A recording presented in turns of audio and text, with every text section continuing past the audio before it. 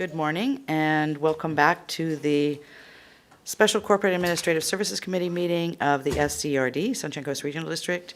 This is December 14th and we are reconvening our meeting from yesterday that we recessed at the end of the day. So first I'd look for a motion to reconvene the meeting. Moved, seconded, all in favor? Thank you. So where we left off yesterday, we were in item number 24, Annex W. It was a division. Before we start, Sorry, Chair, yes? just a point of order. We should be designating a vice chair for the meeting, should we not? We don't need to anymore because they don't have to be in the room. Okay, thank you. So we're going to reconvene or restart again with number 24, Annex W, pages 191 through 279. So directors, any questions or comments on any of the service plan light items?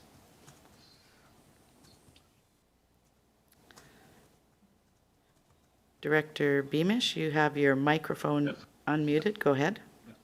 Yeah, I guess that I did get to read them over last night, and thank you for giving me that second chance. And my only observation is one of the volume of work and capacity to do it. And I wondered, as we go forward, are we creating an organization based upon adding staff incrementally to catch up to work that we approved in the past and to undertake work that we want to do in the future, so that we'll always be a growing organization, because we'll always have a significant backlog of work unless we actually take some time to catch up to ourselves and clear that backlog. And so that as the organization grows, it almost grows on the basis of decisions that we've made in the past, more so than decisions that we need to take today to meet the current today needs and next year needs of the organization.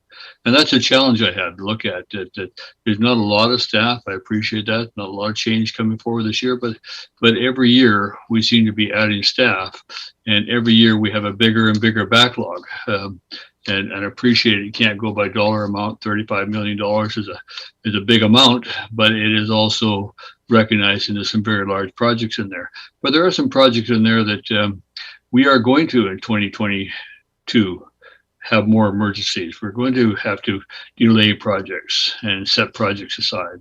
Yeah, we seem to be building up our organization to meet the needs of decisions we made in the past, as well as future decisions. That's my biggest concern, is that when do we actually sit down and clear the backlogs so that we can move forward as an organization with a core staff that meets our needs. And most of the staffing issues don't affect me in Gibson's, so that but they do affect the organization, and they do affect the general taxpayer. So that's my big concern, is that. So looking at the projects, we'll be going through them today on an individual basis and looking at them, but I didn't see anything that particularly concerned me in there, other than the fact that, boy, there's a big backlog of stuff, and we need to catch that off.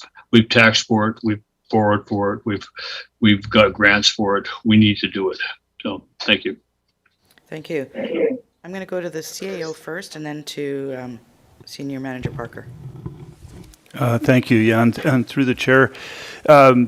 I think those are excellent points you raised, Mayor Beamish, and it's there are things that we wrestled with a lot as staff, even going into the first strategic plan review session with the board in June, and from there to the second one of the questions that we started to really challenge ourselves with as a senior leadership team and down through our management teams is, if we're bringing forward, especially this year, recognizing the size of the backlog and the challenges of COVID and some of the other things that have gotten in the way of completing some of the projects that have already been approved, if we're going to add new projects, or especially if we're going to add new positions in support of those projects, we better have thought very clearly about the longevity of those positions within the organization moving forward.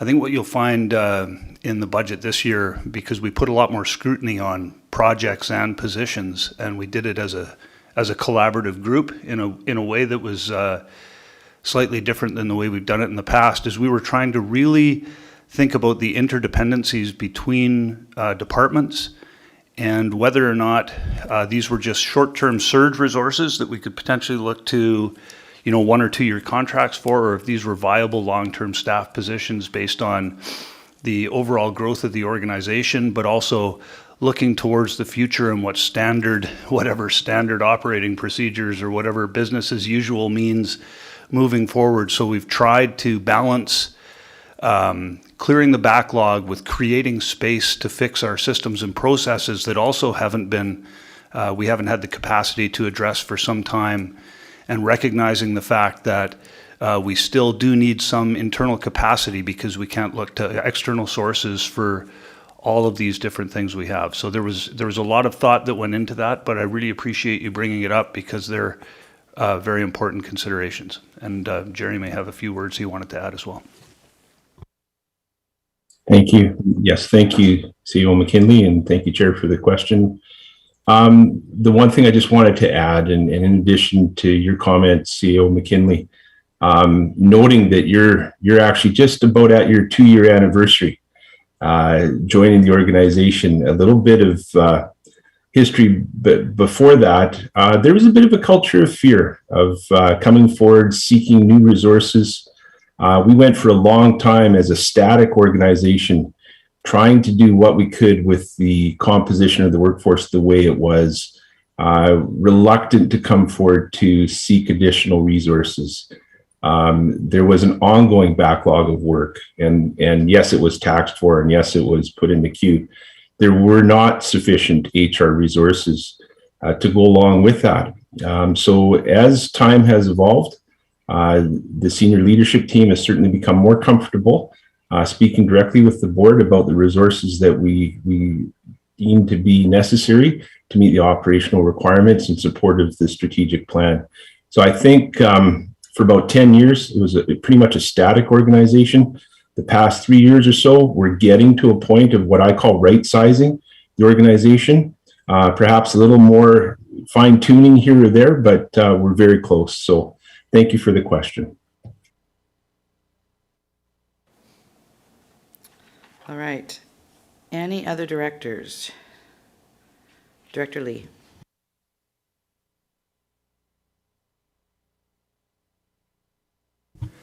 My questions seem rather mundane after that one. On page 328,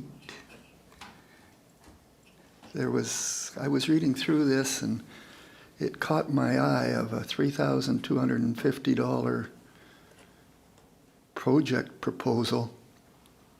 Probably cost more than that to put it together. So are you into the budget proposals already? No, I'm on the... What page are you on? Oh, I am. I'm too far ahead. You're too far ahead. Whoa. We're not there yet. Darn We'll it. get there. Hang on, I got to go back. I'll be back. Okay. We're looking at the the Divisional Service Plans Light version. Director Hiltz. Thanks, Chair. I was interested in what Senior Management Parker said about the right sizing. And so where does that right sizing conversation happen? Does it happen at the board, at the community? Like, who decides when we're at the right size, I guess, is kind of, for me, it's kind of this sustainability and the right sizing. So like, where does that conversation actually happen in terms of like the future state of what the right size of the SCRD looks? And are we trying to get there in 1 year or 2 years or 5 years, or like where's that vision? Thank you. For the question, Chair. Well, it's in a variety of areas. I think the conversation with the board occurs during these kinds of meetings, and the conversations we have around budget, the conversations we have around proposals, things along that line. The conversation then carries on at the senior leadership level, and then it carries on as well at the departmental and divisional levels. There's an ongoing review of the classifications.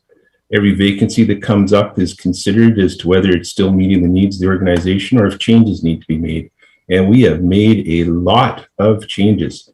Over the past 3 years in particular, we've restructured again, and we have come through and out the other side of that restructuring with reviews going on at the divisional level right down to the single classification. There's still more to be done. So it's kind of like it's like a pendulum, I guess, in some ways that you're never going to stay static. It's always a balancing act, all the way up and down the organization, and including these discussions with the board. So I don't think it ever stops. I think it's an ongoing discussion, and we're certainly continuing to make those changes on a sometimes a daily basis. So stay tuned for more, I guess. And just to add to that, I would say that a lot of the discussions this year, especially in light of some of the previous positions that have been added over the last couple of years, we've had an opportunity to sort of see the results of some of those positions. And so what you'll see in pre-budget previously and now in round one is we're starting to recognize some of the pressures that were put on our support services divisions that hadn't been properly anticipated as part of the previous reorganization. And it's all being done, back to Mayor Beamish's comments, it's all being done through those lenses of volume and capacity. We have to have the capacity to be able to sustain a high level of effort, but without burning everybody out. So to GM Parker's comments, it's always an annual, maybe more often than that, balancing act of, what is the volume, but what is that volume going to look like over time in various departments, and how do we deal with capacity? So the conversation, I guess, never ends, and it always ends up here. Thank you. Thank you, Director Beamish, for raising the question, the conversation. I think that's something that, we're happy that staff are doing that, and it does need to be at this table and available to the public. So thank you for that.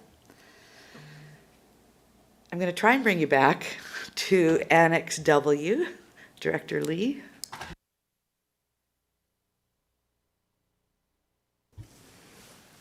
My apologies. I actually had got the notes on there, so I started at the wrong place. It was page 276 I had a question, and that was the Edwards Siphon System, Edwards Lake. And it looked like we weren't going to have the assessments done until after the summer of 2022. And I was wondering about the timing. If we're going to need that, shouldn't we be trying to get that done before the summer? And staff? Thank you for the question. Can you see? I'm still finding the page here on 273. 279. 276, sorry. 276. 276.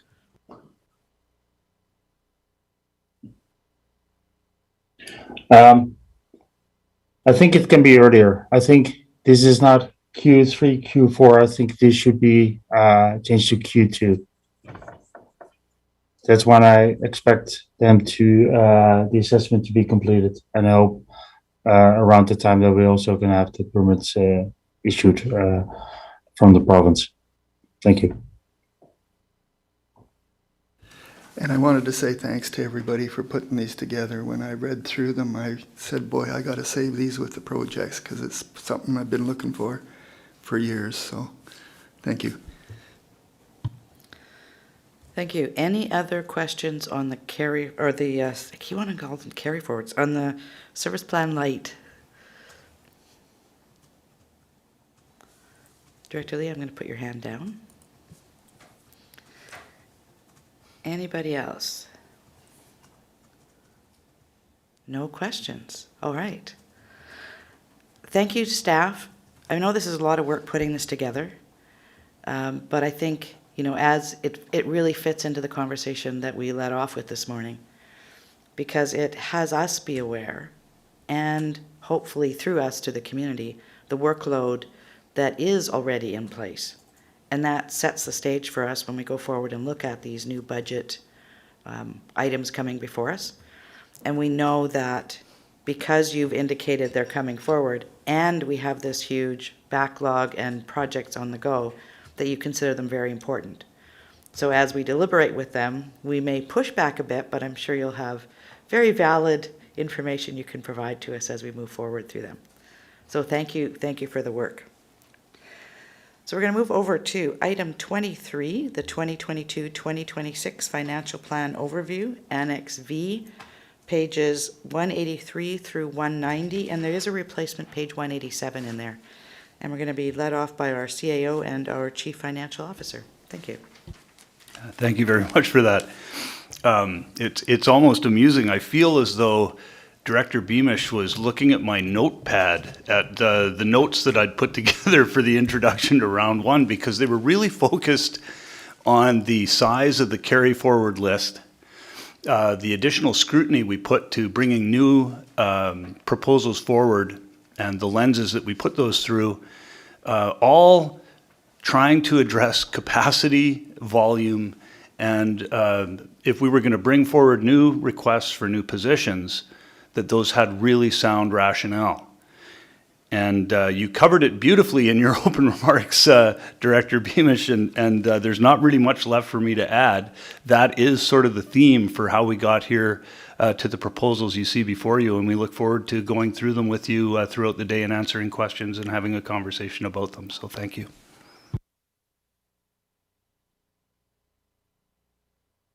Thank you. So I'm just going to cover aspects of the report. This particular report was presented as part of pre-budget, and so this is an updated version with additional information incorporating some of the mandatory items that were approved as part of pre-budget. Of note, yes, the page 187 was a replacement, and some of those are due to some of the dates that were reflected. So that has been updated. Thank you.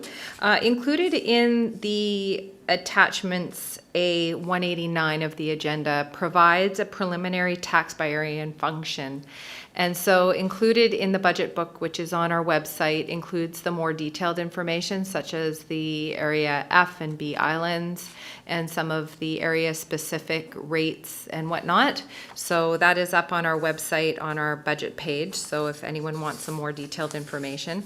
This attachment A2 will be updated live as we make decisions today, and we'll give an update to the committee at the end of the day. On there. And also page 185, these particular values do not reflect the assessed values. I wanted to make sure that both the committee and the public were aware of that, because part of those assessments that we receive at the end of December will change the apportionment for many of these services, as well as some of the residential rates and the classification rates. So we will update those for round 2 and provide an overview of what assessment values have done on the Sunshine Coast. We do anticipate, based on market conditions, that market values and even non-market changes, which is due to growth, will definitely see a change for 2021. So I'll take any questions if there are any, Chair. Thank you. Thank you. Directors, any questions on this report?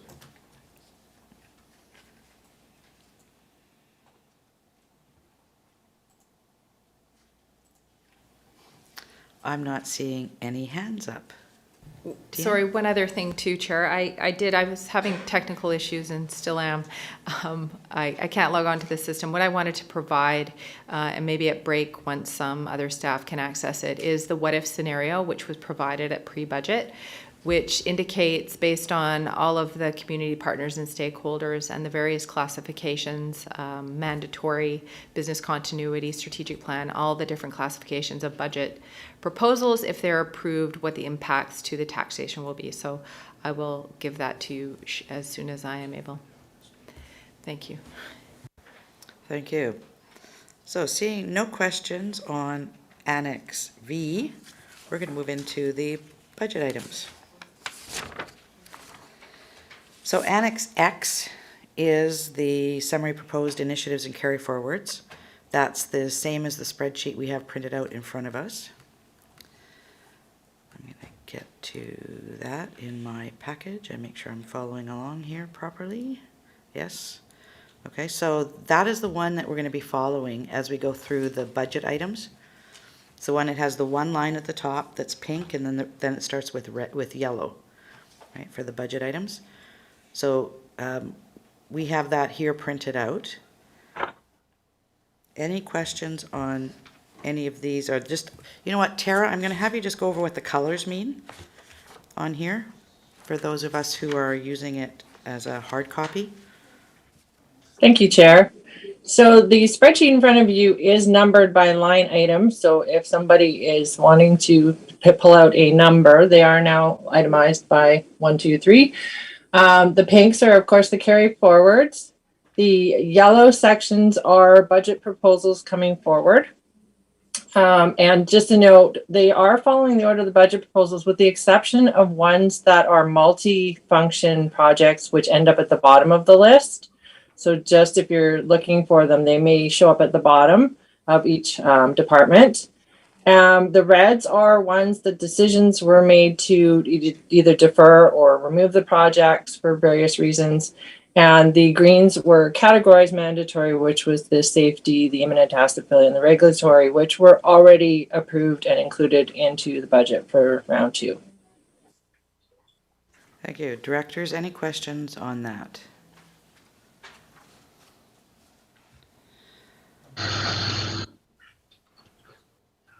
Director Beamish?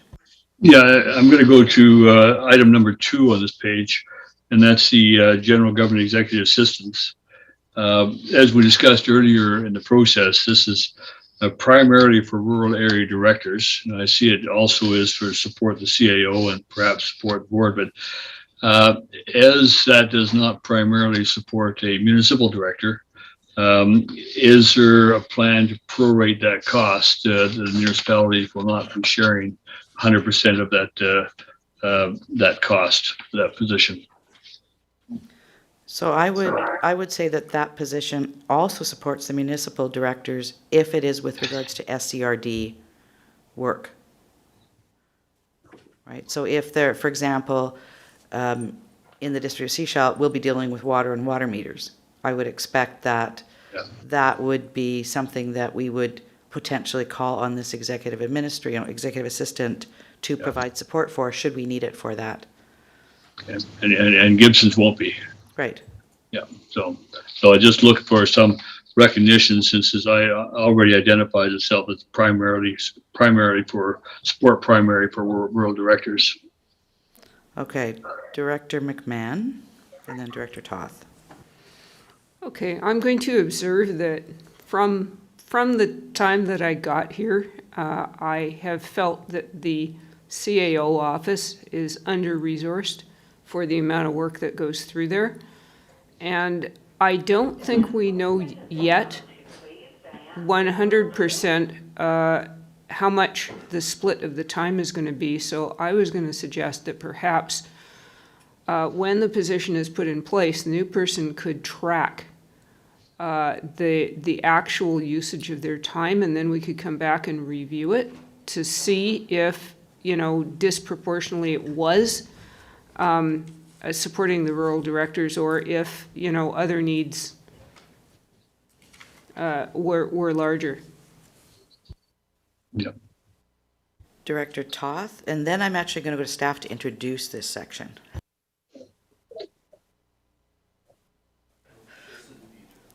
All right, so let's move then to Annex Y on page 305, and I'm going to turn it over to Sherry and Tina, Sherry and Dean, to talk about this one. Thank you, Chair. I'll start. The Administration and Legislative Services Department is primarily funded through general government, which is Function 110. And our department provides legislative support for regional district services, in addition to managing board and committee public meetings corporate communications. We also administer elections and elector approval processes, as well as information and privacy management services. The CAO office that runs through general government, as well as our front office reception services for the Field Road Administration Building. So our budget proposals for this coming year focus on resourcing necessary to respond to work plan priorities, such as administering the 2022 local government election. It also focuses on implementing a new and permanent solution for a range of electronic and hybrid meetings. As well, we see a need to ensure our ability to respond to the increasing volume and public expectations with respect to access to information requests, which have really been on the rise over the past few years. And that started pre-pandemic and continues. We also have a priority to develop new information, privacy and records management policies and procedures, and those are in response to changes in the Freedom of Information legislation, as well as supporting our modernization of business processes as we transition more fully to an electronic and digital service delivery model. So we're happy to answer any of the questions you may have with respect to our proposals. And did the CAO have anything to say to this, or you're good? Okay. Director Toth. Thank you, Chair. Yeah, I totally agree with Director Beamish. You know, when we look at the amount of emails that fly, we look at the number of queries that are raised, it is almost exclusively the rural areas that have the questions, the need for follow-up, and it's usually around planning-related issues. So I wonder if there's an opportunity to fund this through rural planning instead. But, you know, I just don't, I don't see myself availing or taking advantage of this position being available. And honestly, the District of Sechelt can end up funding the lion's share of it with the apportionment set up the way it is now. All right. Director Hiltz. Thanks, Chair. I'm just looking at the difference of our spreadsheet on the line item 2 for the executive assistant, and it talks about a primary focus on the rural area directors, but the rationale on like page 306 looks at it as more of a general position. So I'm just they don't seem to quite align in terms of what the primary purpose is. I see it as Director McMahon says, as a CAO office position, rather than tailored to any particular municipal or rural director. So it's this primarily word that seems to be kind of a bit of a sticking point. So it seems to be slightly different scopes in terms of page 306 versus the spreadsheet. So maybe we need some adjustment on the scoping there. Tina? Thank you, Chair. So some of the considerations that can be given to how this particular position is apportioned is similar to how other positions would be allocated. So for the CAO, that particular position is part of our support service allocation policy. And so it's apportioned based on that particular model, and that's in your package there. So that would be one option. Another option for this position, and we don't do that with the executive assistant. We don't incorporate that into there. However, maybe that's something we can look at for the support service allocation in the future if that's what we want to do. And even for now, we can go back to that item and modify it. Another option too is through wage allocations. And so I think that was, when I left the room, was one of the considerations is, could we fund it through other services? So the rural areas also have, I think it's function 131, I believe, which could then, a portion of it, which is only the rural areas pay for that particular function. So that could be another allocation.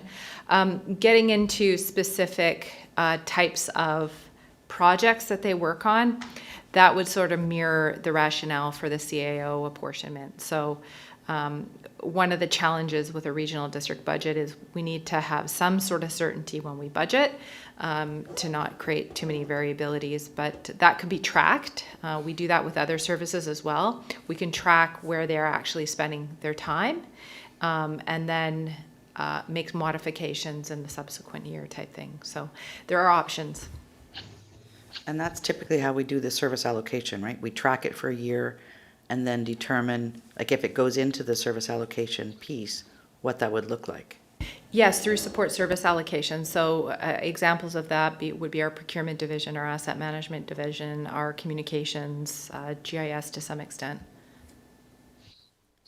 All right. I'm going to go to Director Lee and then Director McMahon.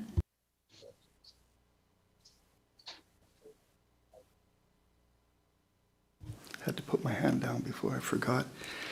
I think I listened to Director Beamish's concerns, so I popped up the tax by area by service, and I see that both the District of Sechelt and Town of Gibsons are involved very heavily in some of our major services. I'm sure you have a lot of questions about those services, so then it come to my mind, how do those get answered so you guys don't have to use email and attack Dean, which we have to do? And it seems to me that it probably happens at CAO and CAO and staff to staff, and those questions are answered at that level. I will point out that we do pay for those as well in the rural areas. And because we don't have the staff to direct to answer our one questions, we go the other way around. Perhaps if the staff quit answering your questions and answered ours instead, we wouldn't have this problem. So thank you. I think I would counter that and say, how many questions have I put to you, Mr. McKinley, in the past year?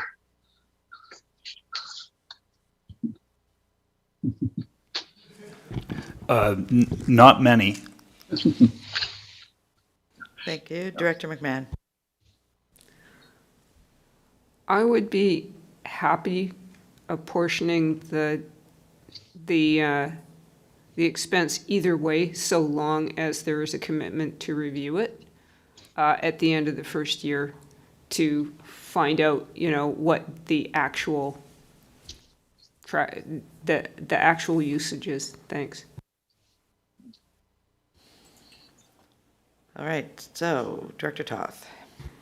Thank you, Chair. I just wanted to comment that I think the suggestion of doing it through support services is actually a great one, because then if it's rural planning that's bringing up the issues, then it's rural planning that's contributing. If Sechelt's got questions around water meters, then it's going to the regional water function. That actually makes a lot of sense from a fairness perspective when we're talking about a resource that was specifically asked for by the rural directors to help with the overall workload of getting questions answered. Thank you. So Tina, any suggestions about how we would do this one, considering right now we're looking at taxation and the area is regional executive assistant function 110? So what I'm hearing is that you want this potentially brought forward to round 2 with some alternate funding options. That sounds good. Such as support service allocation or through a blend through general government and function 131. Thank you. That's exactly what we're looking for. Good. Could I have one of the directors make a recommendation? Make that recommendation.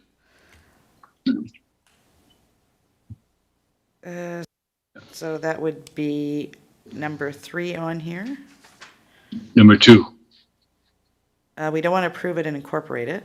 We want to refer it to round 2 budget with alternative methods of funding. Yeah.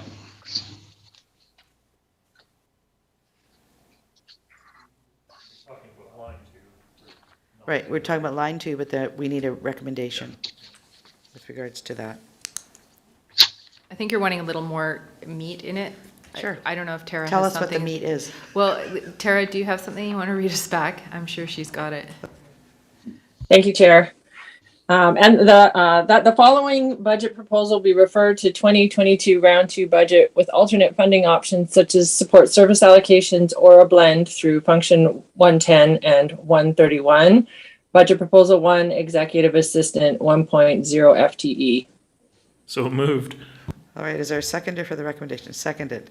Any further questions or comments? Director Hiltz. Yeah, 131, I believe, is elections. So is that, So it would be 130. oh, okay. Sorry. Thank you. Any other questions or comments? All those in favor? Thank you very much. Moving on to line 3 on this spreadsheet and page 307 in our budget package. Information and Privacy Coordinator. Any questions, comments, first of all? Seeing none, is there anyone who would like to make a recommendation on this one? Director Toth and then Director Ties. I'd like to move option 1, approve and incorporate into the 2022 round 2 budget. Seconded, thank you. And Director Ties, did you want to speak to that? Yeah, I just wanted to kind of give a little bit of support behind this position. I think, you know, the public is asked, I've been asked a few times by the public now why the FY requests are increasing, and I don't necessarily think that it's a function of our government not doing its job. I think it's a function of the general culture of our population shifting towards more mistrust and more skepticism towards government in general. And I think that's a product of, you know, social media, as well as sort of a greater as well as some of the media outlets that are out there. So I personally don't really feel like that is something that the staff should shoulder, and I think we should support them in that way. So that's just my thoughts. Thanks. Thank you. Any other questions or comments on the recommendation on the floor? Director Hiltz. I'm going to present that it's not so much mistrust, but perhaps more engagement, that we're seeing that as we're communicating out to people, they want to get into the nitty gritty a bit more. And so I think it's a bit of a seesawing back and forth. The more you get, the more you want to dig into it.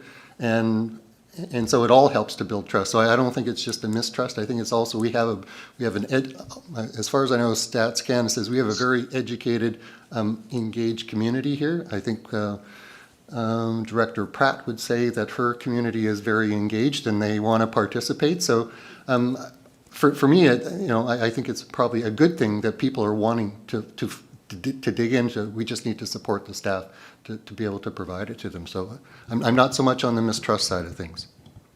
Just a comment. Thank you. Seeing no further questions or comments, this is voting all directors. All those in favor? Thank you. Moving on to line item number 4. This is on page 309 in our package. And one note, it's highlighted in here, the funding has changed from taxation at pre-budget to COVID-19 Safe Restart Grant. So, Director McMahon. I love hybrid meetings. So I am really happy to see this proposal, even happier to see it come through COVID funding. But I did have one question, which is our need for technology to support hybrid meetings and new methods of meetings that we may not even visualize right now is not going to go away. So do we have enough resourcing in our base budget to support our ongoing tech needs? Thanks. And who wants to address that one? Tina? I think this will inform that. And I believe that over the last year, we have been short-staffed throughout the year, plus the added pressure with COVID and coming out of COVID has been extremely a big pressure on the IT department because they've had to shift so quickly. So I think between myself and the IT manager, we really want to just play out over the next year. We have a lot of very large projects to try to streamline and reduce some efficiencies as well in the organization. So I think that once we go through a little bit more and implement some of these things, then we will learn more. I do agree, our dependency on IT is doing nothing but escalating. But again, because it's not just meeting support, it's all the complex systems. And of note, we're going to be implementing water meters universally, and that too will have a huge implication on our IT department. So most likely, yes, we'll see more resources needed in IT. What they are specifically is to be determined. Director McMahon, go ahead. Yeah, and I wanted to give a shout out to IT for doing a great job, because we really have transitioned online very smoothly. So I am happy to, that's item 4, to move that the following budget proposal be approved and incorporated into 2022 round 2 budget. And that's the general government hybrid meeting solutions and boardroom modifications. Thank you. And that's been seconded. Any other questions or comments? All those in favor? Thank you. Moving on to item number 5 on our spreadsheet. And page 310 in our package. Again, this is meeting management solutions, and this has also changed funding from taxation at pre-budget to COVID-19 Safe Restart Grant. Director McMahon, your hand is still up. Did you want to speak to this one? Well, I hadn't intended to, but what the heck. I'd like to move that the following budget proposal be approved and incorporated into the 2022 round 2 budget, and that is general government meeting management solutions. Is there a second? Seconded. All right. Director Toth? Thank you. Just a really quick question here. And in reading the description, it talks about, meeting management software streamlines the full cycle from report and agenda creation, electronic publishing, meeting video live streaming and archiving. So I understand that this would replace the fact that we're publishing to YouTube currently. Just wondering, from the back end, the agenda creation perspective, what other impacts this would have versus what we're doing now?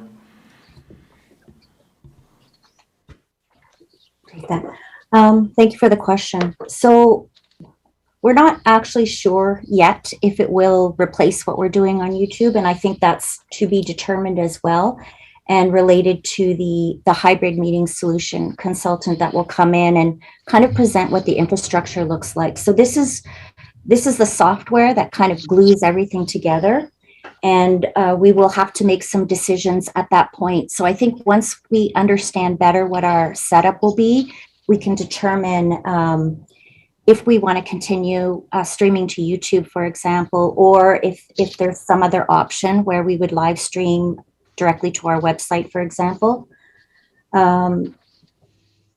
This actually takes the agenda process from the creation of staff reports right through to publishing, and it could replace some of the other tools that the directors are currently using to access agendas online as well. Like we Sync, for example, where you're self-serving your agenda packages. We will anticipate some changes with respect to how those packages are published and shared publicly as well. All right, seeing no further questions, Director Hiltz, go ahead. So it's a one-year implementation. So is this considered a base budget increase, or you consider this more of a pilot and then next year it would come back as a base budget increase? So I can speak to the software itself, similar to what we do with Bang the Table. we don't know what the software is yet. So we would do a procurement process for that. Initially, we would have it implemented for 1 year. If we decide to continue, there's typically subscription fees associated with that. I'll let the CFO maybe speak to how the ongoing financing for a subscription fee would be factored in. So we do have an estimate on the page, bottom of page 310, which is in the range of 18,000 to 20,000 per year. So there's a known cost already. I think we would include that in the budget and then refine it once we knew what the actual application was going to be after the procurement process. But yes, it's definitely going to have an ongoing implication. Thank you. Any other questions or comments on the budget item, meeting management solutions? If not, I'd look for a recommendation. Director Hills? I'll move option 1 for line item 5. Yeah, we just have to vote, I think. Sorry, was it moved and seconded already? Yeah. Thank you. Okay. I'm behind. All those in favor? Thank you. Thank you for keeping me on top. I'm caught up now. Yeah, I'm caught up. Okay, thanks.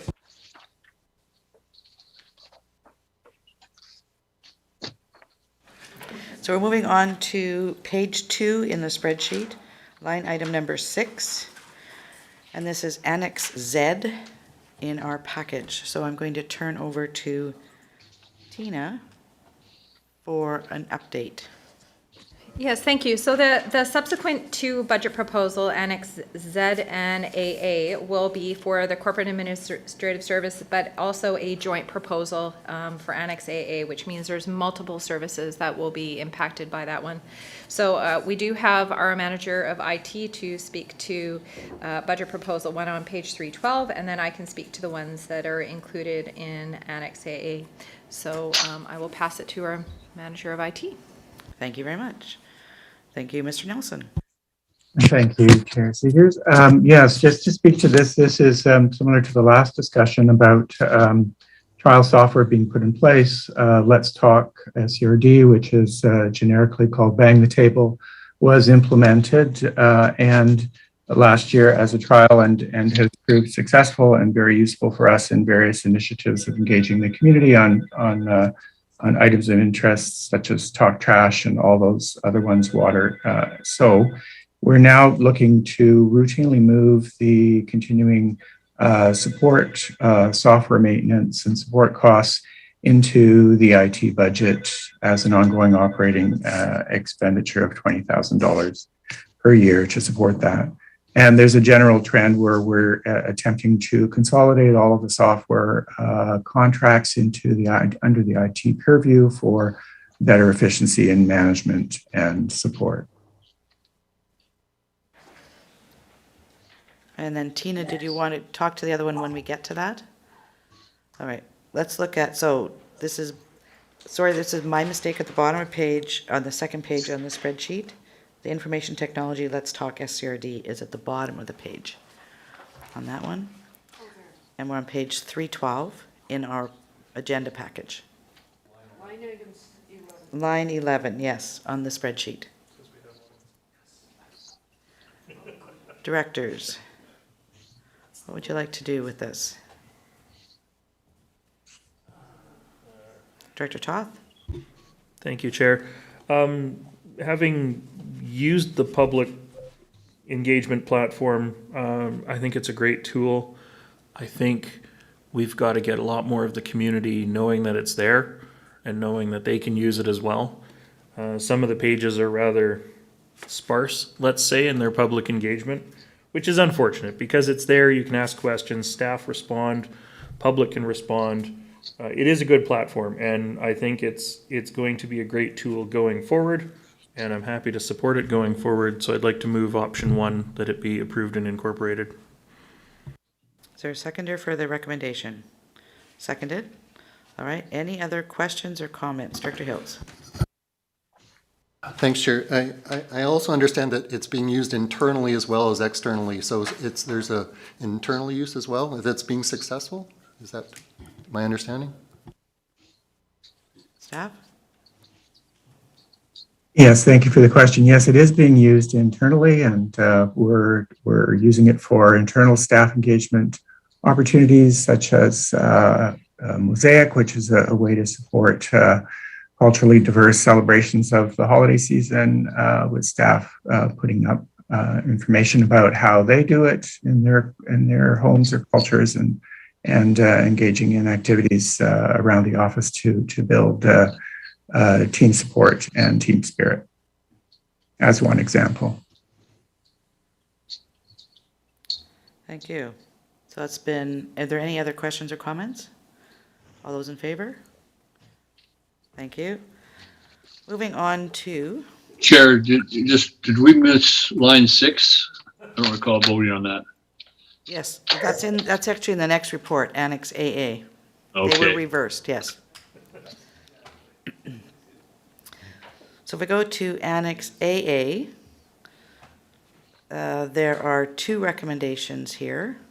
The second one is, no, yes, the third one is business continuity, the reception center modifications on page 316. Did you want to speak to this, Tia? Yeah, so there was a report that was presented as part of the November Corporate Administrative Services Committee, which outlined how the SCRD was going to allocate the remaining COVID restart funds. And this particular item came forward as a new project that wasn't presented as part of pre-budget. This has been instigated as the pandemic continues to just continues. And the modifications at our reception were at the time just put there temporarily. And so what we're looking to do is professionalize it and make something a little more permanent.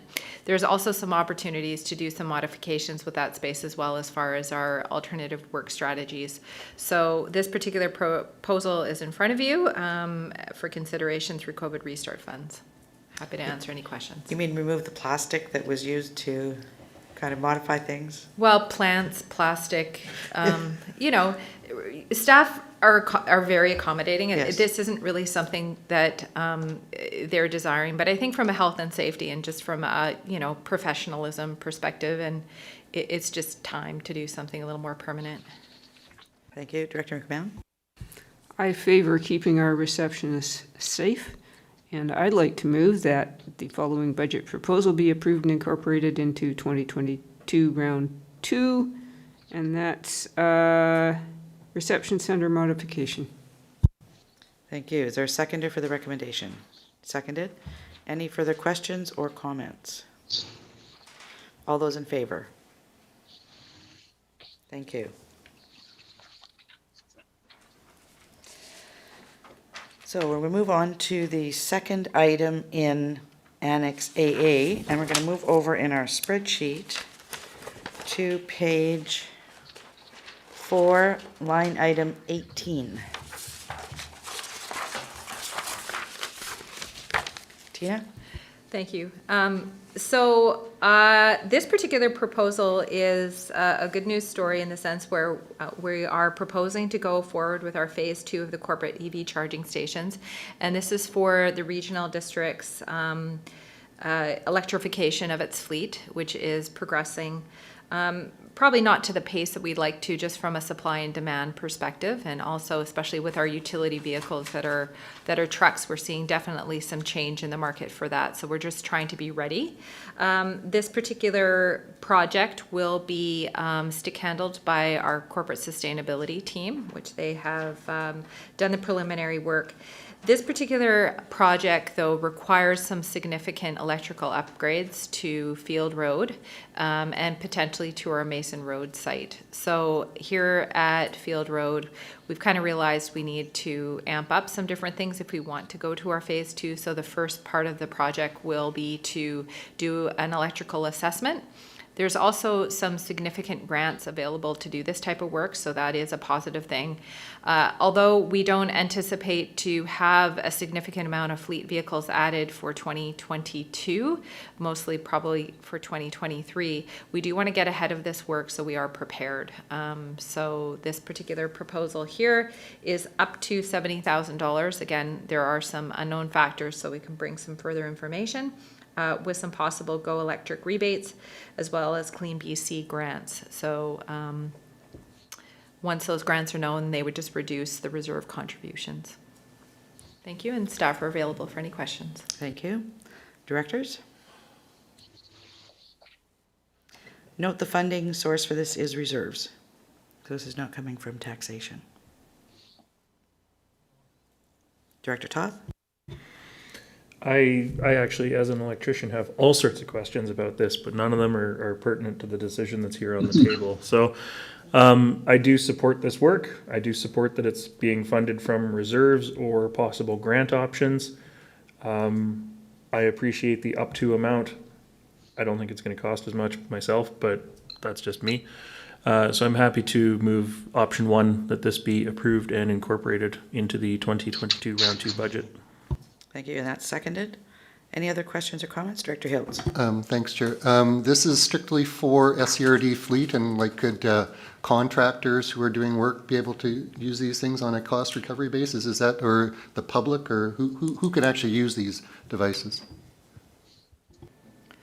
So currently the focus is for the SCRD vehicles, so it would be something in our compound here.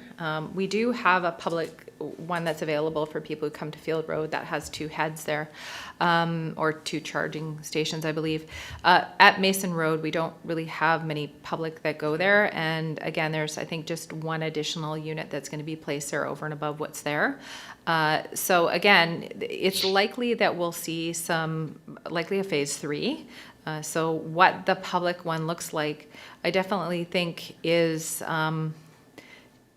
from my perception, a stay tuned, because the market is responding to the demand. So I think there's going to be a lot of emergence of what the public, such as, transitioning to various gas stations, are now putting in fast charging stations. You're already seeing that in the Lower Mainland. So definitely there is an aspect that we're considering part of this particular one as to what the public interface would look like. So that is being considered as part of this. So, but not the equipment quite yet. Thank you. Any other questions or comments on the recommendation on the floor? All those in favor? Thank you. All right, we're moving on to Annex BB, and we'll have an introduction to this section because we're moving into Community Services. And this is GM Gagnon. If it would please the board, I'm wondering if we could just take a 2-minute break so that I can transition myself into the boardroom. I just would love to be in the room with you guys and be able to see you face to face, if that's okay with you, Chair Seegers. Then how about if we take a 5-minute break? Perfect, thank you. Okay, sounds good. It is 10:30. Let's go 10:35.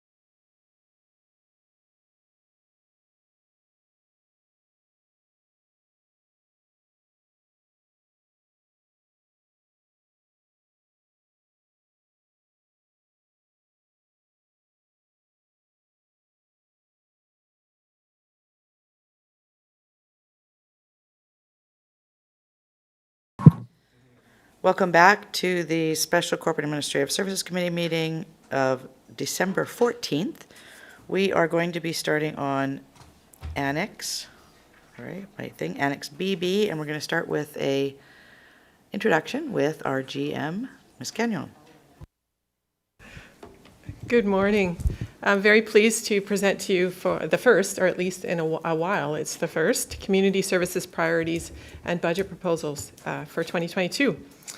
The Community Services Department covers the areas of public transit, fleet, building maintenance, regional street lighting, ports, cemeteries, community recreation, both facilities and programming, Pender Harbor Pool, school facilities, community parks, bike and walking trails, regional rec programs, and Dakota Ridge. As mentioned at pre-budget, the priorities and budget proposals that you will see in front of you are reflective of the board's strategic priorities, including asset management, engagement and communication, working together, community resilience and climate adaptation, as well as the department's response to the impact that the global pandemic continues to have on our community and our services. I will note that there have been a few changes since pre-budget, most of which are reclassifications of a few budget items that were originally tagged as mandatory and have now been brought back to round one for the board's consideration, and I'll highlight those as we go through each area. I do want to thank SLT for their patience with me as I've navigated this first budget process and all of the forms that go along with it, as well as members of my community services team for their leadership and their diligence in pulling together all this information that you see before you today. So as we proceed through the budget proposals, I'm happy to answer any questions that you might have. I also have two division managers that are on standby as well for potential questions that I am unable to answer. So with that, I thank you for the opportunity to present to you today. Thank you. Directors, I'm going to have you look at page 5, lines 22 and 23. So these are not carry forwards, but they are already included in the budget because they are regulatory compliance. So the first one we'll be considering will be line 24, public transit superintendent, 1 full-time equivalent. In our package, it is on page 321. Directors, any questions?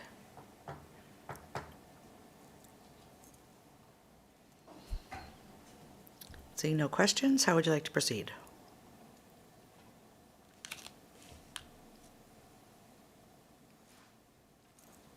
Director Hiltz.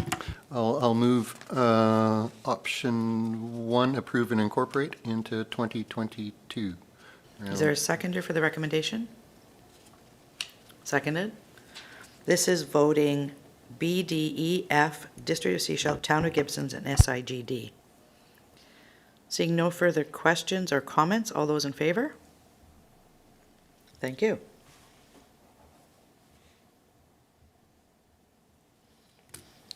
Next item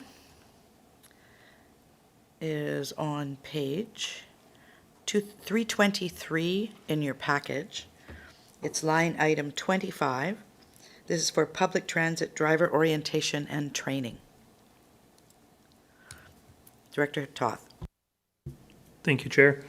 I think it was mentioned during pre-budget that this provides a great opportunity that, as a recruitment tool and benefit to the organization. So it's, as far as I'm concerned, it's a low-cost, high-value item, and I'm happy to move option 1, approve and incorporate into the round 2 budget. That's been seconded. Any questions or comments? Director Hiltz. Yeah, thanks, Chair. It ties a little bit with the last one. There was a mention of conflict resolution in terms of training drivers. And I'm just wondering if that's like where does that training come? Is it BC Transit? Is it an internal development? How do we train them up for conflict resolution? Thank you. Thank you for the question. Most of this orientation and training that we're discussing in this section here is in-house training. And so we have lots of tools and tricks of the trade for dealing with challenging customers. We also do have conflict resolution training available through HR that if it is offered at the appropriate times, we might put them through. Thank you. Thank you. Any other questions or comments on this budget item? Okay, recommendation on the floor is to approve and incorporate into the 2022 budget. All those in favor? Thank you. Item number 26, or line item 26. And in your package, it is on page 324. This is for public transit COVID-19 backfill and overtime. This is operating a one-time request. Director McMahon. This seems extremely necessary. So I'm going to take option 1, approve and incorporate into 2022 round 2 budget. And seconded. Any other questions or comments? All those in favor? Thank you. Moving on to line 27. And in our package, this is on page, moving into the next, yes. Moving into the next item, there we go. So we're finished Annex BB, we're moving into CC. So we're moving on to page 325, item number 4. Sorry, page 325. Oh, sorry, I went right by it. Okay, thank you. Keep me in line. Perfect, so line item 27, and we're on page 325. This is for public transit security system and CCTV. Questions or comments? Director McMahon? I'm happy to move that this be approved and incorporated into the 2022 round 2 budget. And I just had one question, which is if for some reason we do not have any evil doers at Mason Road and decide we don't need it, we could probably move the CC around and use it somewhere else. Is that not the case, like at the landfill? Thank you for the question. I think we probably need to corporately look at security and CCTV, and we actually have identified that at an SLT level. We just haven't got to it yet. So should the need no longer be, I'm sure that we can look at repurposing the hardware. Thank you. Thank you. So we have a recommendation made but not seconded. Would someone like to second? Seconded. Seeing no further questions, all those in favor? Thank you.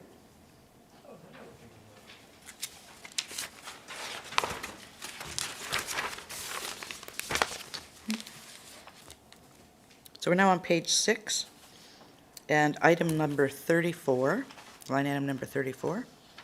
And now we are into CC. This is maintenance facility, fleet security system, and CCTV. Directors, questions, comments? Director Toth? Doesn't make sense to fund it in one place and not the other, so I'll move option 1 for this. Thank you. So that's approve and incorporate, and that's been seconded. Seeing no further questions or comments, all those in favor? Thank you.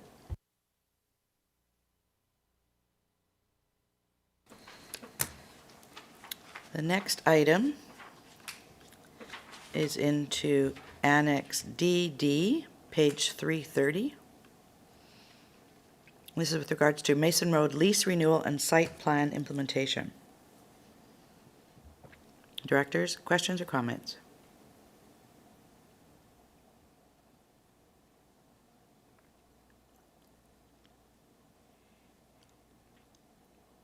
All right, what would you like to do? A question, if I could, Chair. Does this preclude the idea then of sharing space with the district of Sechelt on Dusty Road? Staff? Thank you for the question. The answer is no, it certainly does not preclude that. In fact, sort of the first part of this is to look at the lease that we have for the current space, and we know we need to do something and renew the lease. And then the second part of this is to look at expansion and what our options are, and to do a complete SWOT of those options and understand the financial implications, the operating implications, and then come back with recommendations. So certainly doesn't preclude any option at this point in time, but we do have a site study that was completed that we would start with, and then also identify other known options. Thank you. Thank Thank you. Director Beamish, any further questions or comments on that? No, it's fine. Thank you. I'll move the recommendation. Thank you. Approve and incorporate into the 2022 budget? Incorporate, yes. Thank you, and that's been seconded. Where are we? We are on line 35.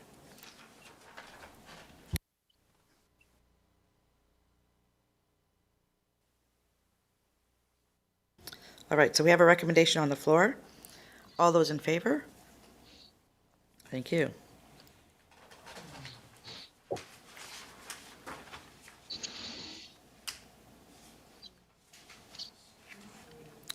Moving into Annex EE.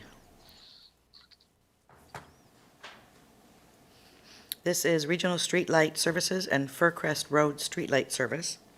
This is item number, it's on page 333 in our budget package and line 36 in our spreadsheet. Director McMahon. Since First Crest Road is mine, I'm happy to move that the following budget proposal be approved and incorporated into round 2. Thank you. Is there a seconder? Seconded. This is voting all directors.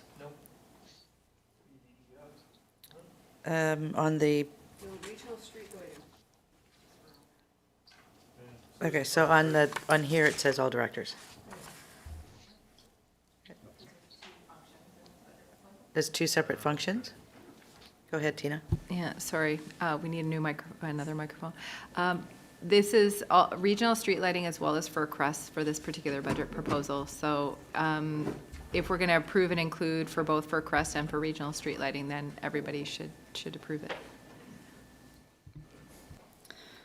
All right, so there's a recommendation on the floor. I see no further questions. All those in favor? Thank you.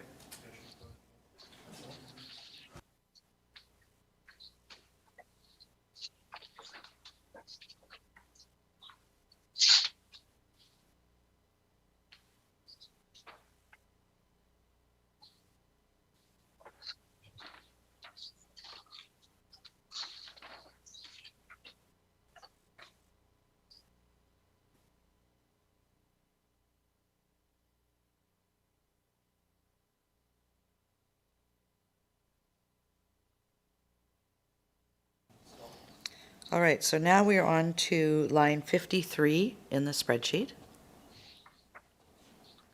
So that you get there if you're not there. And we are on page 336 in our budget package. This is Community Recreation Facilities Domestic Hot Water System. Question or comments?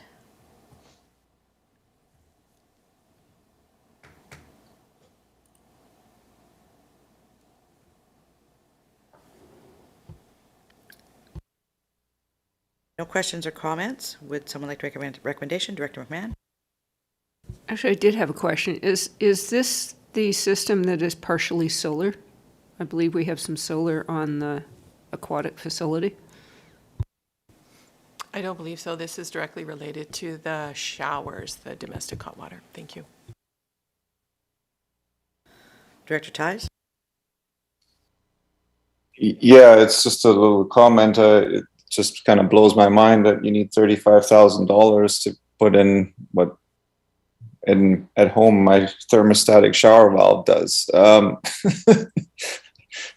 But I'm sure there are some different quantities of scale here, but it still seems a little bit unfathomable to me. But I guess I'm not going to go into plumbing at this point. But so I'll move the recommendations, or I'll move option 1.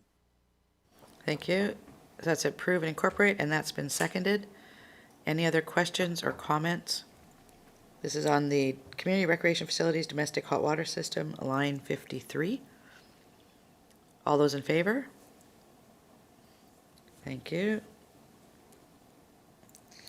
Moving on to line 54. And page 337 in our package. Community Recreation Facilities in tandem, is that how you say it? Licensing fees? I think we addressed this in the pre-budget. This is with regards to the music, et cetera, that we, yeah, go ahead, Jim. just choosing which mic I'm going to use. Yes, we did. And we, you know, it was an interesting conversation around mandatory versus non-mandatory, because certainly, I guess, by virtue of the definition, it's not mandatory, but it would be awful interesting to run a rec facility and do programs and classes in the absence of music. So, however, it has been brought back for your consideration, but it is a requirement to play music in a public facility, that this is a fee. And I was very pleased to have staff bring it to our attention that we weren't doing this correctly and getting our house in order. So greatly appreciated. All right, directors, questions or comments or a recommendation? Director Hiltz? Sure, I'll move option 1 for the proposal. And just the question is, does this apply to all SCR facilities? Like if we wanted to have music in here, would that license apply here in this building, or outdoor events, this kind of stuff? Sorry, it hasn't been seconded, sorry. Thank you for that question. This license only applies to the facilities that we, within recreation, so our 5 facilities.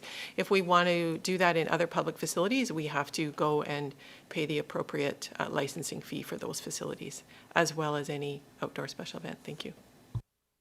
Thank you. So that's been moved by Director Hiltz and it was seconded by Director Toth. Any other questions or comments? All those in favor? Thank you.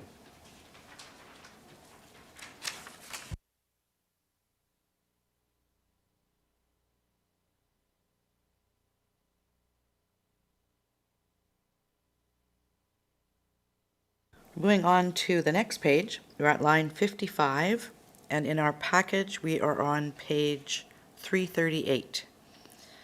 This is Water Management Plan Implementation, and it's voting again, B, D, E, F, Town of Gibson's District of Sechelt, and SIGD. Questions, comments, or a potential recommendation? Director Toth. Thank you, Chair.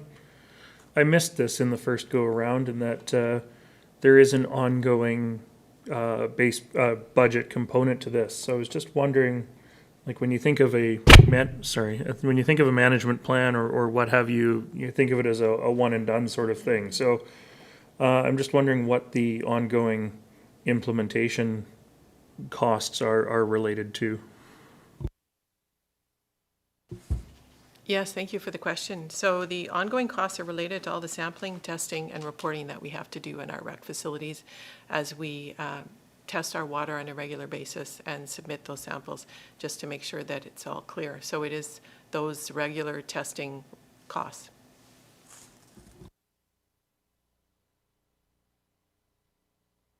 Follow-up? Is this not something we were doing previously? Like, I would think that would be a mandatory requirement of all recreation facilities, period. Like, I don't think this would be something new. Thank you for the question. So this is specifically related to when the facilities closed down and had standing water. And we had the Vancouver Coastal Health come in and do a management plan for us. Those are just wrapping up right now. And the recommendation was around specific testing for, and I can never remember the name of it, it's in the explanation, for certain bacteria, Legionella bacteria, that can be in domestic water supplies. So we do regular testing in our pools and those that type of facility, but this is on our domestic water systems that we don't do this particular testing on. So this is new. Thank you. Thank you. Directors? No further questions. Would someone like to make a recommendation? Director Hill. Sure, I'll move option 1, approve and incorporate. Thank you. Is that seconded? Look for someone to second that recommendation. Seconded. All right. All those in favor? Thank you. Moving on to line item 56. And just making sure they're the same. It's item number 4 in our package on 339. This is with regards to carbon neutral design recreation facilities.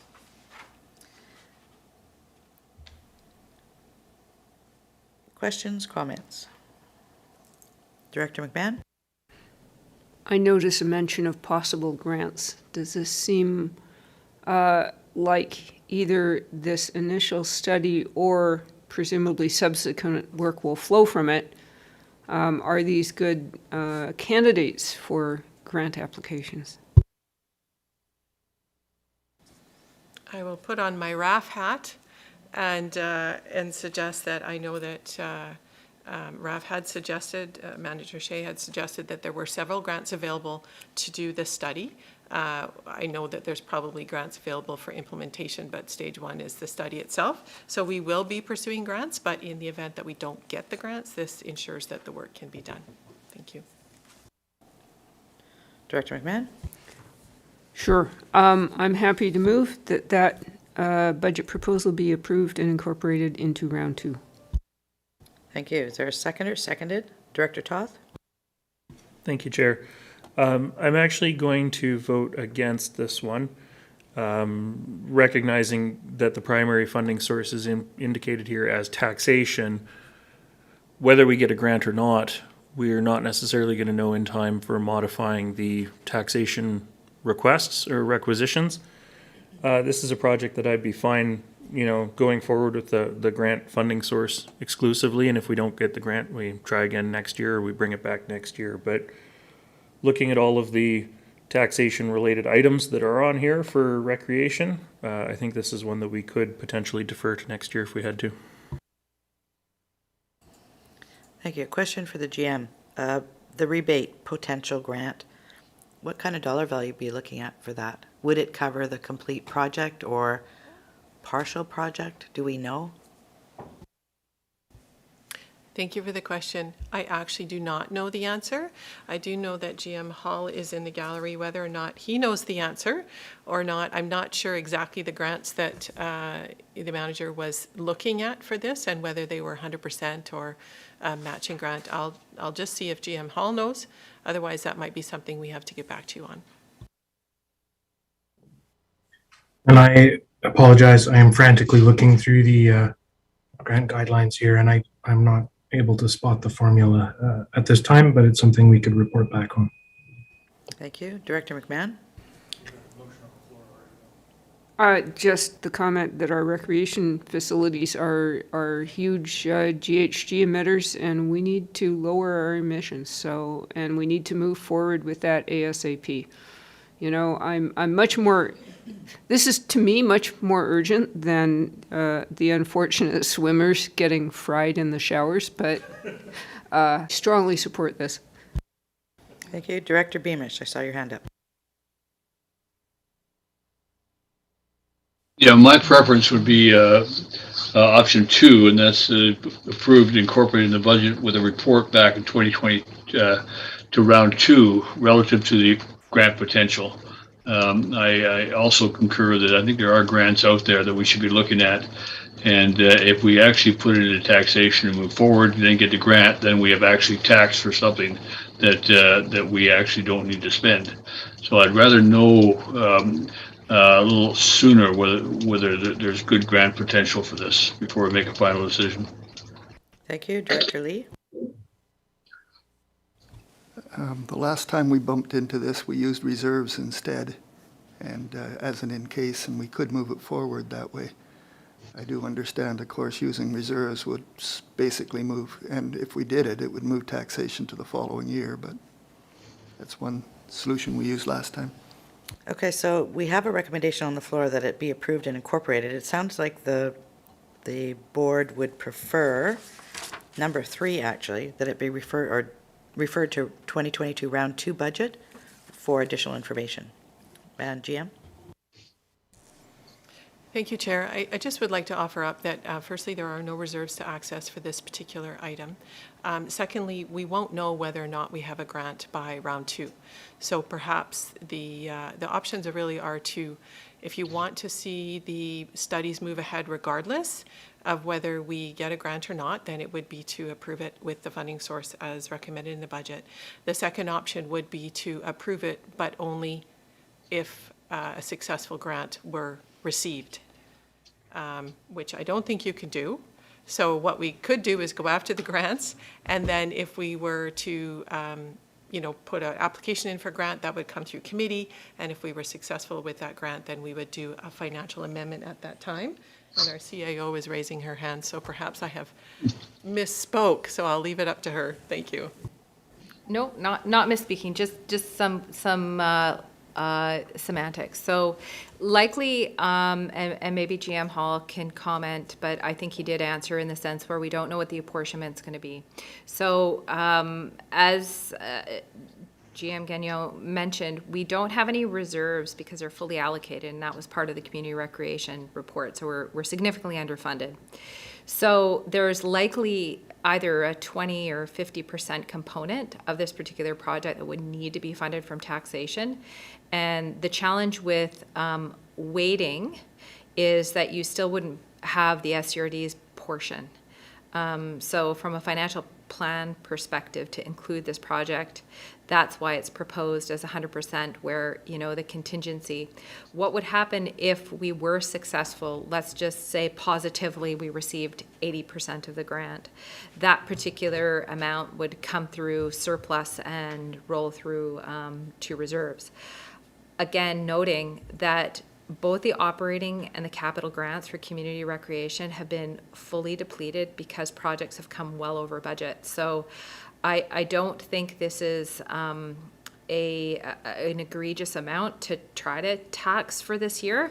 In the case of, from a perspective of if we do have a surplus, then it would just help the financial sustainability of the function. So just a thought. I don't know also if we would receive the answer by round 2. So I don't know if we'd have anything more to give you. So that's the challenge. Thank you, CAO.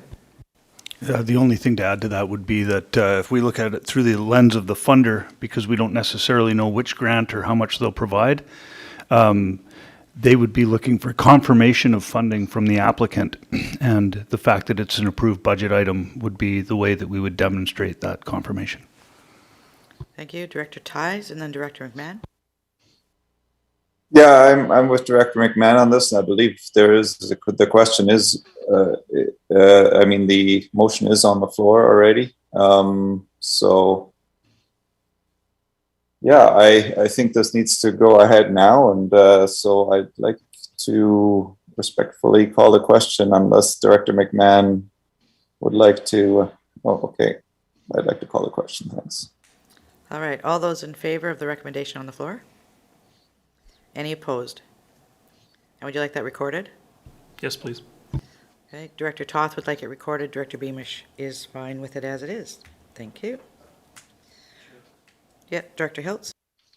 Yeah, the Solar Association project, is there a connection between these two pieces? The work that they've done and this, they seem to be trying to solve the same problem.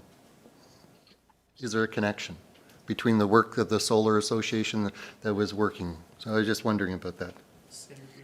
Synergy, if you will? Sure.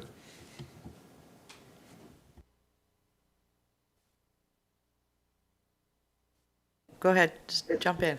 Sorry, I'm going to let GM Hall answer this question. Thank you. Well, this one's an easy one. Yes. Yes, because we're looking at facility efficiency and fuel switching. Thanks. Director McMahon? Yeah, I've been getting a few of the reports from the Solar Association. They're doing very thorough audits on the buildings, and this is a good synergy. Thank you. Seeing no further questions or comments on that item, we're going to move on to line 57 and page 340 in our budget package. This is community recreation facilities non-annual maintenance. And it talks about items not covered through the base budget and not occurring annually. So refinishing the gym floor at SAC and fascia repairs and exterior painting at GAC. So questions or comments from directors? See no questions or comments. Would someone like to make a recommendation? Director Hiltz. Sure, I'm happy to move more maintenance is better. So option 1, approve incorporate. Thank you. Is there a seconder for the recommendation? Seconded, all right. Director McMahon? Is this a one-off or ongoing? Thank you for the question. It is a non-annual maintenance item, but it does come up every 3 or 4 years. But this is asking for one-time funding only. Thank you. Thank you. No further questions or comments? All those in favor? Thank you. Moving down to line 64, I believe. And Annex GG. Let's make sure we're all lined up here. Yes, we are. Look at that. So we finished FF. We're on GG, page 343. Item number 1 there, and line 64, Pender Harbor Fitness and Aquatic Center Storage Container. Questions or comments, directors, or a recommendation? This is voting all directors. Director Lee? I'd like to move option 1 on this item. Thank you. Is there a seconder for the recommendation? Seconded. So that's to approve and incorporate into the 2022 budget. All those in favor? Thank you. Moving on to line item 65. This is so you can have music in the Pender Harbor Aquatic Center. Director Lee, would you like to make a recommendation? Well, I'd like to watch them do it without music. I do believe it's best to have the music, so I'd like to move that we choose option 1 to approve and incorporate into the 2022 round 2 budget. Thank you. And it's been seconded. Seeing no further questions or comments, all those in favor? Thank you. Moving on to line item 66 in our spreadsheet. And yes, it matches page 345 in our budget package. This is the Water Management Plan implementation. And Director Lee, your hand is still up.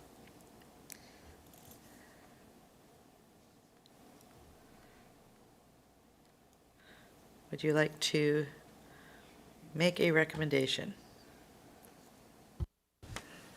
Yes, I'd like to move option 1, that the budget proposal be approved and incorporated into the 2022 round 2 budget. Is there a seconder for the recommendation? Seconded? All right, seeing no further questions or comments, all those in favor? Thank you very much.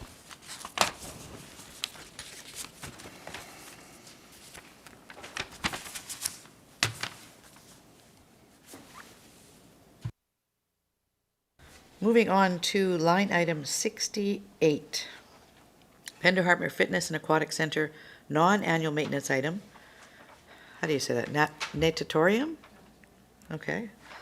Ceiling painting. This only happens every 2 to 3 years. And any questions or comments? Director Lee? Yes, Chair, I'd like to move that the proposal be approved and incorporated into the 2022 round 2 budget. Thank you. Is there a seconder for the recommendation? Seconded? All right, seeing no questions or comments, all those in favor? Thank you very much. Moving on to line item 69, page 346. This is a new item that we did not see at the pre-budget. Did you want to make a comment on this one, GM? No comment other than there was just a lot of painting and pools and lots of things going on, and so this one got lost in the shuffle, so my apologies. But it is painting that occurs again when the pool is emptied, which only occurs every 2 or 3 years. It's our time to be able to do quite a few of these items, so it's very timely to get this done. Thank you. Thank you. Director McMahon. I was going to get in and move this and just hope that there isn't a shortage of swimming pool paint North America-wide right now. So that's moved that the following budget proposal be approved and incorporated into round 2. That's been seconded as well. See no further questions or comments. All those in favor? Thank you.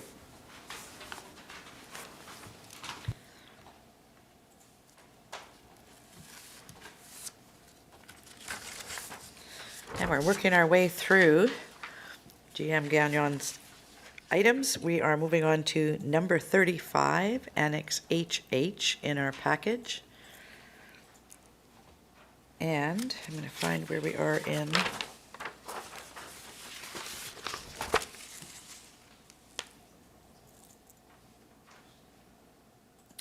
All right, we're on to line 78 in our spreadsheet and page 349 in our budget book. Community Parks, Human Resources, Lift for Recreation Services. This is voting A, B, D, E, and F.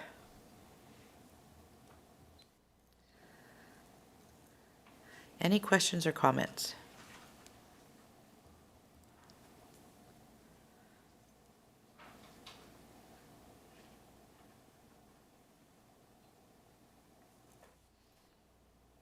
Seeing no questions or comments, we need a recommendation from someone in the rural areas, electoral areas. Director Ties, Yeah, I'd like to move option 1, please.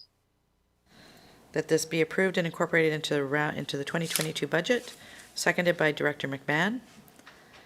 Any questions, comments on this? Seeing none, all those in favor? Thank you. Moving on to item 79, line item 79, and page 351 in your budget book. This is Community Parks Laborers, and we're looking at 0.62 FTE. Again, A, B, D, E, and F, Director McMahon. Yep, I'd like to move that be approved and incorporated into round 2. Thank you. Is there a seconder? Seconded. Thank you. And Director Ties? Yeah, just a curiosity question. Considering there's a lot of labor coming towards our park staff due to the recent storm, I'm wondering if any of that can be claimed as EOC funding. Thank you for the question. As our CAO mentioned yesterday, I believe, we are pulling together our projected recovery plans and recovery costs, and whether or not there are options for some funding reimbursements through disaster management funds. I know right now through the EOC, and I apologize because I probably won't get your BC terminology right here, but through the EOC and the current funding source for the response, parks are not deemed an essential service. So the eligibility for those costs are not covered through PREOC, I think it's called. But certainly there are options potentially through disaster funding, which we will be pursuing, and we'll bring back a report with some more information in January, or at least what we know to date. Thank you. Thank you.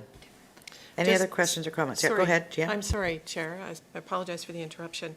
Just so it's clear, none of the budget requests that are before you today are related at all to the recent emergency and disaster. This is information that has been on the table since we started pulling our budget information together. So obviously the recent event has exacerbated our labor issues. However, they're not related to it. Thank you. I think one of the things that's been widely broadcast is that given COVID and people having to isolate, etc., parks in every area of the province have had much more use, and that means that we need to have sufficient staff to maintain those. All right, we have a recommendation on the floor. It's been moved and seconded. Seeing no further questions, all those in favor? Thank you. Moving on to line item 80. This is temporary parks backfill. It is on page 353.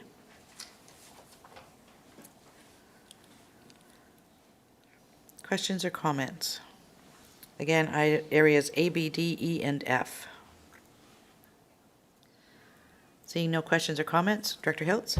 Sure, yeah, move and incorporate the budget proposal, yes. Right, and this is a one-time temporary position funded through COVID-19 Safe Restart Grant. Yes. Thank you, and that's been seconded. Director Ties? Yeah, just a quick question. I'm just wondering why extra funding is needed. If it was staff vacancies that caused it in the first place, shouldn't there be reserves? And looks like it's collected through grants and fees, but shouldn't it be through reserves?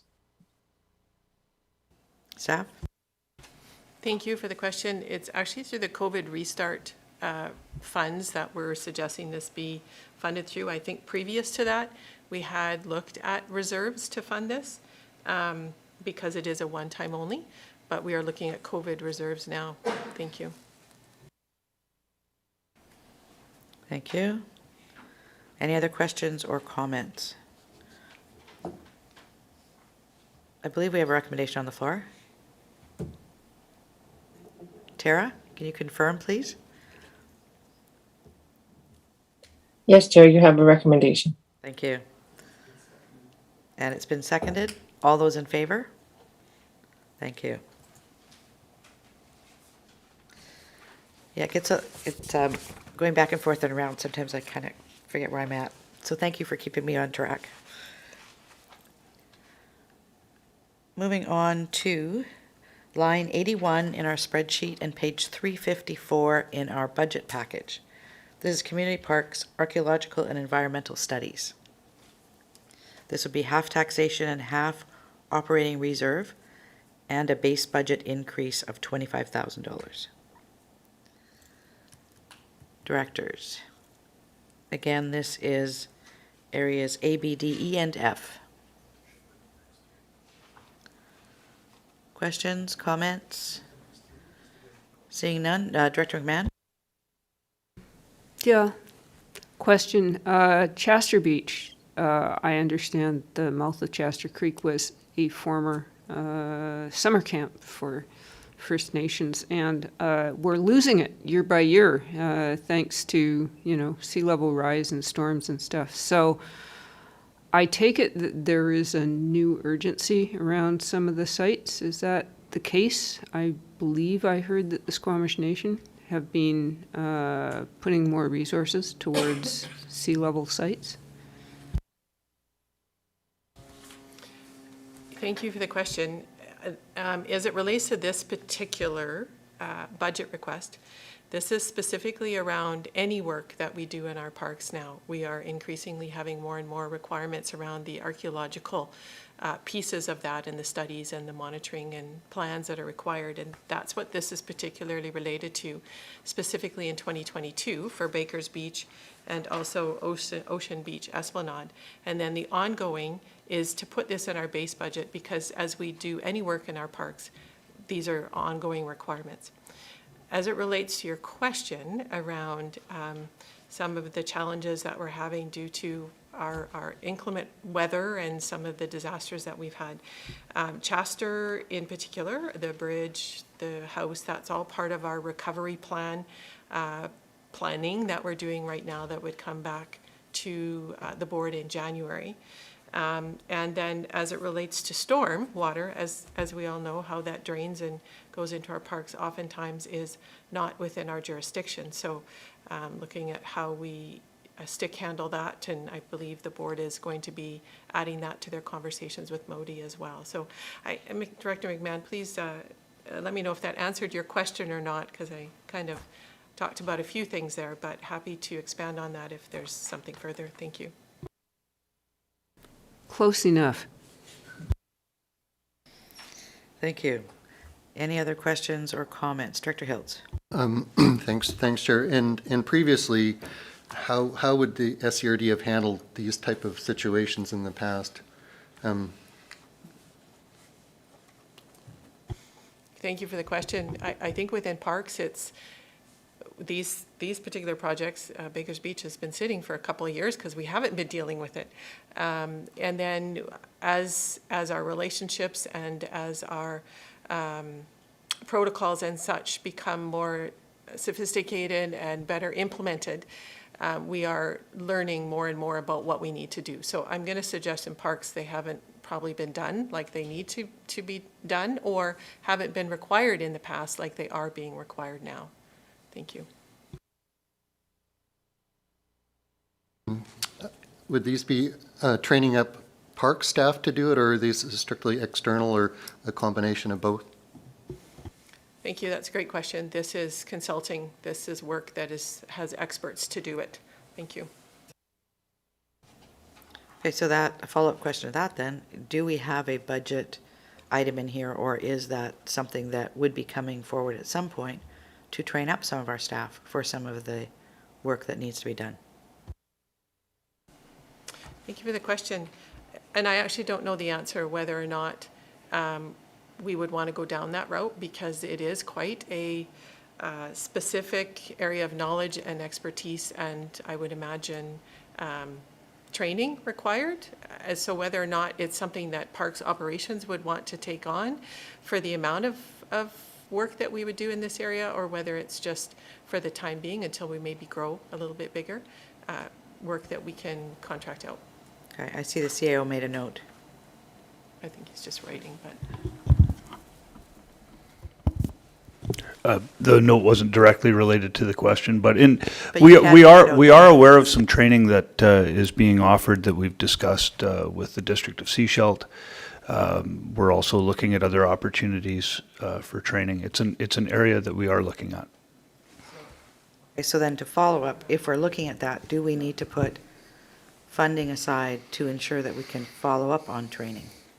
Or how will that be? I see GM Parker's got his hand up, our senior manager. Go ahead, Mr. Parker. Thank you for the question. At this time, we currently have sufficient funding within the corporate training allocations. We have been looking at this item, and I think as GM Gagnon outlined, we've not yet identified a sufficient need for in-house resources. We're relying upon consultants for this type of expert work, but it's a topic that's undergoing additional consideration. GM Gagnon? Thank you very much, and thank you everybody for participating in the answer. I just maybe want to delineate between training and development around staff understanding, protocol understanding, the steps that need to be taken, versus the actual management plans and monitoring that need to be done, which are beyond our expertise, which is what we're talking about in this particular budget, is actually a contract with, whoever, in situ or whoever exists, to actually develop archaeological management plans for us, which is different than staff understanding. So I just make that distinction for you. Thank you. Thank you. All right, so we do not have a recommendation on the floor. What would directors like to do? Again, this is HH, so this is A, B, D, E, and F. Director McMahon? I'd like to move that budget proposal be approved and incorporated in round 2. Is there a seconder for the recommendation? Seconded. All right, seeing no further questions or comments, all those in favor? Thank you very much.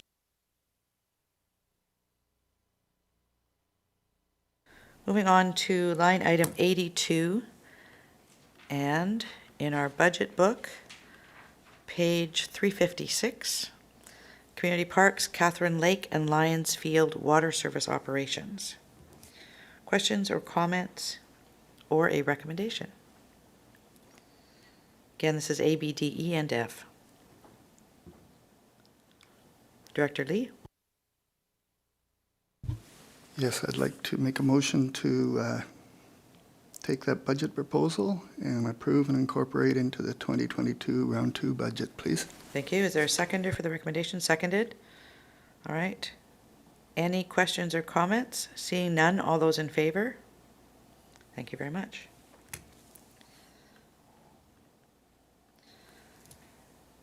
The next item is line number 84, Community Parks, Community-Led Improvement Project Support.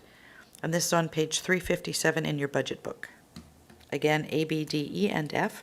This is $20,000, a one-time cost. Any questions or comments or direction? Director Hiltz? Yeah, just interested in the one-time cost aspect of it. Is why does presumably this is something that would continue on in going forward? Thank you for the question and actually the opportunity to maybe expand on this a little bit more. So this is a relatively new process that we've tried to create a formalized process around how community groups can come forward with their enthusiasm and oftentimes their wallet to fund some very valuable community projects. And so we are working through the process and our forms, and we have used a couple of projects actually just recently, like the Reading Center ramp and the Lily Lake interpretive signs, as our pilot to how to move it through our process. So it's relatively new, and we're still moving through it. Some of the projects that are on our sort of wait list, so to speak, are fairly complex, while our others are fairly straightforward. And so whether or not there'll be costs associated with these projects on an ongoing basis, I think is a bit early to tell, which is one of the reasons it's in here as only one time only, is because we're still really fleshing through the process itself. As it relates to this particular ask and the one time, you'll see that we've tagged two very specific projects that the board approved in principle last summer, which are the Dan Bosch Park and the Catherine Lake Park, some of that particular projects that were brought forward by FARA. And so we do anticipate some costs that may be a part of the community-led initiative here, whether that's public engagement or whether there's hard costs like surveys. And we're really working through with the group what are our costs, what are costs that are actually related to the project, so should be covered by the community. So this is in there as a one-time because I guess I'm still really not sure about the process and what will be ongoing and what won't be. So, but in this particular one, I'm pretty sure there's going to be some community consultation related to the Catherine Lake project, because we already know that it's not unanimous in terms of its support. So that's really what this funding would go to. So I apologize for the lengthy answer, but it was a great opportunity for me to maybe stumble through a relatively new process. Thank you. Thank you. So we have a budget proposal in front of us. Has not been moved or seconded. This is A, B, D, E, and F. Director Lee. Thank you, Chair. I'd like to choose option 1, is that this budget proposal be approved and incorporated into the 2022 round 2 budget. Thank you. And is there a seconder for the recommendation? Seconded. Any other questions or comments? Seeing none, I'd look for a motion to approve. Sorry, all those in favor? Yes, thank you. Wrong wording. Ignore that. This has been approved. Moving on. This is line number 86. This is Annex II, page 360.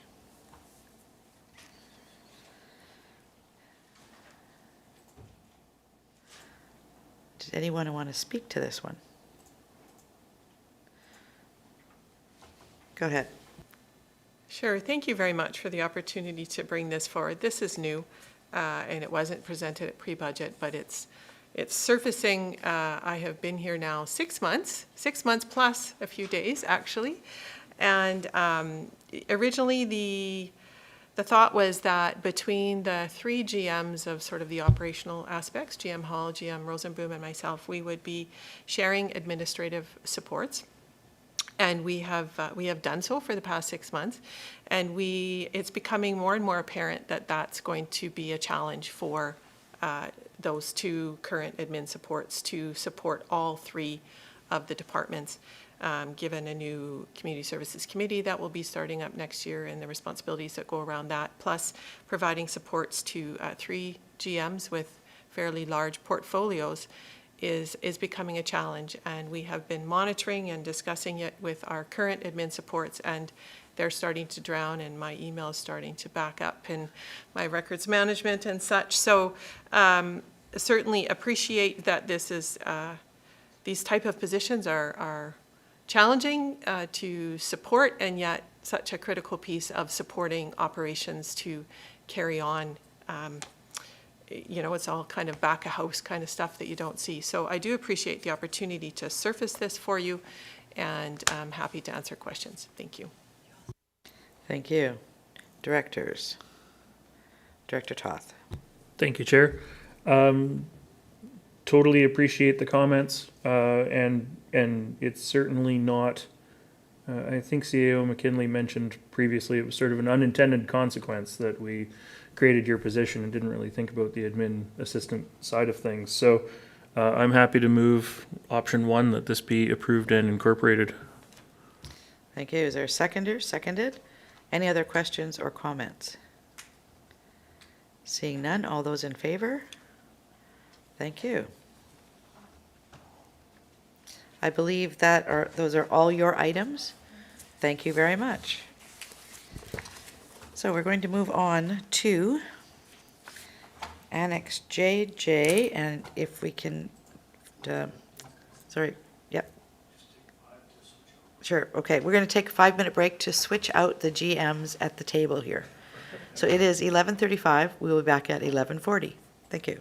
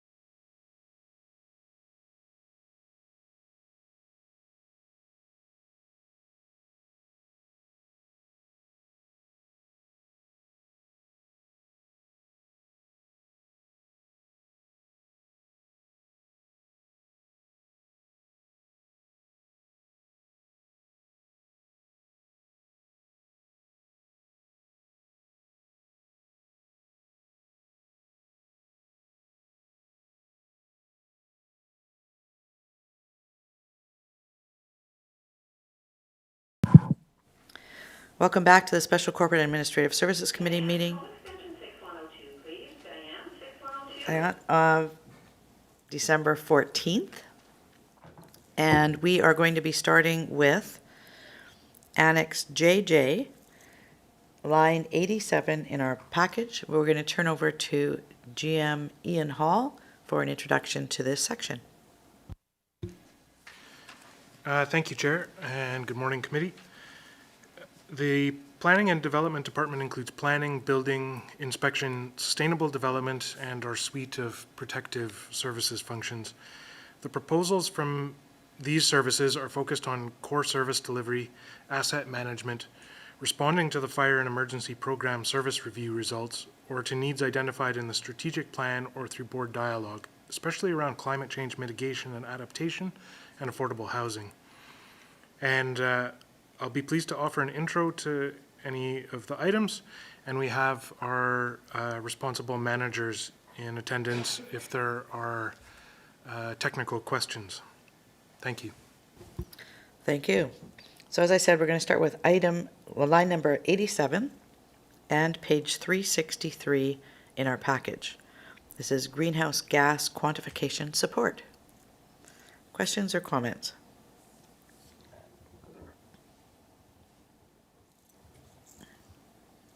Director McMahon. I'm happy to move that the following budget proposal be approved and incorporated into round 2. Is there a seconder for the recommendation? This is A, B, D, E, hang on. No, all directors. All directors. Is there a seconder for the recommendation? Seconded. Thank you. Any questions or comments? Seeing none, all those in favor? Thank you. Moving on to line 90. And this is moving into KK, Community Climate Plan Development, page 366. So line 90 and page 366 in our package. Any questions or comments from directors?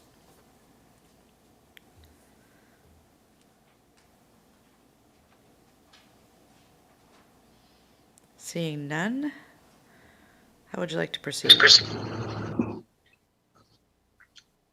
I have a question, Director Beamish? if I could. How can we do this in isolation of Seashelt and the town of Gibson's in terms of doing community consultation on GHG emission levels and things of this nature? Is there any provision that we will do this in concert with all of our communities on the coast? Because it seems to be a common interest.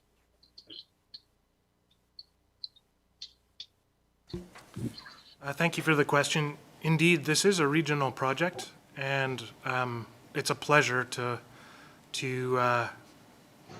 share or remind that we have project teams for these key projects that include representation from our member municipalities and good coordination with First Nations as well. Thanks. So this will, when we go into, I'm looking at the summary of the work, rationale, and service impacts. Public participation in set community GHG emissions. That would include town of Gibson's and Seashelt, those consultations.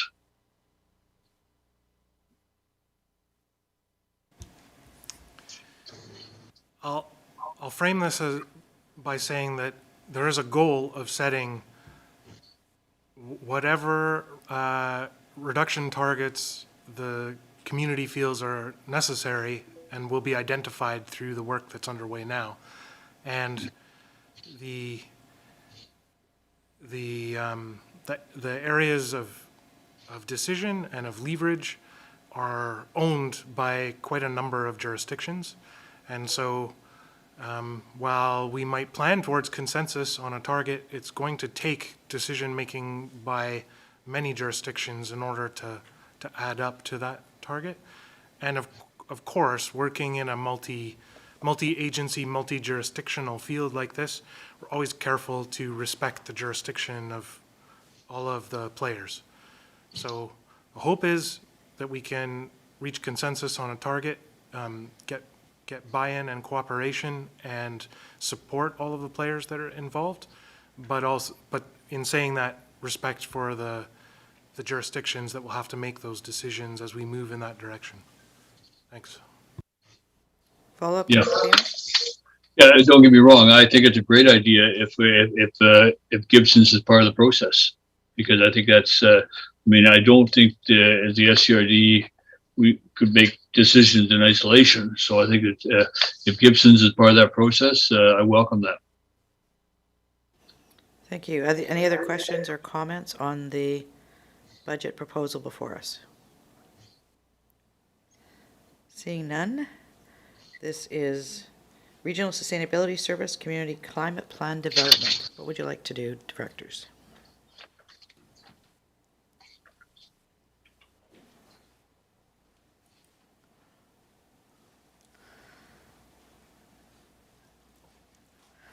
You know what? Okay, Director Ties. I was going to say I'll jump in and make a recommendation. Director Ties. Yeah, I'll go for option 1, approve and incorporate, please. Thank you. Is there a seconder for the recommendation? Seconded. All those in favor? Thank you very much.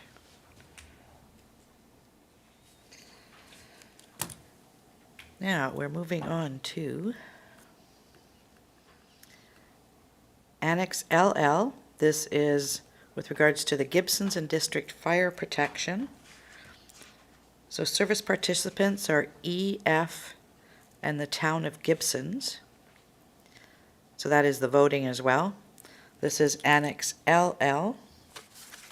First item is line number 97 on our spreadsheet. And page 369 in our budget package.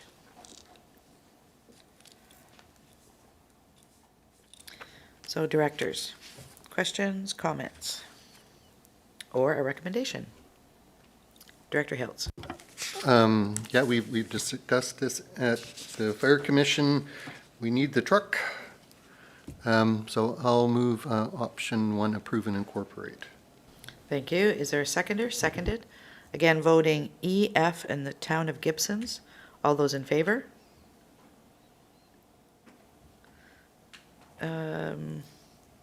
I didn't see Director McMahon vote. Okay, I missed you. I missed you on here. Okay.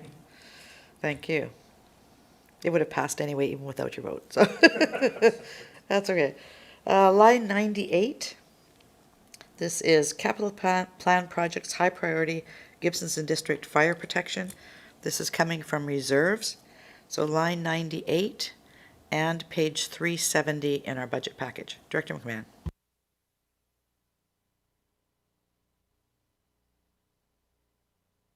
Sorry, I didn't mean to be invisible.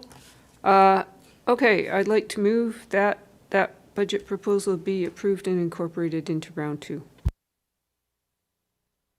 Is there a seconder for the recommendation? Seconded. All right. All those in favor? Thank you.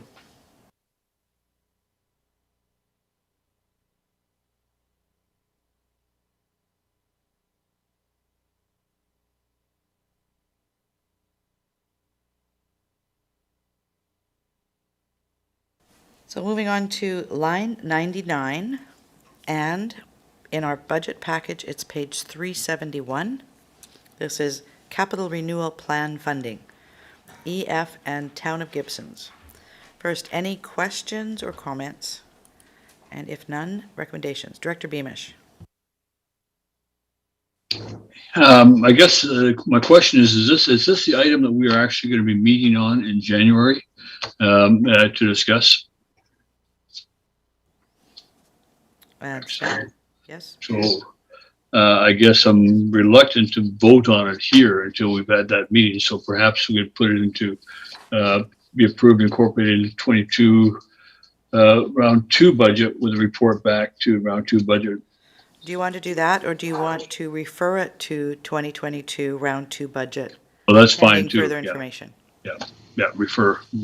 Yeah, All right, would you like to make that recommendation?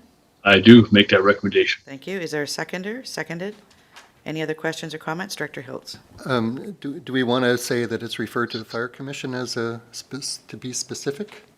Or is that necessary? I think that happened at the meeting previously Yeah. where this Oh, came okay, up. right. Right? It Yes. was referred Okay. to them. Yes. And then that meeting's going to happen prior to our budget deliberations Yeah, in January January 7th. 7th, yeah. Yes. Okay, All thank you. right. So all those in favor of the recommendation on the floor? Thank you.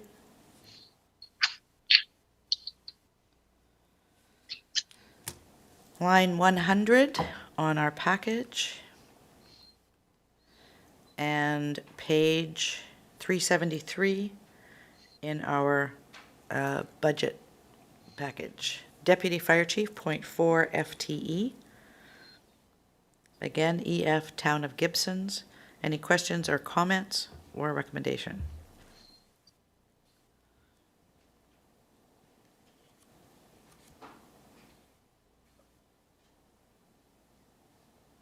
Director Beamish? I'll move it as item 1 that we put into the budget, approved and incorporated. Thank you. Is there a seconder for the recommendation? Seconded. Thank you. All those in favor? Thank you very much. Line 101, this is Gibson's District Fire Protection Wildfire Preparedness. This is on page 374 in your budget package and line 101 in our spreadsheet. Again, EF and Town of Gibsons. Director Hiltz. I will move option 1, approve and incorporate. Thank you. Is there a seconder for that? Seconded. All right. All those in favor? Thank you.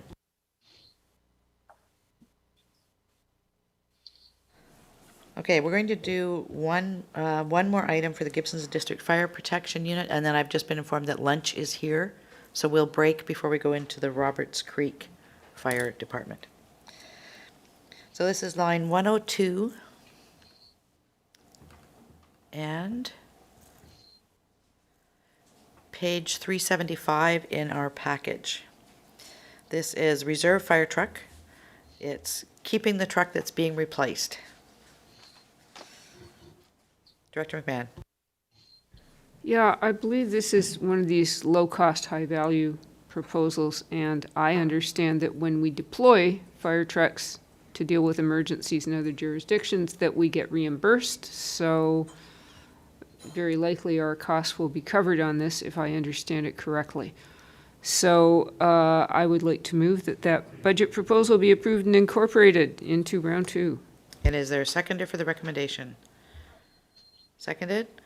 All those in favor? Thank you very much. All right, it is 11:57, so 12 o'clock. How much time would you like for lunch? Well, yesterday we took 45 minutes. That seemed to work well. Gave staff a little bit of time to do other kinds of things as well. All right, so we will break to 12:45. All right, see you back at 12:45. Thank you.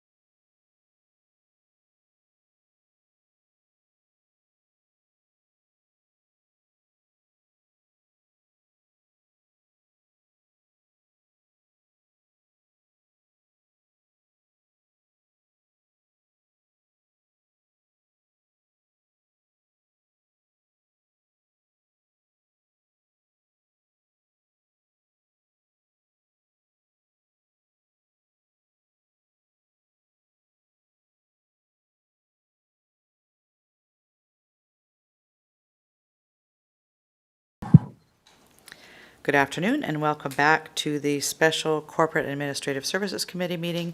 This is day 2 of budget. It is December 14th and we are coming back to Annex MM. This is with regards to the Roberts Creek Fire Protection Areas, Function 212. So the first item that we're going to be looking at is line number 105. And in our budget package, it's number 300, page 377. Capital Plan Projects. Directors, any questions, comments, or a recommendation? Director Ties is there. Thank you. Yeah, thank you. I'd like to go for option 1 on that one. Approve and incorporate, please. Thank you. Is there a seconder for that recommendation? Seconded. This is only funded by Area D, so it's voting all directors. So all those in favor? Thank you. You know what was happening with Tina?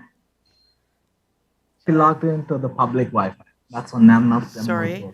Sorry? Tina? Yeah. She logged into the public Wi-Fi. Okay, I just muted them. Okay, thank you.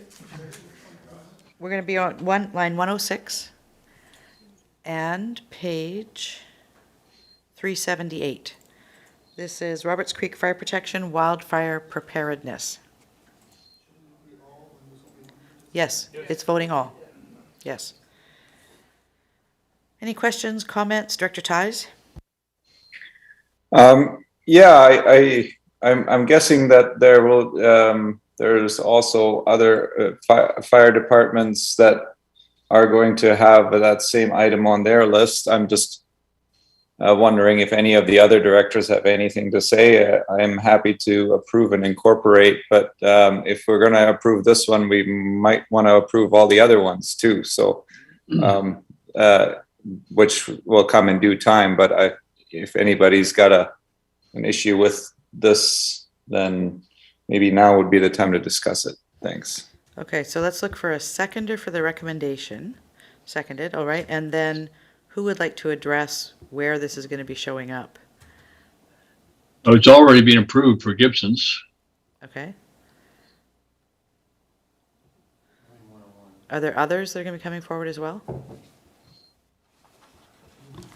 Thanks for the question, Chair. No, there are just the 2 departments with this included in the budget for 2022. Our manager of protective services or our fire chief from Half Moon Bay can confirm, but I believe that this type of equipment exists in Half Moon Bay already. Thank you. Thank you. Do we want to hear from the Half Moon Bay Fire Chief? Director Ties? No? Okay. Thank you. So this is voting all. Recommendation on the floor that this item be approved and incorporated into the 2022 budget. All those in favor? Thank you. Moving on to line 109 in our package, or sorry, in our spreadsheet, and then Annex NN in our budget package. Fire Hall number 2 redevelopment project. And directors, questions?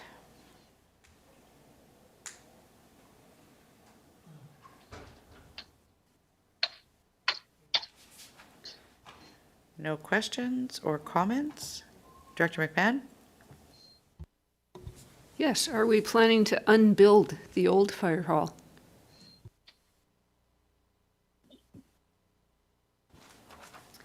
Who would like to address that one? Chief Daly. For the question. Yeah, the plan is to demolition the current structure and rebuild it in the current location. Go ahead. The Unbuilders is a group that that recycle buildings, so they are able, in many cases, to recover as much as 95% of the materials used in the building. So are we going to do that instead of demolishing? That was my question. Sorry, thank you for the question. Thank you for the clarification. We would definitely look at that as an opportunity moving forward as we demolition a building to recycle or recuperate anything that can be used elsewhere. Thank you. Any other questions on this recommendation? Redevelopment project for Fire Hall number 2 in Half Moon Bay. Seeing no further questions or comments, I'd look for a recommendation of some sort. Director Pratt? I'd move that this be moved into, incorporated into budget. Sorry, this is the first time I've had to make a motion today. I want to see this move ahead. All right, so Because this is approved and something we incorporated need. into 2022 budget. Thank you. Is there a Yes. seconder for the recommendation? Seconded. This is voting all. All those in favor? Thank you. Moving on to line 110 and page 383 in our budget package. This is a new item that we have not seen before. It is with regards to self-contained breathing apparatus for the Half Moon Bay Fire Department. Questions or comments?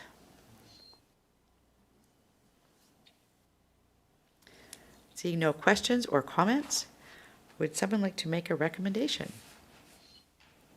Director Pratt.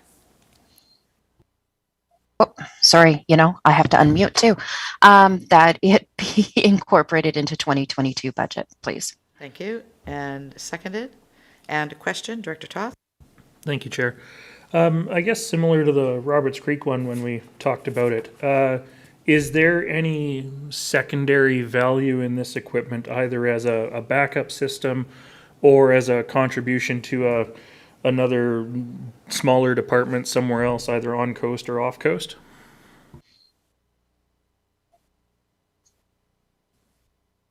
Thank you for the question. There is a value with the equipment for training purposes, and we could look at keeping it or then donating it to another fire department. But as for its service life regulations in Canada, it's expired its useful life and can't be recertified for us here in Canada. So the replacement units will come in and replace these ones. Although these could look at using them for training and keep them for training purposes to keep the newer equipment longer service life, better equipped, less damage, so on and so forth. Thank you. All right. This has been moved and seconded. Any further questions or comments? All those in favor? Thank you. Moving on to line 111 in our package and page 385 in our budget book. This is, again, a new item, Half Moon Bay Fire Protection Capital Renewal Plan Projects. And does anybody want any information on this, given that it's a new item before us today? Director McMahon? Do we know what the total impact on the fire service in Half Moon Bay is going to be when we add all these proposals together?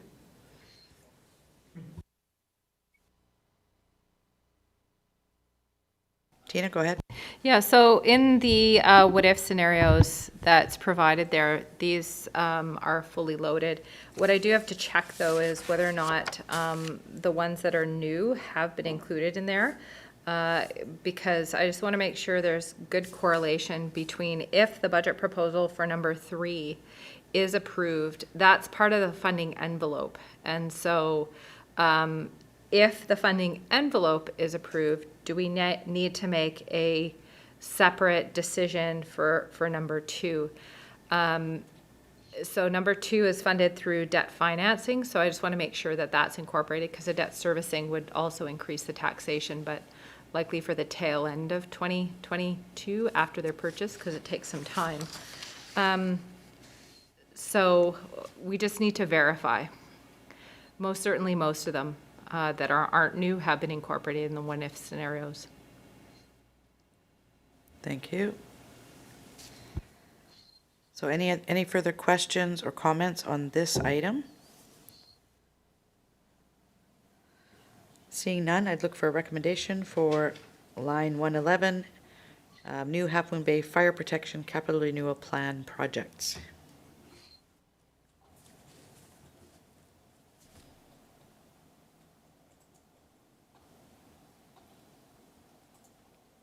Director Pratt. I don't necessarily need any new information on this, but I'm a bit reluctant because we have a significant increase coming with our fire services. And I'm just wondering if we can just put this one on hold until round 2. I don't think I need any additional information. But I'm just wondering if I can just delay this decision until round 2. So would you want to then do 111 and 112? Because number 112 says contingent on the capital renewal plan projects being approved. So it's kind of like the two go together. They do. I'm just, if we could just, both 111 and 112, if we could just put it off to round 2. And then I'll relook at, well, we can relook at it then. It's a significant increase for Half Moon Bay, and I know we've got a lot of projects, and I'm sorry, Chief Daly, but I'm looking at the taxation for this year, and it's just or maybe we can look at it a little bit more, maybe at round 2. Okay, do you want it approved and incorporated but back for review, or do you want to just refer it and not have it incorporated? Let's maybe, if we can approve and incorporate, but still bring it back for review, would that work for the CFO? Yeah, because I think that would help you understand what the tax implication is. I think that's what you're wanting to see, right? And then you want to understand what the final decision is going to be. I think that's in effect what would occur. So if that's what you'd like, then most certainly we can make that decision. Okay, would you like that for line 111 and 112? So the capital renewal plan projects and the capital plan projects, both, because they're tied together. Yes, let's do it with both of those projects, please. Okay. Both 111 and line 112. Perfect. So they'll be improved and incorporated into the 2022 round 2 budget, but with information on taxation implications coming forward to round 2. Right, and then final decision. So it means the budget proposals would actually come back for like final stamp kind of thing. Okay. Okay. Is there a seconder for the recommendation? Seconded. Any further questions or comments? All those in favor? Thank you.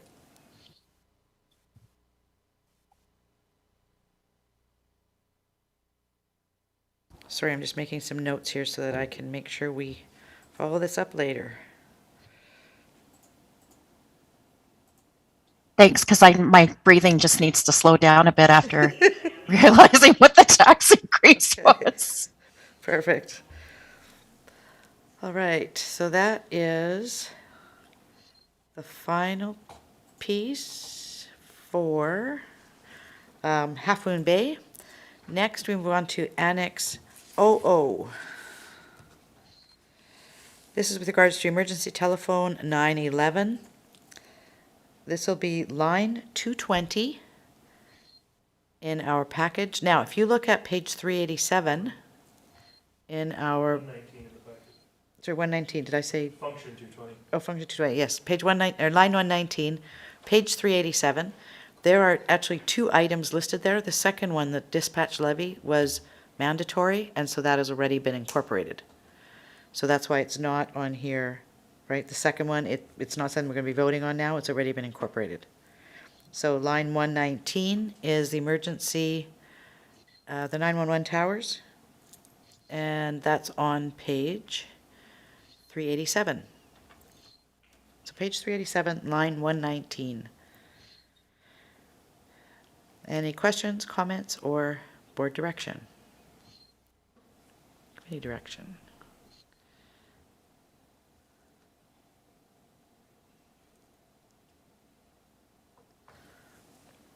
And this is voting all?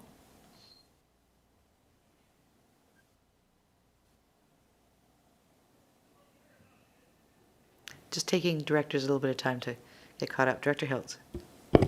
Thanks. So this position is to get these other projects done. So looks like it's necessary. So I will move option 1, approve and incorporate. Thank you. Is there a seconder for the recommendation? Seconded. Thank you. Are there any other questions or comments? All those in favor? Thank you.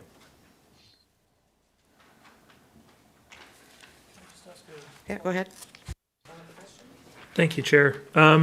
Just as a follow-up to this particular item, you know, it says here on page 388 that the projects have progressed slower than planned in 2021 due to supply chain issues and time required to coordinate.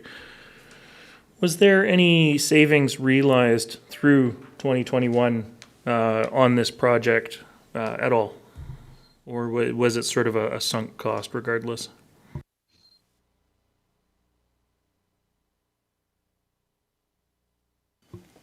Thank you for the question. In 2021, I believe there was 0.05 FTE allocated to the 911 service. We didn't have a project resource allocated, and so no out of pocket and no savings. Thanks.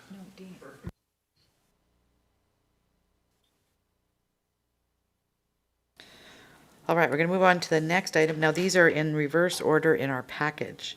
So we're going to start with line 129, Sunshine Coast Emergency Planning, Emergency Management Coordinator. This is on page 390 in your budget book.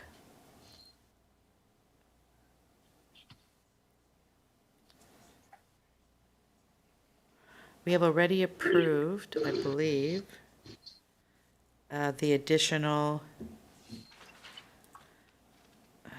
building department to reception, building department to reception.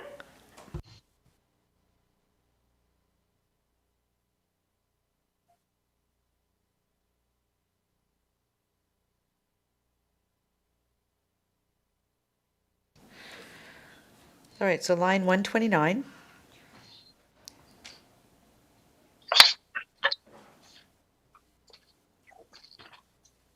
Any questions or comments, directors?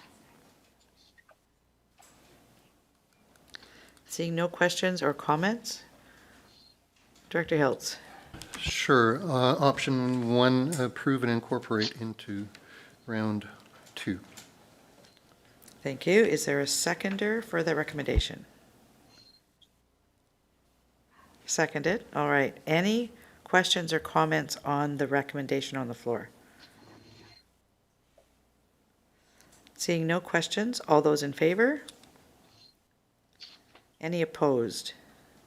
Would you like that recorded? Thank you. So then we're going to move to line 128. 128, Evacuation Route Planning Grant, page 392 in our package.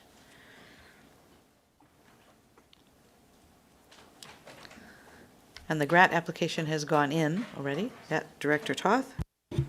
Option 1, approve and incorporate. As our seconder, seconded.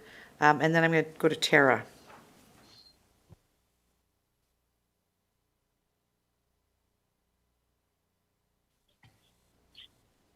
Tara, you have your hand up. Did you have something to say to us? Sorry, Chair, I muted myself. I didn't see who opposed the last recommendation. There was no request to have it recorded. Okay, thank you. Thank you. Director McMahon. I think I said this before, but I'll say it again because I'm hearing, lots of concerns in the community about emergency evacuation planning. So very happy to see this go forward. Thank you. And has it been moved? Moved and seconded? All in favor? Thank you.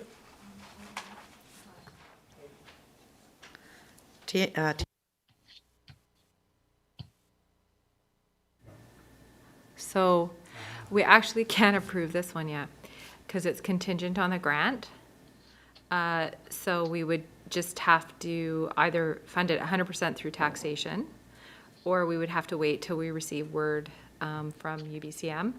I don't know if we will receive word before round 2. Usually UBCM is pretty good. I don't know what the timing is. Maybe we can check back, but what I would do is just refer it to round 2. Sorry, we should have been.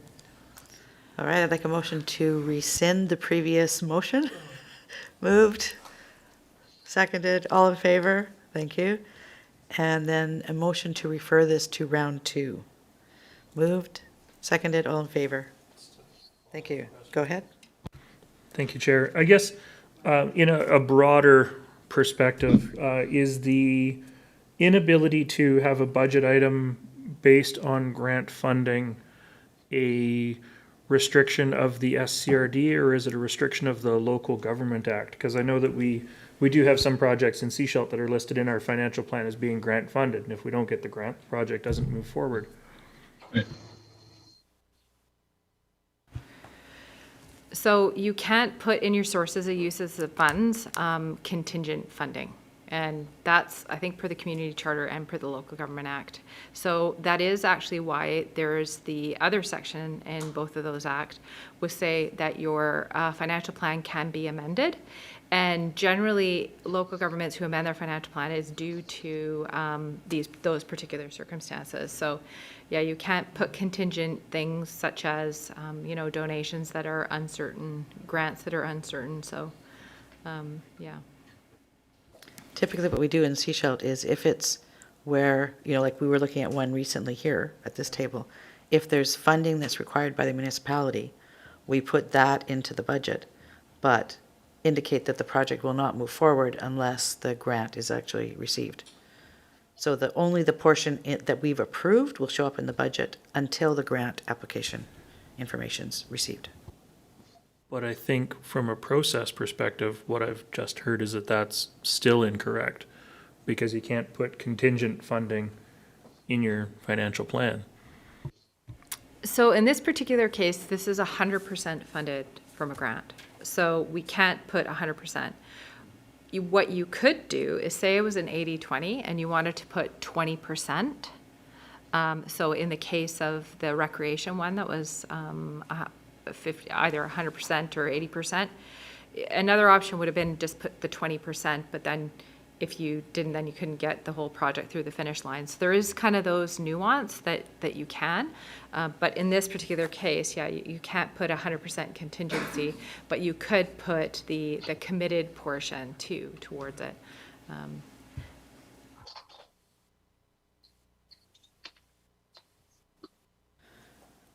All right, so moving on to Annex QQ. This is Planning Services, General Manager, Planning Development, A, B, D, and E, and F only, voting on this. First item is line 134 in the spreadsheet and page 394 in the budget package. Questions, comments?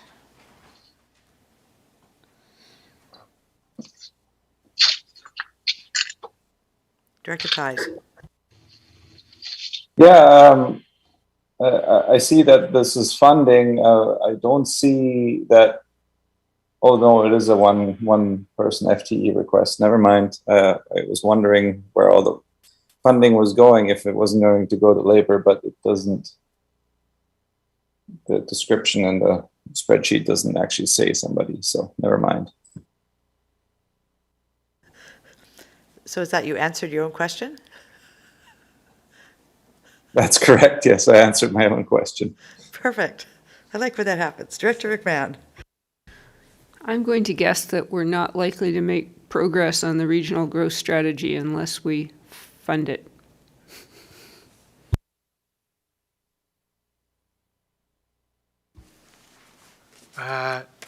Well, yes, and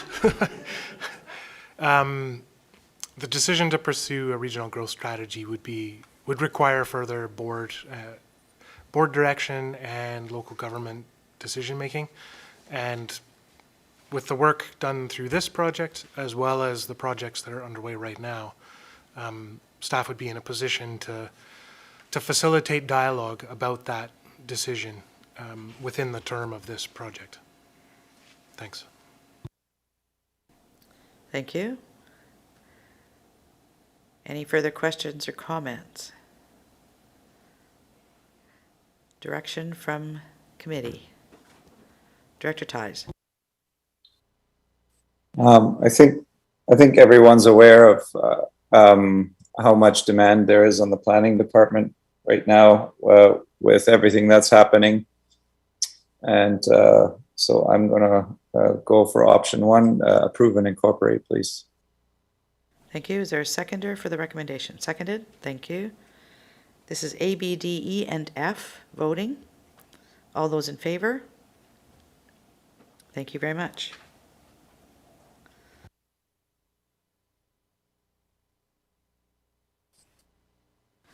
Moving on to line 135 and Annex RR on page 398 in our budget book. Building inspection services, building clerk 1.0 FTE. Director Ties. Yes, thank you. Considering it's being paid by user fees and it seems the demand is there, I'm going to go for option one, approve and incorporate, please. Thank you, and that's been seconded. Now it indicates on here that voting all. Would that be correct? You know what, let's just do that, if then it, yeah. All those in favor? Thank you. If everybody votes, then we've got everybody underneath that, so we've got the subset covered off. It's awesome.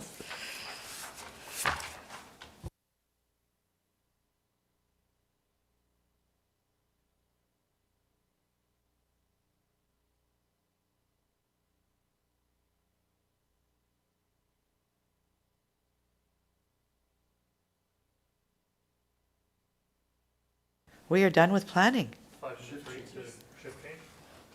All right, 5-minute break to swap out our senior staff.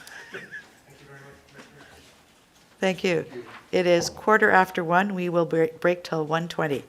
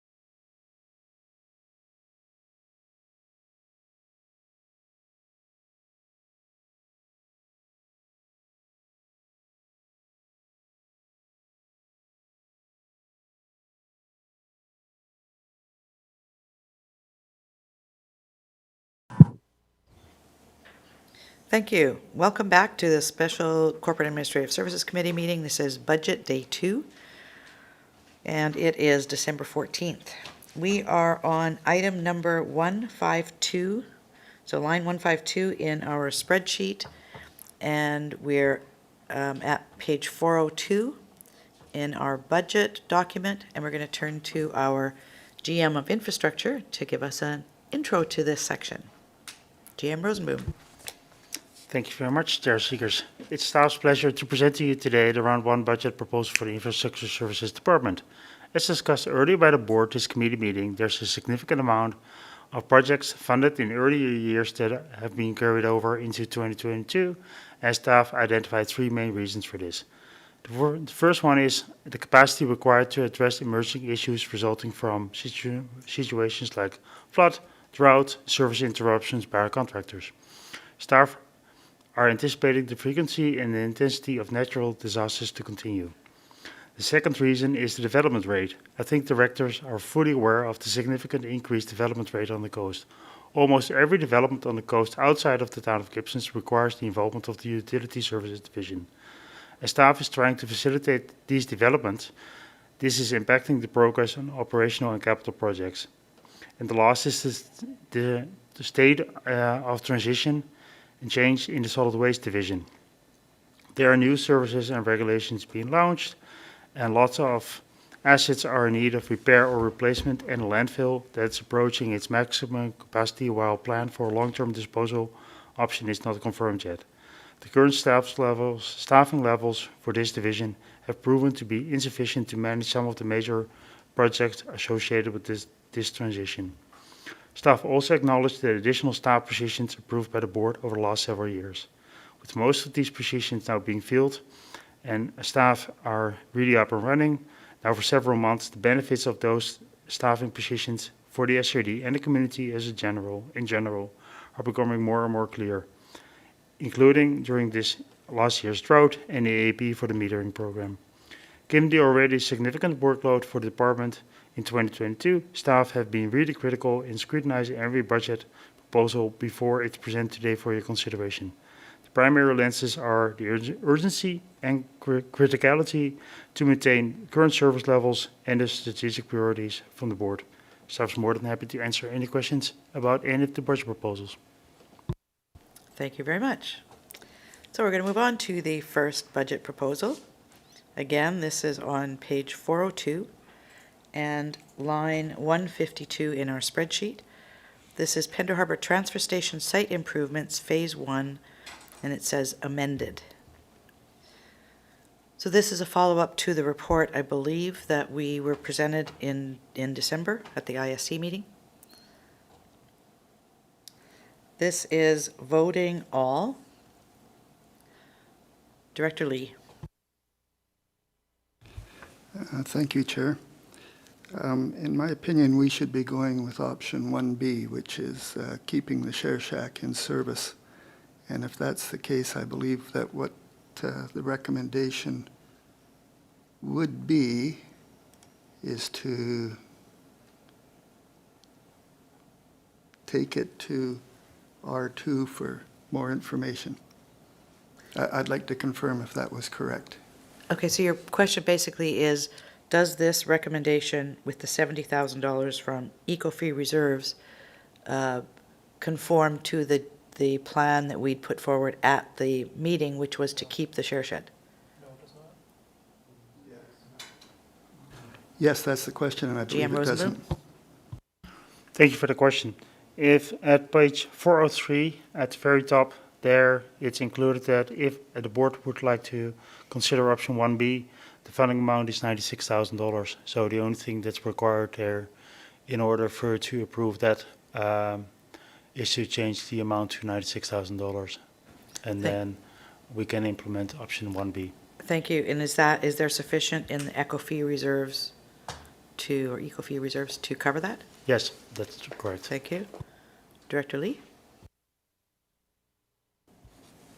That's a little different then. So do I need to make a motion to increase the amount to $96,000 first, and then another motion to approve and incorporate, or exactly what would we do here?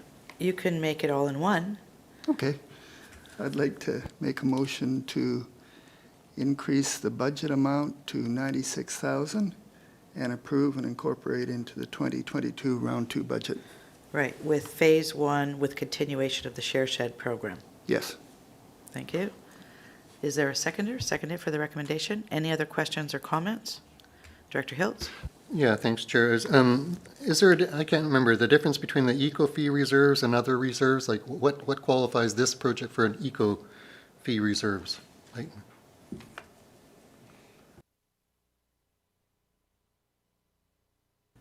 Thank you, Chair. So this particular item came up during last year's budget, and there was a subsequent report brought forward that the establishment of the eco fee reserve in inception was only by formal resolution, that it was to promote diversion programs, and there was a fee collected at the weigh scale. Once the actual bylaw was established, it just said for special projects. So staff brought forward a report saying, look, there's nothing precluding us from using this for other types of projects. There is a summary on page 410 of the amounts that are on inside of the eco fee reserve. So if all the proposals here are approved, we'll probably be in the neighborhood of just a little over $50,000. Thank you. Moving on to the next item, line 153. Sorry, I thought we voted on that. Okay, all in favor? Sorry, I got on to the next item. Thank you. Line 153, this is Seashell landfill closure, post-closure funding. And in our budget package, it's page 403, number 2. And this is for $100,000. This was reduced from pre-budget from 125. Director McMahon. Ouch, but we need this. So I'd like to move that this budget proposal be approved and incorporated into round 2.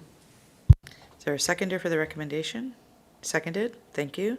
Any other questions or comments from directors? All those in favor? Director Beamish. Sorry, Director Beamish? Yeah, I guess my question is that have we had conversations with the ministry, or what is the status of conversations with regards to extending the closure date beyond 2025? Staff? Thank you for the question. If I interpret the question correctly, if it's not as much when the landfill reaches maximum capacity, because that's currently anticipated for 2025, and afterwards we have there's no need to close the landfill immediately to put the final cover up, but that can be 2025, 2026, or maybe even move into early 2027. Only that does not change significantly the amount of funds required in order to do so. Follow-up, Director Beamish? Yeah, I'm just thinking that so we'll have all the money available by 2025. If we do extend it, I'm just thinking rather than keep on increase. We seem to have increased this cost every year in the last 4 years.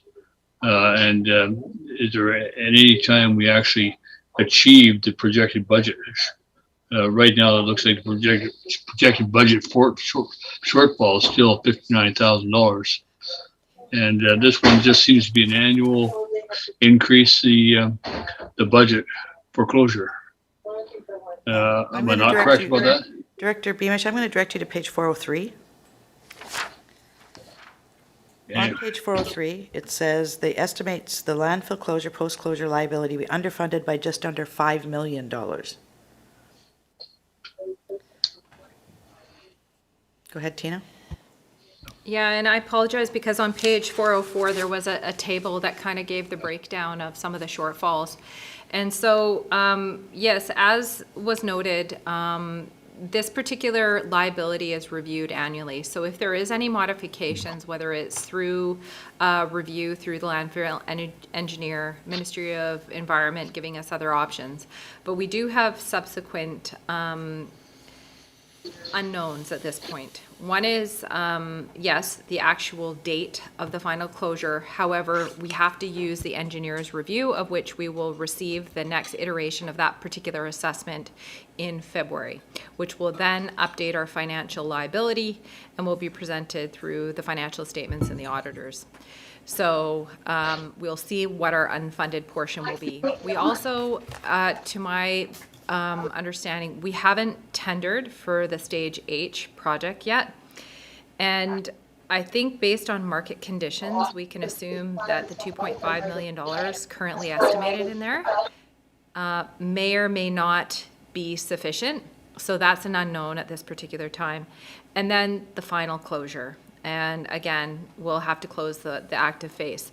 I think there's a lot of other unknowns as to positive impacts that might be addressing the liability, such as the bio cover. So the estimates say that will also modify. So in essence, what we're trying to do here is, yes, we have an unfunded liability of over $5 million. That can change from year to year. And right now, based on our current pace, we absolutely won't meet our liabilities and or even our cash requirements. And some of this type of stuff is not eligible for debt financing because it's really kind of operational. It's not capital in nature. So you're kind of, you have to have some of this stuff funded. In the case too of whether or not we've subscribe some of the funds, we can always modify that in year 1 or year 2 of this particular one. Right now, we're projecting, I think, a conservative addition of 100 extra thousand. And of course, on an annual basis, we'll bring more information back to the board. Director Beamish, any follow-up? No, it's just one of those things that just keeps on getting more expensive. I do know that there are many communities that, as we get to the closure date, they go to the province and they get extensions on that date, sort of thing, so that which allows them that increased time to add to the funding. So I hope we are able to do that at some point, and that we can extend the life of this facility. Thank you. Okay, we're going to redo that vote. This is to approve and incorporate the budget proposal for the Seashell landfill closure, post-closure funding. It's been moved and seconded. All those in favor? Thank you. Any opposed? Would you like that recorded? Thank you. Moving on to line 154, and in our package on page 405, Manager Special Solid Waste Project, 0.6 FTE, and this has been amended. Perhaps we'd like to speak to what the amendment was? Thank you for the question. The amendment is primarily the prorating of the position to be hired only in Q2 instead of in Q1, as was included in the pre-budget. And there were some minor changes in non-salary expenditures that were added as well. Thank you. Thank you. Directors, questions? Questions, comments? Director Toth. Thank you, Chair. On page 405, in the funding requirements, it talks about a portion of this position being funded from to be determined functions. I'm just wondering if we have an idea of what those to be determined functions are, or if this is one that we should perhaps refer to round 2 pending that information. Thank you for the question. The SRD currently has a significant amount of capital projects on the books where staffing, project management staffing is included, and including in the capital projects division. And so it could very well be that this position could take on the project management of one or two of those projects, and hence the cost would then be recovered from 370. But that will not result in any increased cost to the taxpayer, because there's projects are already being funded anyway through those projects, through the services. Follow up?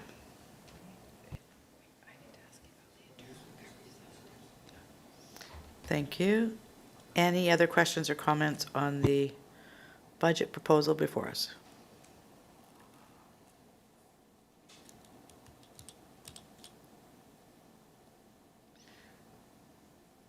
All right, how would you like to proceed?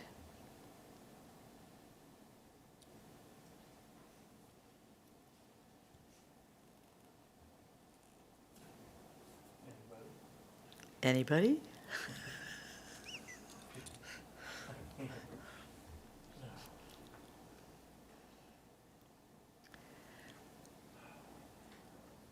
Director Hiltz. So if we did not approve this, what would happen?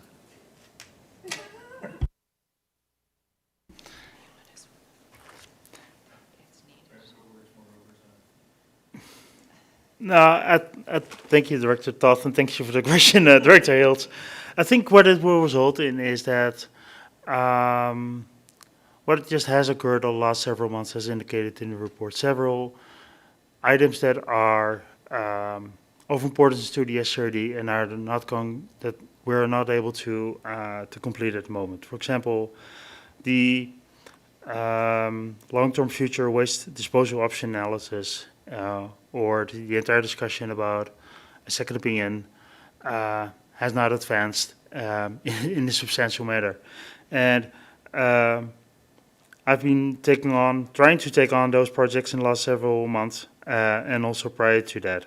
And given my other workload, the progress has been significantly reduced on these projects, where I think from a community perspective, that's not desired. And what I also foresee is that to advance these kind of initiatives, including potential development of a new transfer station or landfill, those projects itself will continue to take a significant amount of time and would require some dedicated resources for people that's what their focus is on. And at the same time as we would be developing or a new transfer station or a new landfill, there is a need to develop closure action plans for the ministry for our current landfill, and as just discussed, the actual closure of the landfill itself, which is a big project in itself as well. And none of these can really, we have identified at this point in time that we currently don't have the capacity within the capital projects team to, given all the focus on water supply, and to also take that on as well. And so for us, it has, as a staff level, we looked at this like we need some, as General Manager Hall always calls it, church capacity to bring us from A to B, and from current state to a future state. So that's why it's included in the proposal that this position, the need for this position might be reconsidered in several years, or at that point, the time maybe included in the capital projects team if there's additional capacity needed there as well. But I think staff recommended for the next several years, there is a definitely benefit from a community perspective to have some dedicated solid waste resources to bring us from where we are right now to a new state. And then I'm not talking about the actual services itself, but about the core services of the core functions of this service. Director McMahon? Yeah, I was just wondering, when there is something like this that needs to be reconsidered several years down the road, does that come back to the budget table? There was another position that was for, I think, 3 years or 4 years. And then that one presumably would automatically expire at the end of the time. But something like this, how does the reconsideration proceed? Thank you for the question. I think that's in part dependent on how the position is framed. Given given that it's an exempt position and the intent is to hire somebody with significant amount of experience, I think it would be, it could be a limiting factor to state that it's only a 2-year position. I think from that perspective, it might be beneficial to indicate that it will be reviewed and then made a decision at that point in time as required, and not making, for example, 2-year decision, 2-year position, because I think that would limit our ability to actually attract somebody that can actually manage this kind of project independently, or rather independently. Follow-up?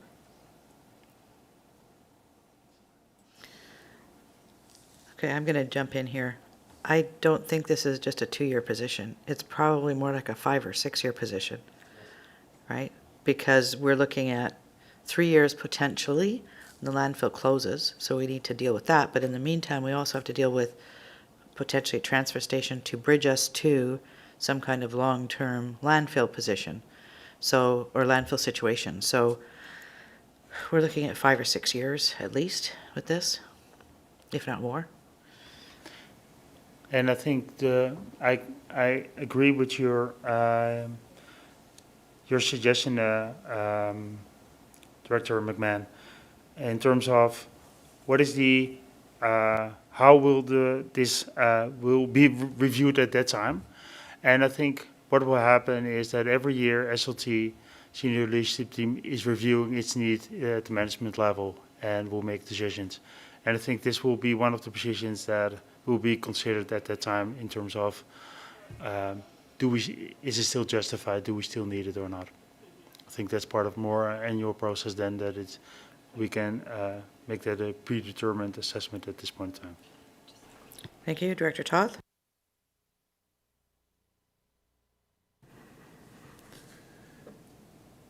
I'm not sure that I'm ready to support incorporating this today. Perhaps if we refer it to round 2. I do, however, have a question that's going to sound rather indelicate, and I apologize in advance because that's not my intention. When senior staff are looking at reviewing positions and what have you every year, is there ever actually consideration given to cutting a manager position? It's just overall in the organization. It might be something that does need to be revisited in 5 years, but is that something that's likely to happen as part of a standard work plan, or is it something that does need to be specifically tagged to be reviewed? I'll take the first crack at it. I think as we've been putting together work plans and budget proposals, certainly based on the time I've been here, there hasn't been a lot of talk about cutting positions because the workload and capacity is like that just hasn't entered the realm of conversation. Although we do talk about realigning positions. We're constantly talking about, do we have the right people doing the right things within the organization? And it's not it may be a conversation that at some point that we need to have based on workload, priority, all kinds of things. But of late, the workload, and going back to some of the very first comments made this morning, it's about capacity and workload. Follow up? And of course, it might come that in 4 or 5 years' time that we maybe don't need the manager for solid waste, but maybe we're going to need a manager for special projects, raw water reservoir construction or something like that. So I guess that's the key is knowing that whoever we hire to be this manager is going to be adaptable enough that perhaps we can use them in another position or another capacity within the organization. I just hate to hire somebody who's, got certificates and degrees in, landfill management, and then suddenly we don't need landfill management, but we do need somebody to oversee a raw water reservoir.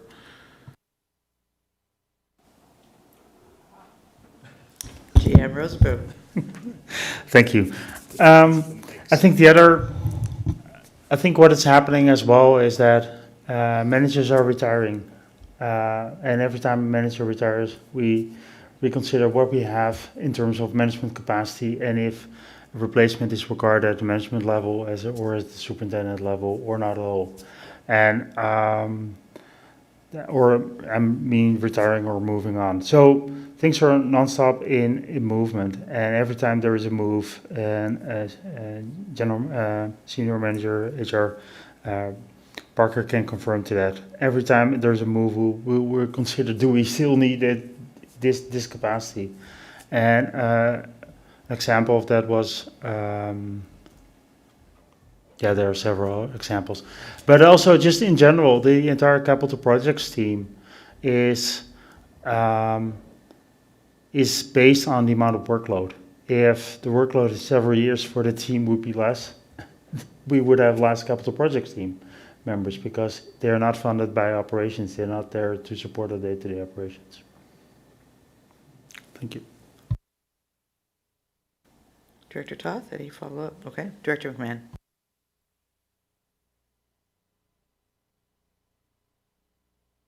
Do you want to go to GM Parker? I keep calling you GM Parker, Senior Manager Parker. Go to you first. Thank you, Chair. I just wanted to add to the comments that, in fact, yes, there is an ongoing consideration in situations where we're looking at exempt staff. We have made changes. We have made changes to the existing complement. We have changed titles, we've changed responsibilities, and we've changed qualifications. We don't take that lightly because there is a consideration of severance and notice periods and things along that line that go along with that. So we try to be really clear going in, what do we need? And if we need to make a change, and we have made them, and some have ended up in front of the board, some have not. Some you've heard of, you certainly see the announcements though. And so I'm very pleased, I guess, that we don't do it often, but we do it, and we do it when we need to. And there's other factors that come up too, in terms of availability of existing resources, whether people can continue working full-time capacity or if they're working in a diminished capacity, things along that line. So there's a number of different factors that go into it. Thank you. Thank you. Director McMahon. Well, since Manager Parker is here, I thought I'd ask if, along with the great resignation, if people are reconsidering whether they want to work full-time or whether they want to move into part-time positions, and if we can be flexible that way. I guess the answer, thank you, Chair, for the question. Yes, we are hearing interest. We're seeing it from existing staff. Our policies and our processes enable that. It's an ongoing conversation. We've got some existing exempt staff and bargaining unit staff that have opted to work different, I guess, compositions of hours than perhaps had originally been considered. Along with that is the hybrid workplace, in person and at a distance, and that I fully expect this is going to continue for well into the future. Thank you. Director McMahon? Sure, unless other directors have got significantly cold feet, I'll jump in and move that this budget proposal be approved and incorporated into round 2. And I'm going to second that. Any further questions or comments? All those in favor? Thank you. Any opposed? Would you like that recorded? No. Thank you. Moving on to line 155, Waste Reduction Initiatives Program, and this is on page 407 in our budget documents. Tom, you've got your hand up. Oh, sorry. Too many screens. All right, I would have put it down in a second. Any questions or comments on this one? 155? Line 155, yes. Director Hiltz? I guess, is it enough? We referred someone to do this project, so is this, how has the funding worked in the past? It seems a small amount. Do we use it up each year? Thank you for the question. I will refer this question to Manager Cooper to answer. Thank you. Thank you for the question. The RIP program has always had a budget of the $5,000 per year. And most years when it was active, all of the funds were used up, but not in all years. Thank you. And this is a $5,000 increase to the base budget.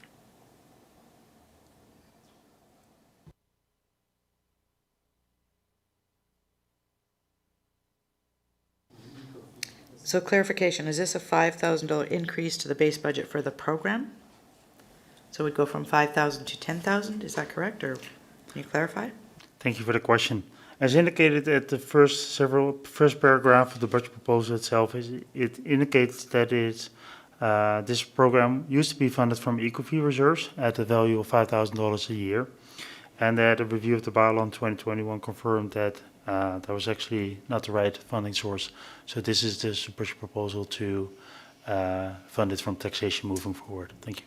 So while it's a base budget increase, it is $5,000, the same as what it was before from the previous funding source, which we can no longer use. Got it. Director Hiltz. It's a good program. I know the Community Association West Howe Sound has used it, other schools have used it, and I'm prepared to approve and incorporate into round 2. Is there a seconder for the record? Seconded. Any further questions or comments? Director Toth? Thank you, Chair. Just to follow up on that, are we allocating enough to this program, to this item? Because, when we talk about nonprofits, community groups, charitable organizations, school groups, especially the school groups, recycling, reduction, diversion, it's really got to start at the youngest possible age. I'd be okay with amending this to actually increase this amount to ensure that the community's got a greater access to this program, but I don't know if staff, because it's mentioned that it's fully subscribed every year. So maybe we should be increasing this to 7,500, for example. I don't know if staff have any comment on that. Thank you. Any increase to the amount could, of course, allow for more applicants to be granted, and any excess funds available in the fund at the end of the year would flow into operating reserves. I guess maybe I'll throw an amendment on the floor, and that the amount be increased from $5,000 to $7,500 and go from there. Is there a seconder for the recommendation? Seconded. Thank you. Director Lee. As soon as we increase the amount available for a program, we also increase the amount of staff time required to implement it. So I think we need to be aware of what we're doing here. So, but because it's such a small amount, it would mean a small amount of staff time. So I think I could support the way it is, even though with that in mind. All right, so I'd look for a vote on the amendment first. So all those in favor of the amendment? Thank you. All those in favor of the amended motion? Thank you very much.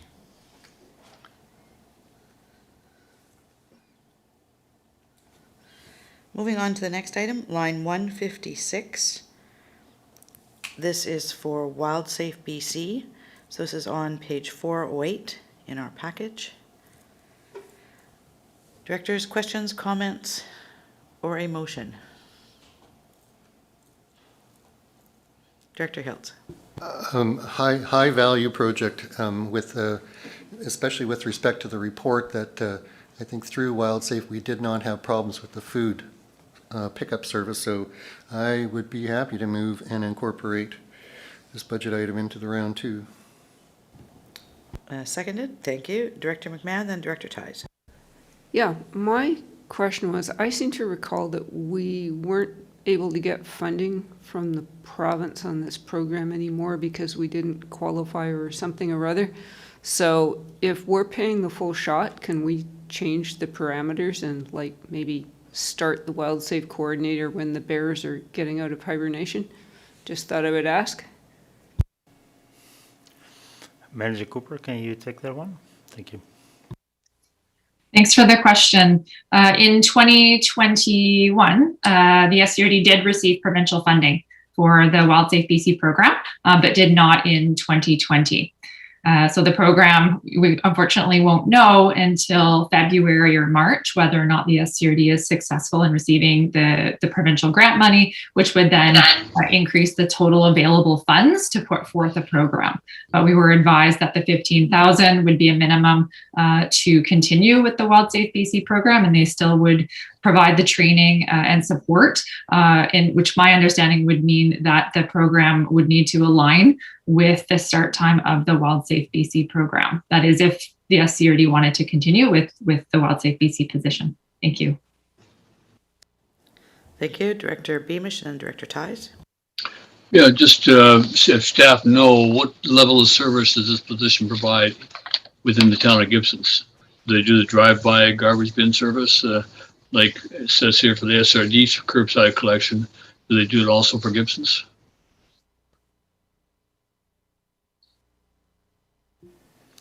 Manager Cooper. Thank you for the question. The garbage tagging historically has been the SCRD only, as the SCRD being sort of the host organization and provides addresses or sort of streets or cul-de-sacs to do the tagging. That said, moving forward, if the town of Gibsons, District of Seashelt, or SIGD has areas that they would like to have tagged, then in coordination with the SCRD, we could definitely include that in the Wild Safe BC program, the staffing to the tagging in those areas. Thank you. Yeah, I think perhaps working with our bylaw officer might be good to do that a couple of times a season, since we are a part of the function. Thank you. Director Ties. Yeah, thank you. I just want to clarify, we have funding in place for the Wild Safe BC program coordinator, and we raised it a couple of years ago. So I just want to get an explanation again why we're raising it again. Thank you for the question. Until this year, we've brought the funding request for Wild Safe BC program forward on an annual basis. So every year it returned over for the last several years. This year we were proposing to actually include it as part of the base budget. So until now it was an annual request, and this year we are proposing to include it as a part of the base budget, so that we don't have to bring it forward every year. Thank you. So that means next year you won't have to come back and ask for $15,000 for the Wild Safe BC program, or the year after for the Thank you. So we have a recommendation on the floor. It's been moved and seconded. All those in favor? Thank you.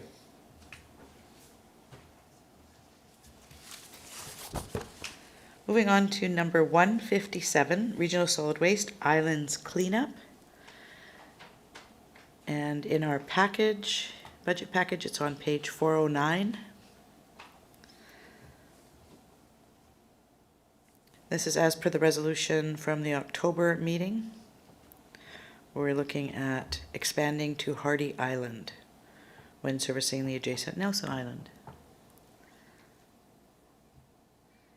Director McMahon. I remember the discussion of this, and it seemed like a high value, low cost. So I'm happy to move that this be approved and incorporated into round 2. Thank you. Is there a seconder for the recommendation? Seconded. Thank you. This is voting all. Any questions or comments by directors? Seeing none, all those in favor? Thank you very much. Moving on to number 158, so line 158. This is Regional Solid Waste Home Composter Rebate, sorry. Tongue twister. Page 409. This is for $5,000 as requested at September 23rd, 2021 meeting. Directors.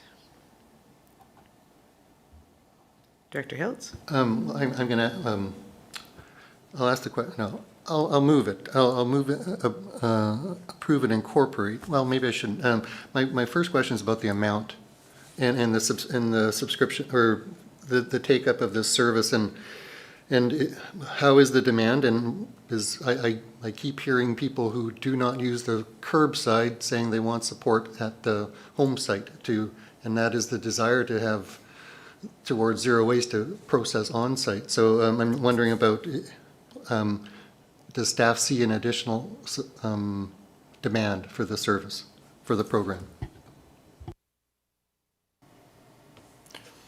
Thank you very much for the question. I will start and hand it over to Manager Cooper afterwards. The September report indicated that there was a high uptake in terms of applications, and as far as I know, since September to date, that it has continued. And I will move over to Manager Cooper to give a status update where we are right now in terms of have we fully allocated the currently available funds or not.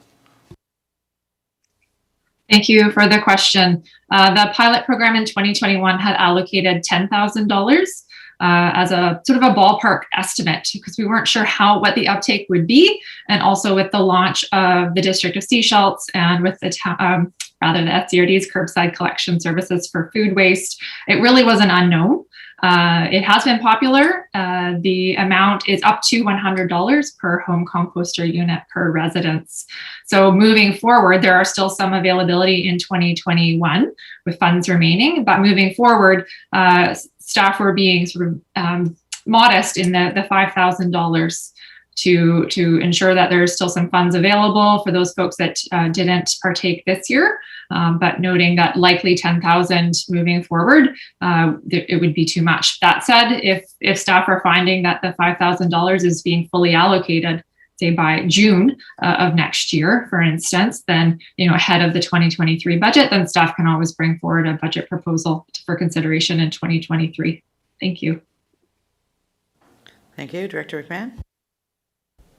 Yes, I was thinking about the amount too, especially given that we were just requested, wasn't it $4,000 for one composter for Roberts Creek? In second thought, that must be quite the composter. So yeah, I'm in support, and I would move that this be approved and incorporated into round 2 budget. Thank you. Is there a seconder for the recommendation? Seconded. Thank you. Any other questions or comments? All those in favor? Oh, sorry, Director Hiltz. Well, I'm certainly interested to hear Director Toth talking. We went to $7,500 on the other one. We're talking $2,500 here, and for equity and fairness in the system, I'd be happy to move another $2,500 as an amendment. All right. Is there a seconder for the seconded for the amendment? All right. Go ahead. Thank you, Director Hiltz. I was mulling that over in my head on whether or not I wanted to ask for an increase. It's home composting is always going to be better than curbside. You know what's going into your compost. You know you can use it in your gardens, regardless of whatever. To hear staff say that, the amount that was utilized for 2021 gave them consideration that perhaps we don't need as much moving forward in 2022 was enough to comfort me. But, in terms of moving an amendment forward to that amount, but yeah, certainly if it's not going to be used, it can go into reserves and staff can come back for 2023 and say, you know what, we only need $6,000. And this way we're not telling anybody no who might want it. So I'm happy to support it. Okay, so we have an amendment that's been moved. Is there a seconder for the amendment? You actually made the amendment. No, so Mark made the amendment. Oh, you made the amendment? Okay, you did. Okay, seconded. All right. Director Beamish. The question I have, is this available to people in Gibsons, this program? And staff? The nodding of the head of my manager of solid waste indicate, I think it's yes. Okay. The only way you can opt out of our green waste pickup, our curbside pickup, is by fully composting and including all bones and everything. Is that similar to the SCRD? Do you allow people then to opt out if they compost? No, there are currently no opt-out options.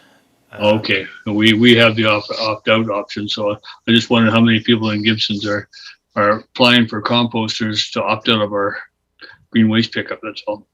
Thanks. No further questions on the amendment? All those in favor of the amendment? Thank you. Any opposed? No? Okay. All those in favor of the amended motion? Thank you. That passes. Moving on to line 164. We are moving into North Pender Harbor Water.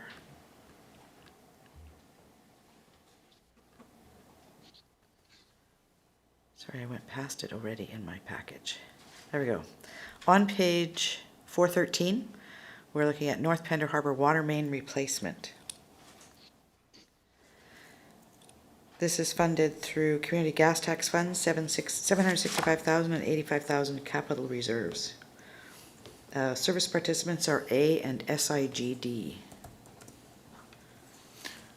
Just a question for IT, if two other managers, Adbrook and Ms. Rek, can also be, yes, thank you. Ms. Rek as well, please, thank you.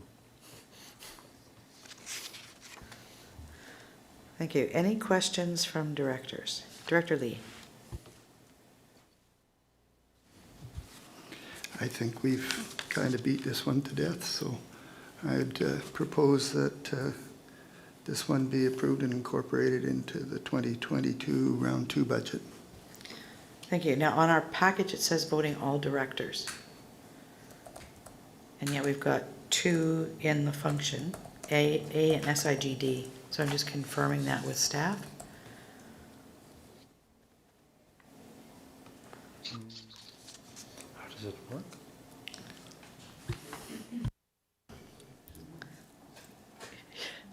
Tina, did you have any answer for me on that one?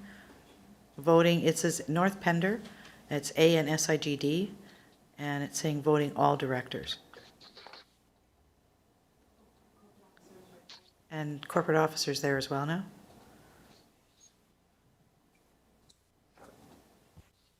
I can take that.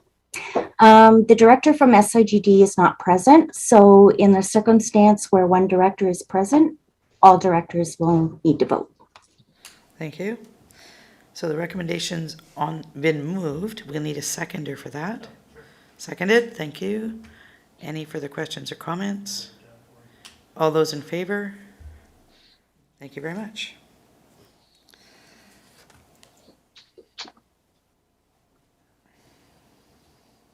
Moving on to line 165. And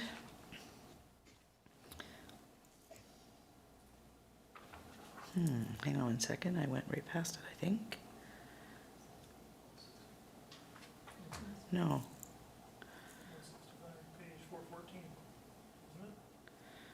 No.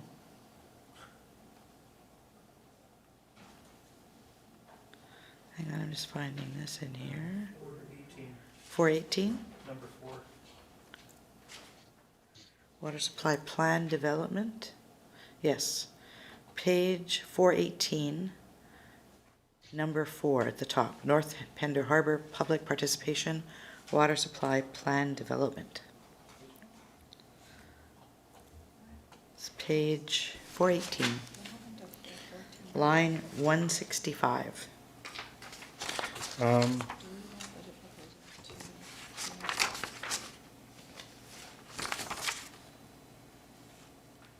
Oh, yeah, okay.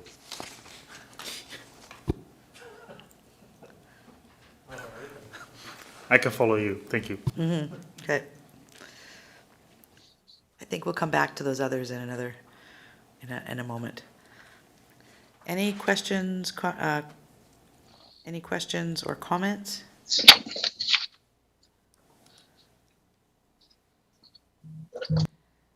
All right, would Director like to make a recommendation? Director Lee. I'd like to make a motion that this budget proposal be approved and incorporated into the 2022 Round 2 budget. Thank you. Is there a seconder for the recommendation? Seconded? Thank you. Seeing no further questions or comments, all those in favor? Thank you.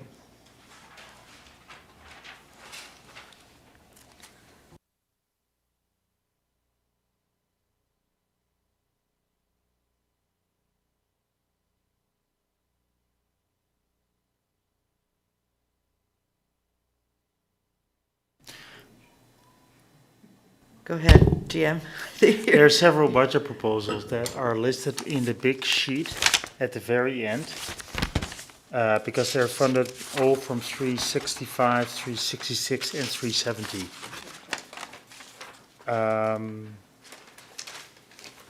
They are on line items 218 and until 222. No, 223.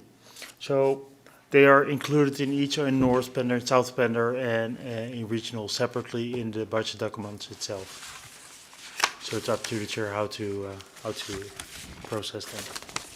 Okay, so let's look at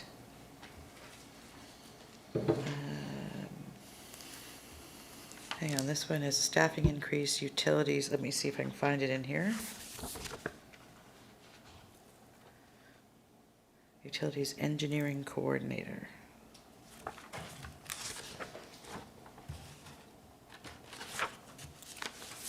That's line item 219. 219? There we go. All right. So let's move to line 219, water surface staffing utilities engineering coordinator 1 full-time equivalent. We're on page 414. We're on page 414. We're under North Pender Harbor Water. And so we're going to see, according to the GM, we're going to see some of these under North Pender Harbor, probably South Pender Harbor, and regional water, and or in. So we'll go through them in North Pender, and then we will probably revisit them again. But so it's line item 219, which is Utilities Engineering Coordinator 1.0 full-time equivalent. What happened to the one before that? We did the one before that. That was the water main replacement. Okay.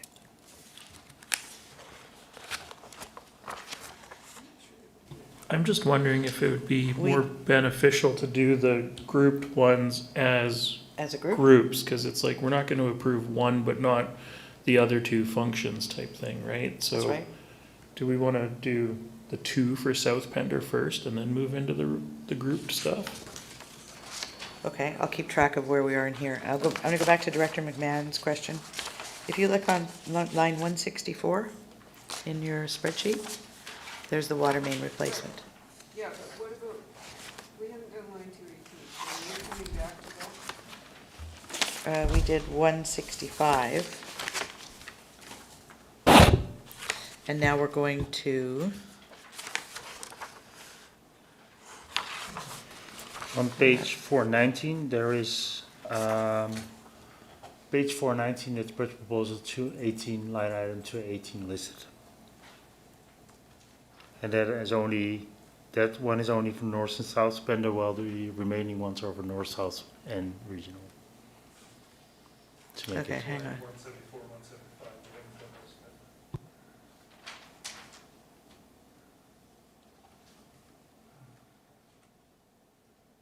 Okay, so we've got North Pender Harbor, we've got we did the North Pender Harbor, so number 1, we did. We did number 4. 4. Yes, we did number 4. Okay, the next one's a joint one as well, right? Number 5 is a joint one as well. Number 6 is a joint one as well. So is number 7. Okay, so you're suggesting we go right on to South Pender and do the South Pender specific ones, and then we'll get to the joint ones at the end. Okay. That makes sense. So let me go back in here.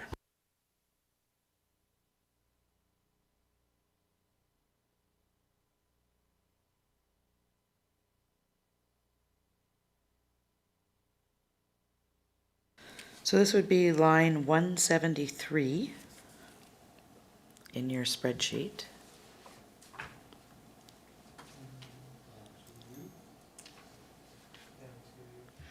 Actually, 174 is listed first in our budget package.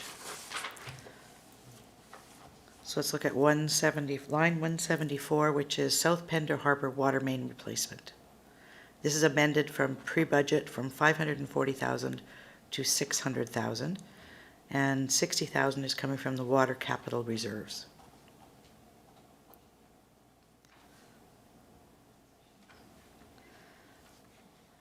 All right, directors, questions, comments, or a budget recommendation?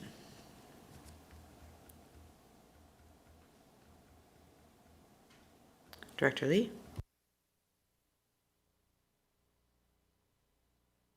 Thank you. Just to confirm, I'm looking at page 422, which corresponds to line number 174. Page 433, 423, sorry. South Pender Harbor water main replacement, which corresponds to line 174. Yes. Same issue. Okay. Like that budget proposal to be approved and incorporated into the 2022 round 2 budget. Thank you. And there's a seconder for that. All right, all those in favor? Thank you.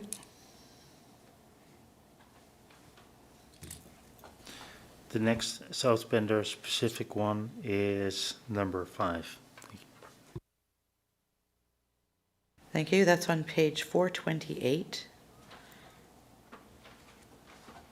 And that is line 175 in our spreadsheet. This is the water supply plan development for South Pender Harbor. So this is a budget to allow for communication and public participation activities in support of the development of water supply plans for each of the water systems. So page 428, line 175. Director Lee?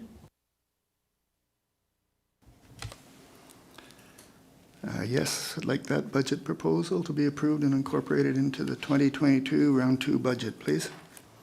Thank you. Is there a seconder for the recommendation? Seconded? All those in favor? Thank you. I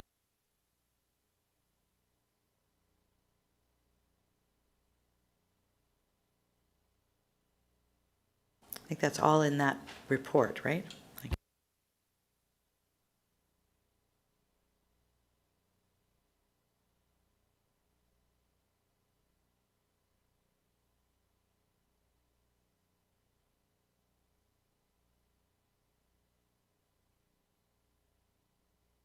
What about the one on page 433?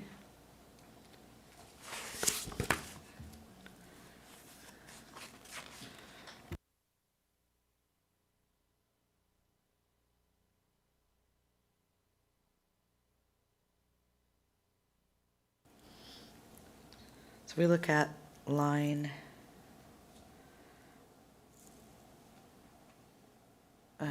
this is on page 433.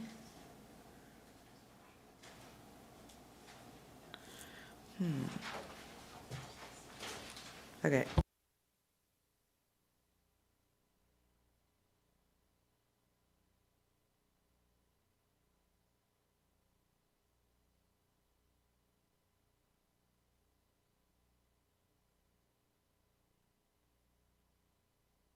Okay, so you're looking at number 6.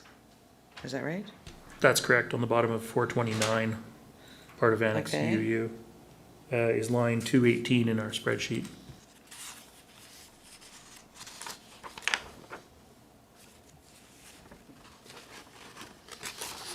Okay, so that's a new budget proposal.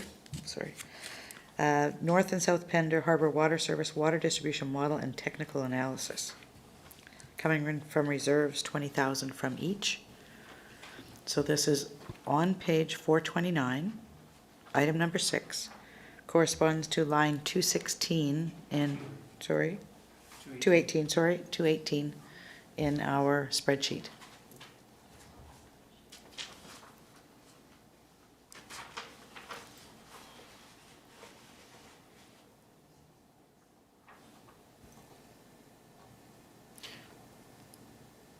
Maybe I can clarify. Okay. This, I think I'm just trying to find it as what's Okay. happening, yeah. That's okay, go ahead though. in 2020, budget was approved to develop a model for the two systems, and but that budget didn't allow for any technical analysis to be completed as part of the water supply plan. So this is just to allow for actual modeling to happen in terms of determination of fire flows and other type of demands and water quality in support of the plan development. Thank you.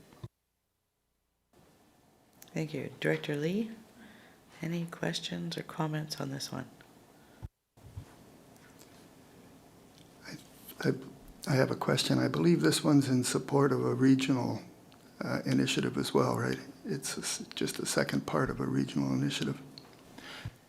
Similar budget or similar initiatives are indeed in place also for the regional water system.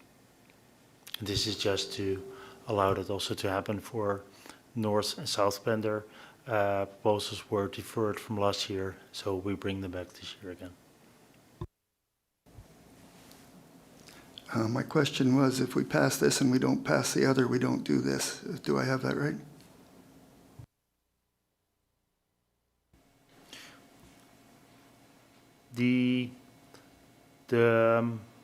There is a budget proposal for North Bender and there's a budget proposal for South Bender. And for regional was already approved last year for the funding to be included.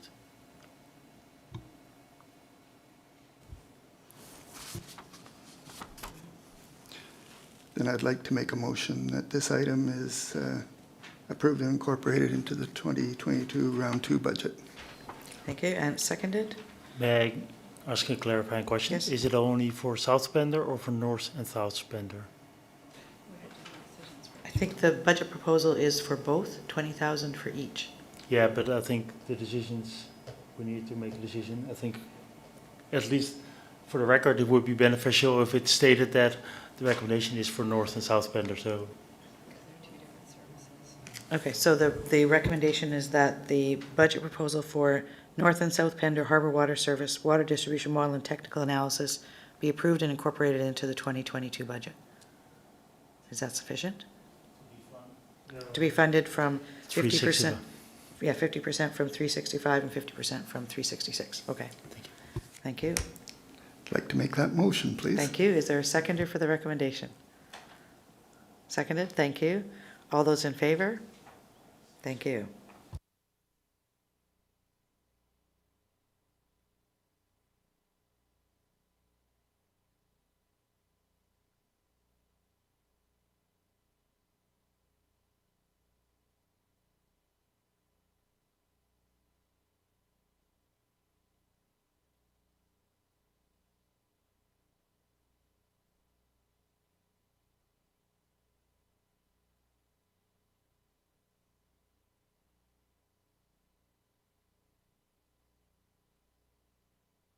Go ahead. Did we approve line 173 yet?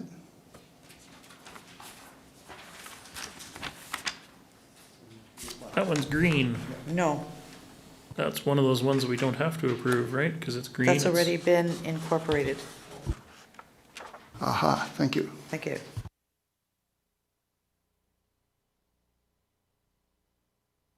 So I'm going to refer you to line 210.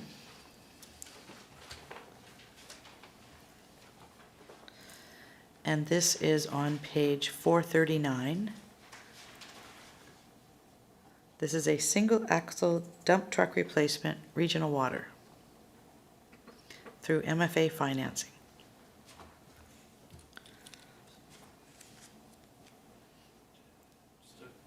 Yeah, Director Toth? Thank you, Chair. Recognizing that, of course, it is funded through a 5-year equipment financing loan, Just remind me, the actual funding for payment of this loan comes from user fees, capital, or the parcel taxes, or where?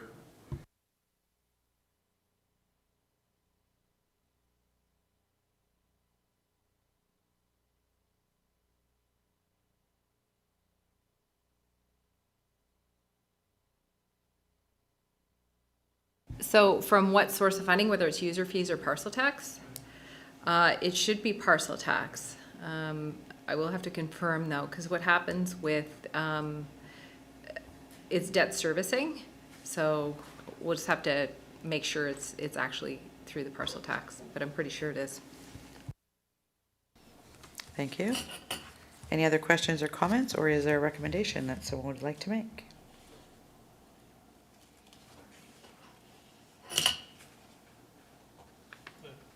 Director Toth. I'll move option 1, approve and incorporate into the round 2 budget. Is there a seconder for the recommendation? Seconded. All those in favor? Thank you. We're at 2:27 and we're flagging, kind of, yeah. We're dying here. I think we'd like to take about a 5-minute break and then come back and wrap this up. So let's make it 2:35. That gives us 8 minutes.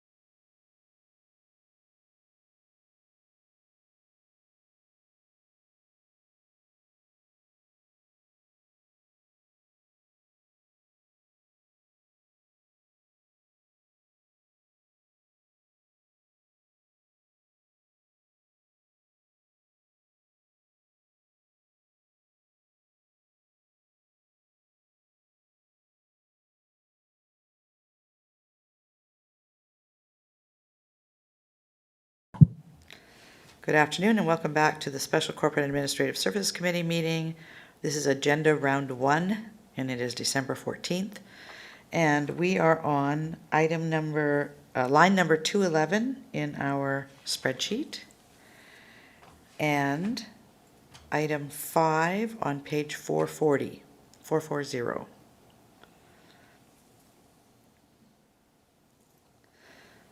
So this is vehicle purchases for regional water through MFA financing, 5-year equipment loan.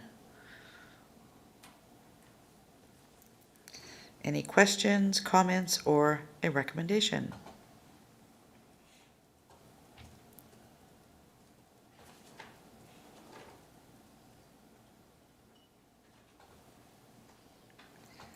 So again, line 211 and item number 5 on page 440.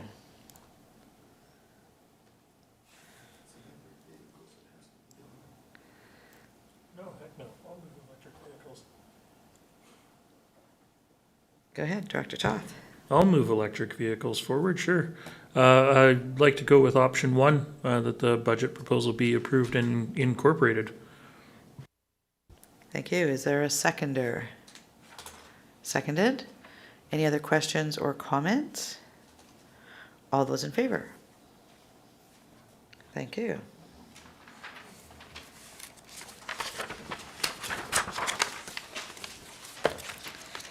Line 212.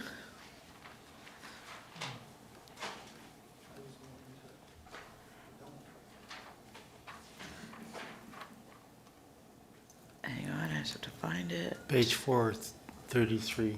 433? Yes.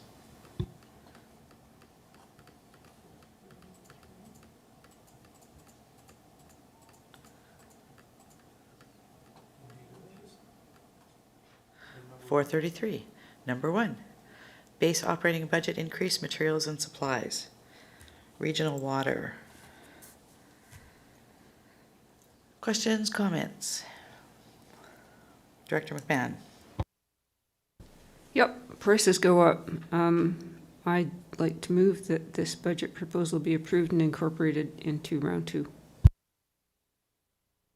Seconded by Director Lee. All those in favor? Thank you.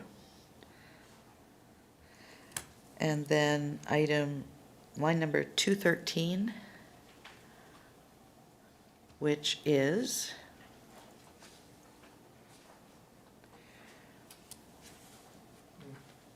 I don't know.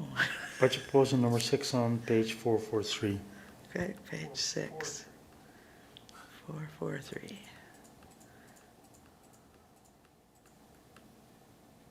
Thank you. Yes, item number 6 on page 443. Water Sustainability Technician, 6-month position. Maybe I can clarify. please. It's included in the funding requirement. The proposal is to fund it from operating reserves, but we also see opportunities to apply for grants for such position. And we're working with the sustainable development folks to maybe to combine grant applications for funding for these kind of positions. Thank you. Is there a recommendation by the committee? Director Toth? Thank you, Chair. Just a quick question. Given the difficulties that we've had through 2021 in terms of recruitment within some of the technicians and what have you, is a 6-month position a new person that we're looking to hire, or are we looking to backfill using like an on-call person, or just a little more clarity around that? Thank you for the question. This technician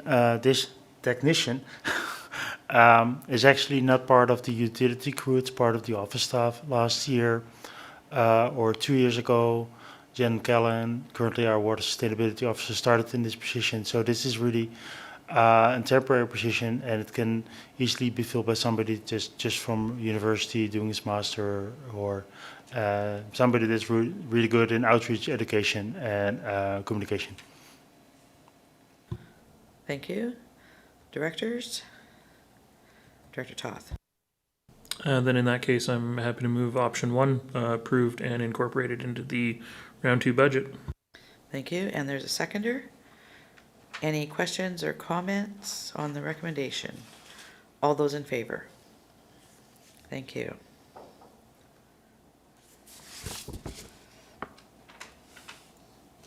Now we're moving to line 219.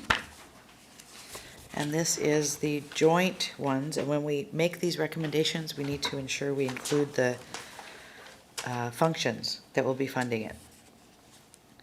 So line 219 is for a new utilities engineering coordinator. This would be a 1.0 full-time equivalent, funded from functions 365, 366, and 370. And do we need, when we do the recommendation, do we need to include the breakdown as per the funding area? Or will that be added in? We just had debate with our corporate officer about what was best to do. So right now, the way the recommendations are done is there's individual recommendations, but if you make a blanket one, it's okay. It's just where the funding's allocated. Because ultimately, I don't know if the corporate officer is lurking there in the background. It's, and she can explain it maybe better than I can, but seeing her on screen. She is. Is she? She's in the meeting, yes. Okay. Sherry, did you want to talk to us about how you'd like these recommendations put forward?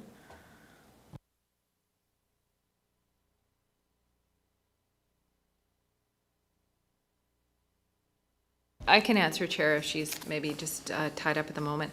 So essentially, if there's one decision, there's, at this point, because there is one, for function 365, there's only one person present, and the other ones are somewhat regional in nature. When it comes to board, it's a financial plan decision, so it's regional in nature. So unless there's any debate associated or whatnot associated to some of the decisions, I think if the board made, or the committee made one decision, and that decision was just, there's concurrence of how the allocation of funding is done, then we can just have one decision here. We might have multiple recommendations through the board minutes in case there was any debate associated with it, so the recording secretary is capturing it that way. But I think we don't have to go back 3 times on the same item. We can just make one recommendation here. So should we decide that we wanted to fund this position, this 1.0 full-time equivalent, we could indicate that funding is to be functions 365, 366, and 370, and the recording secretary would indicate the breakdown. Thank you. All right, so the question at this table is, do we want to fund a 1.0 full-time equivalent utilities engineering coordinator for water services? Yes, Jim Rosenblum. Just, we had an earlier board report on November IC about 3 other staffing positions and not on this one. So if the committee would like, we can allude a little bit more on why we're proposing this one. Please. Thank you.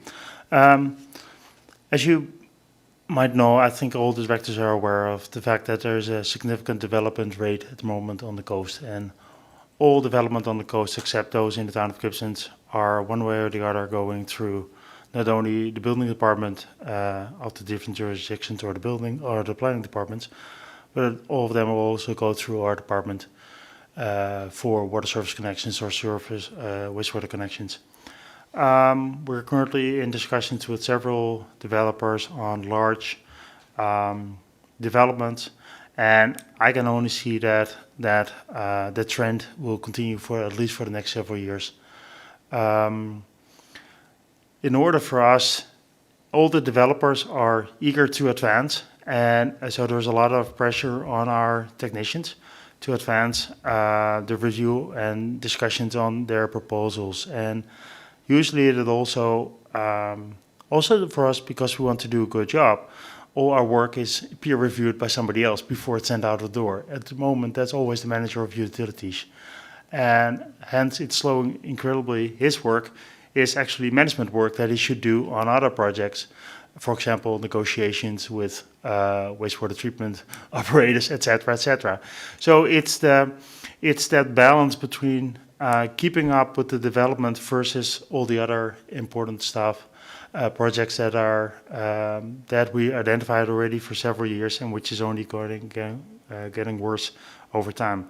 So the proposal is to, for this position, is really to oversee the engineering technician staff on the day-to-day level and allow for operational projects to advance at the same time, and for the manager actually to do management work instead of coordinating work.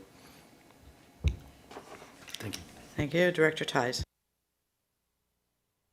Considering that this is a lot of new development, I'm wondering to what extent DCCs figure into the funding here, and do we need to review the DCCs in order to warrant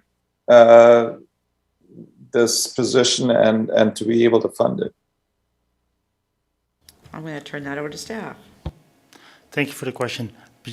I've been just informed by our CFO that our DCC bylaw would need to be updated for this function to be allowed to be funded from DCCs. Let's add that one to the list. All right, Director Lee and then Director Toth. Thank you, Chair. I'm kind of curious how the split on funding is determined. I had assumed that it was a positive charge back to the areas it was worked in, but if that was the case, how could we take a guess like this? So maybe you could enlighten me a little here. I can try to do so, Director. Thank you for the question. Currently, all the joint projects have all the joint project proposals for 365, 366, and 370 have a similar split of 5% north, 10% south, and 85% regional water. That same split was used last year and the year before, and actually a couple of days ago, CFO and I had a discussion that we need to review that split moving forward, given to maybe better reflect the actual work that staff are doing on different proposals. In this case, primarily development-related work, I think there's more work than 5% happening in the north and south Bender areas than the currently proposed ratio.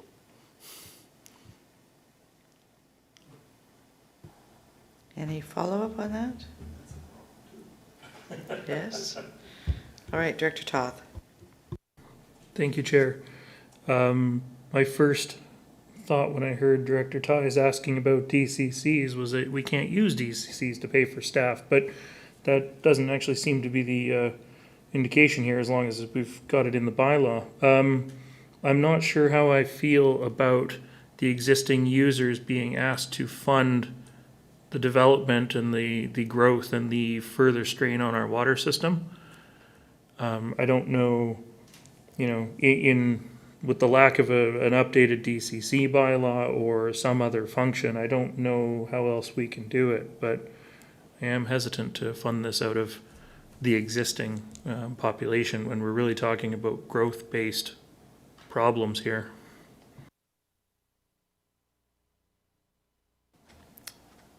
Tina?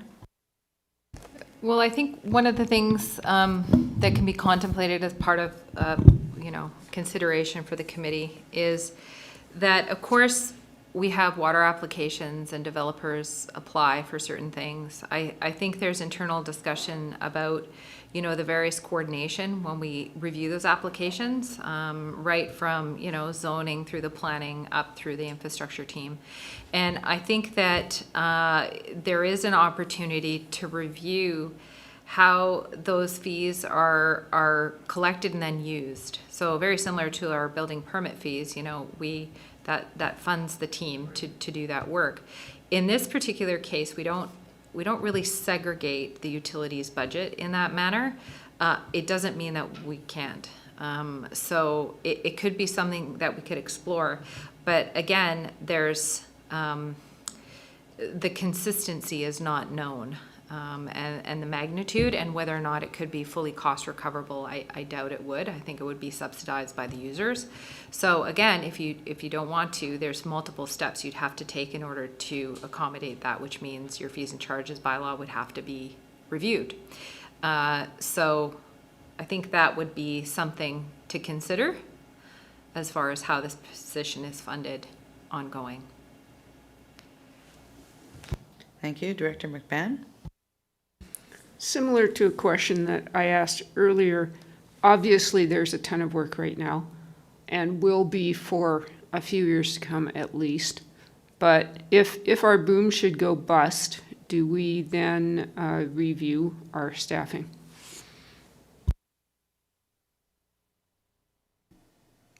Yes, and at the same time, I think yes, we will, and I think this position would also would set us up well for succession planning within the organization in terms of building capacity on that front.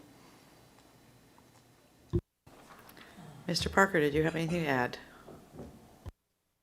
Other than well said, GM Rosenboom, absolutely. Thank you. Thank you.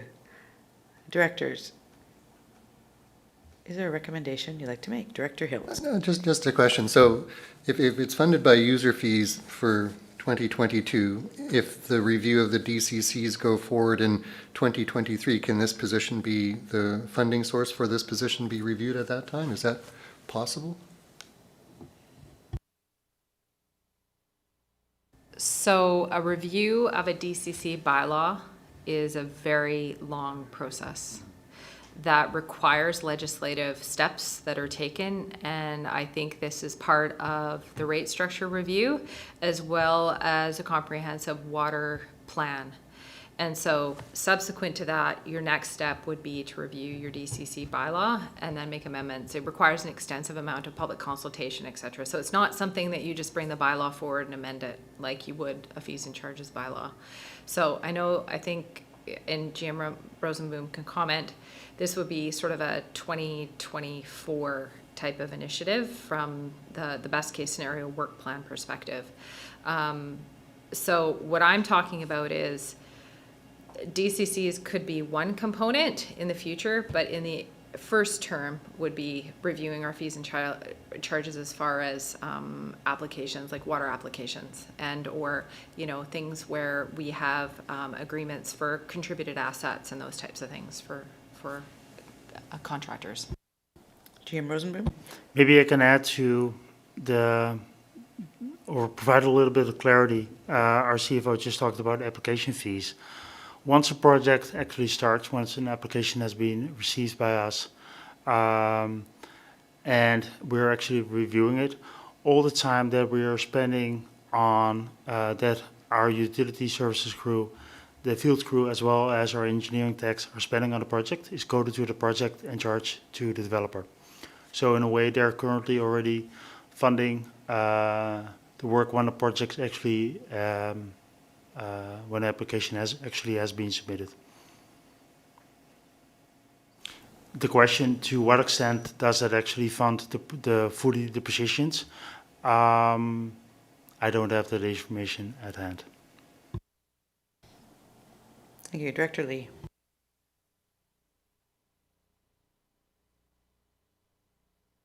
Thank you, Chair. I have a question. I believe we've set the user fees already, so we must be talking about reserves for 2022 and a potential user fee review in 2023 then. Do I have that right? Staff?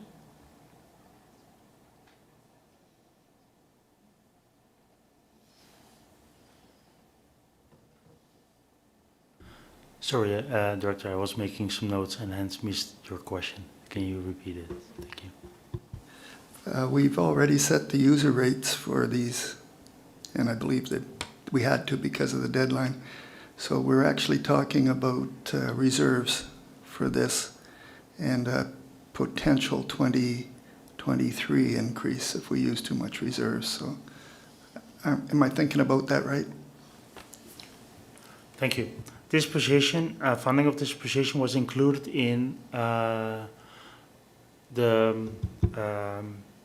in the rates as proposed and adopted last several months. So if the funding of this position would change, it would actually increase operating reserves for this year. I like that answer. Thank you. Thank you. So is there, I don't see any other questions. Would someone like to make a recommendation?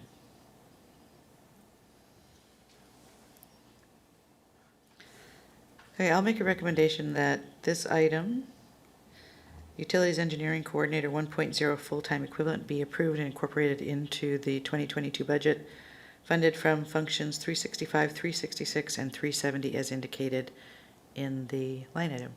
Seconded. Any other comments or questions? All those in favor? Thank you. Moving on to the next. Sorry, Chair. Yeah, go ahead. I am opposed to that. Okay, would you like that recorded? And I would like that recorded, please. Okay. Thank you. Thank you. Thank you. Next item, water service staffing, utility crew, 3.0 full-time equivalent. Questions, comments, or a recommendation?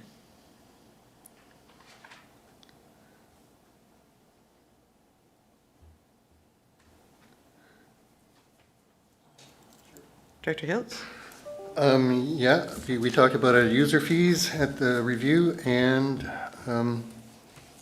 I will move approve and incorporate into the 2022. And then it's the functions 365, 366, and 367. No, 370 instead Oh, of sorry, 360. yes. Thank you. 365, 366, 370. Thank you. Director? Look for a second first, or Seconder. I've got a number of them, yes. Thank you. Thank you, Chair.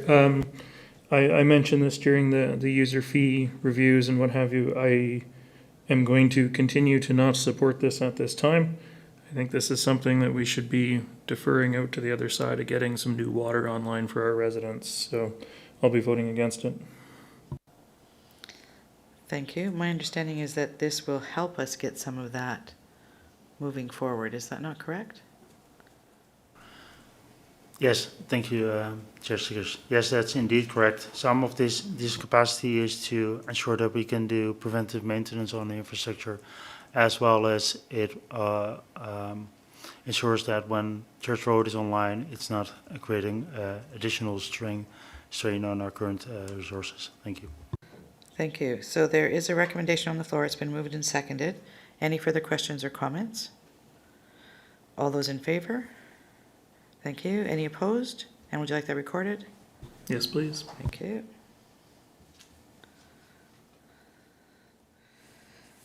Number 222 on our package here, line 222. This is for the water rate structure review phase 1. Again, this would be for functions 365, 366, and 370. This is coming from reserves. 2,000 from 365, 4,000 from 366, and 34,000 from 370. Director McMahon. Yep, we need to move the water service rate structure review forward, so I'm happy to move that this budget proposal be approved and incorporated into round 2. And that's been seconded. And any questions or comments? Okay, there's a recommendation on the floor. All those in favor? All right, and that would be from functions 365, 366, and 370 again, as indicated. I've been talking so much, I'm getting a hoarse throat. Okay. Sorry, we're getting there. Next item, line 223. This is Water Supply Plan Feasibility Study, Long-Term Surface Water Supply Sources. What page is that? Good question. Page 445. Okay.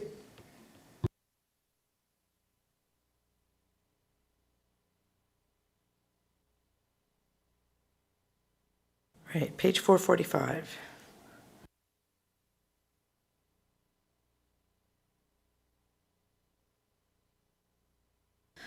So what this says in here, deferred from 2021, and this is a budget proposal for a desktop feasibility study to confirm the technical, regulatory, and financial feasibility of several potential long-term water supply sources, including Clahome Lake, Sackinaw Lake, and Rainy River. I have some already, but I can take more. Thanks. All right. I've been doing a lot of talking today.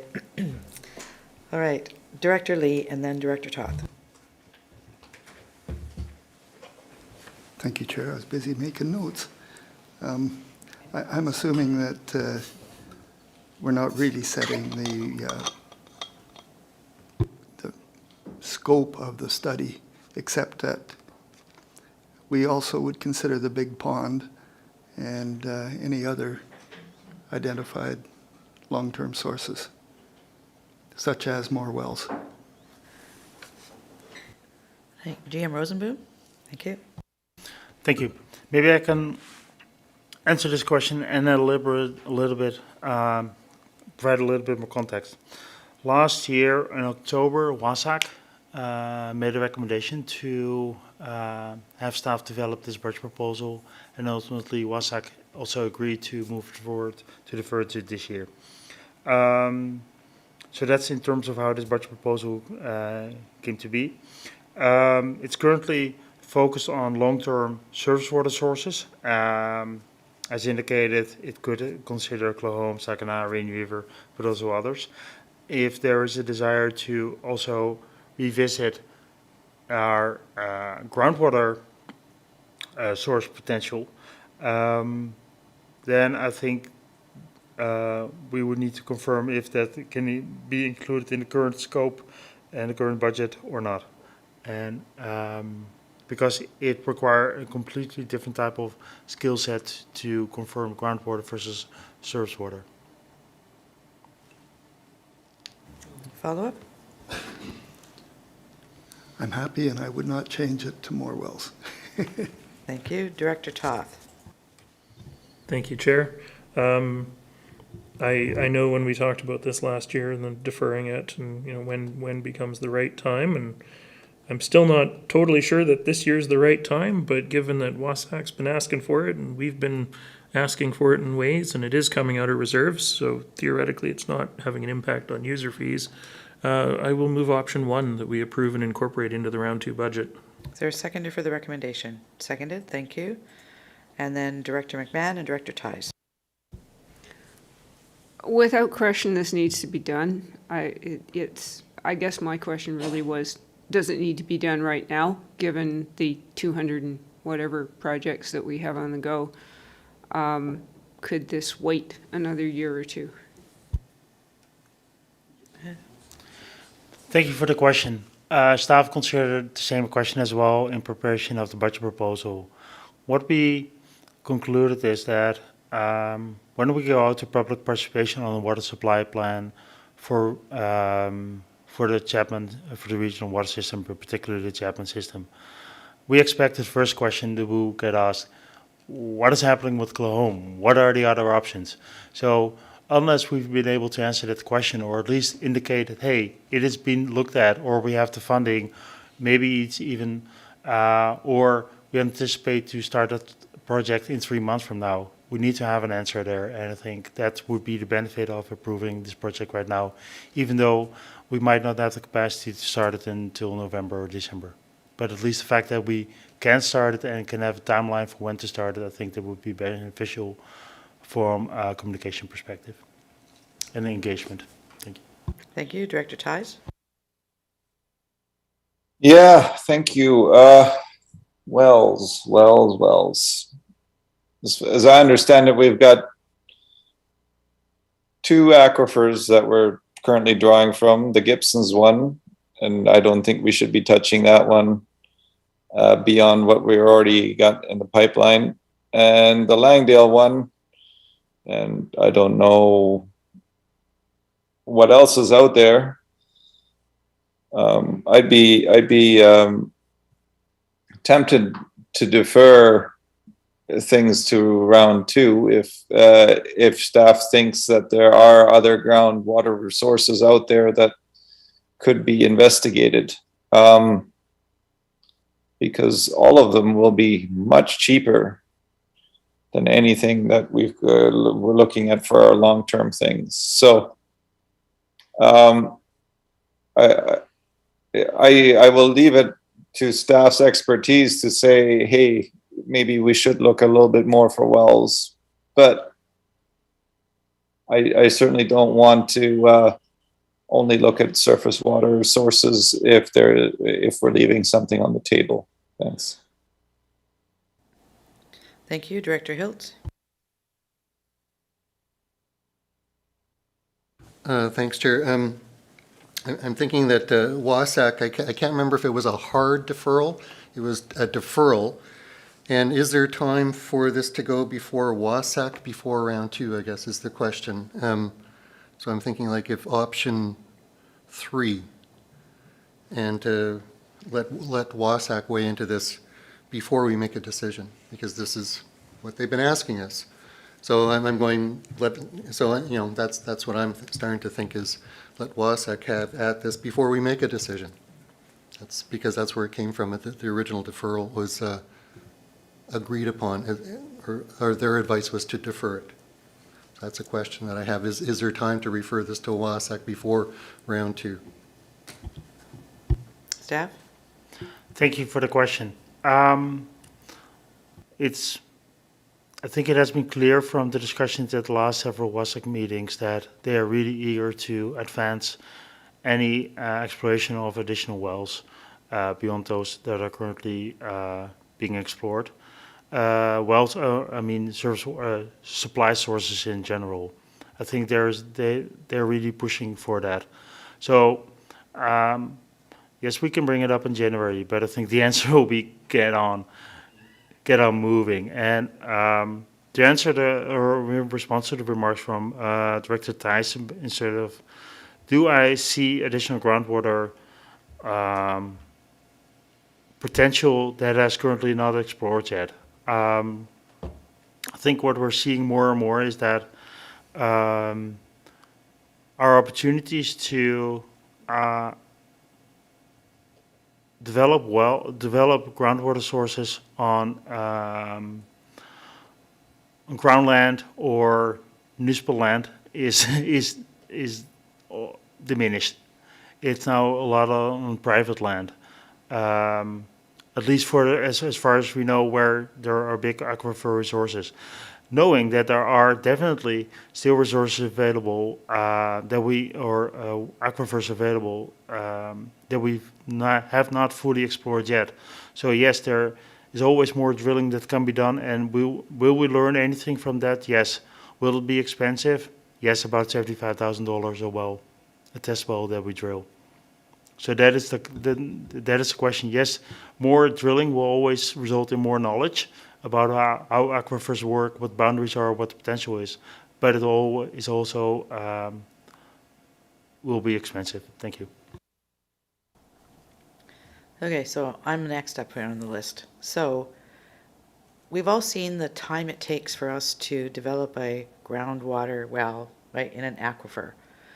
When we're dealing with these other sources above ground, Clahome, Rainy River, etc., will the time frame to develop something that be as long, shorter, or longer? My assumption is it's going to be longer because there are other parties involved, even more parties involved than what we've already been dealing with. But do we have any idea what that would look like? And I mean, I think for me, that would also play into the sooner we get started. If it takes longer, the better off we are. Thank you for the question. My thinking is that it will take even longer because Clahome, we have multiple parties involved. Not only BC Hydro, but it will be Devo, will be heavily involved, maybe even Transport Canada. Of course, there is increased impact on the land, so Seychelles Nation will be more heavily involved because in general, the impacts on the land of surface water connection is bigger than from groundwater connection. And so I can see that it will take, especially if once DFO needs to be involved, they will take longer than Flynn Road to deal with. Thank you. Director Ties, Director Toth, and then Director Pratt. Yeah, thank you. There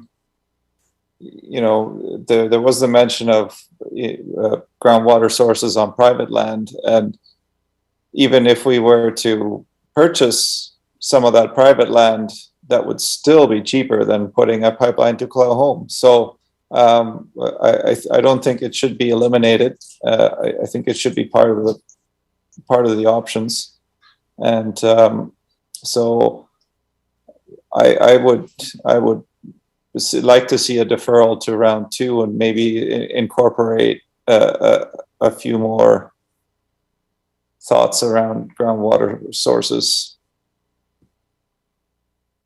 Thank you. Director Toth and then Director Pratt. Thank you, Chair. I fully support drilling more holes in the coast, looking for water sources. You know, our explorations have all been in the south coast so far. What's around Seashell, what's around Half Moon Bay, you know, what's around Roberts Creek. You know, we know there's water out there. GM Rosenboom did mention that this is a very different set of expertise than when you're looking at groundwater. So I would like to see this project move forward, just so we know that we're having that conversation and we've got updated numbers. It's much like the reservoir, right? It's hard to compare the cost of a well and a reservoir if we don't know what the reservoir is actually costing to build. So we need to know this information. My question is, and my apologies if it's been mentioned before and I've forgotten where, you know, we've got Church Road, we've got Langdale, we've got possibly Marianne West Park, all sort of in pipeline, in process.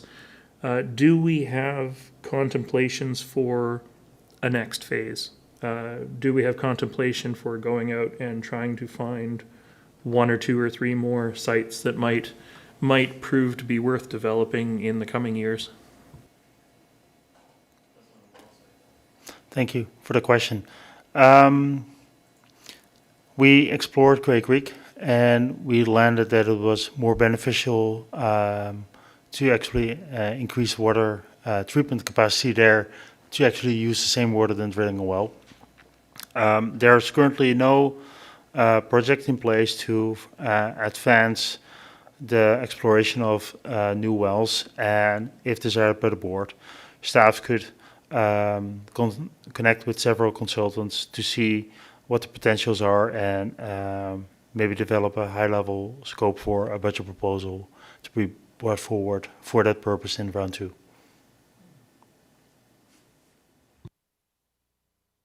We have a motion on the floor first.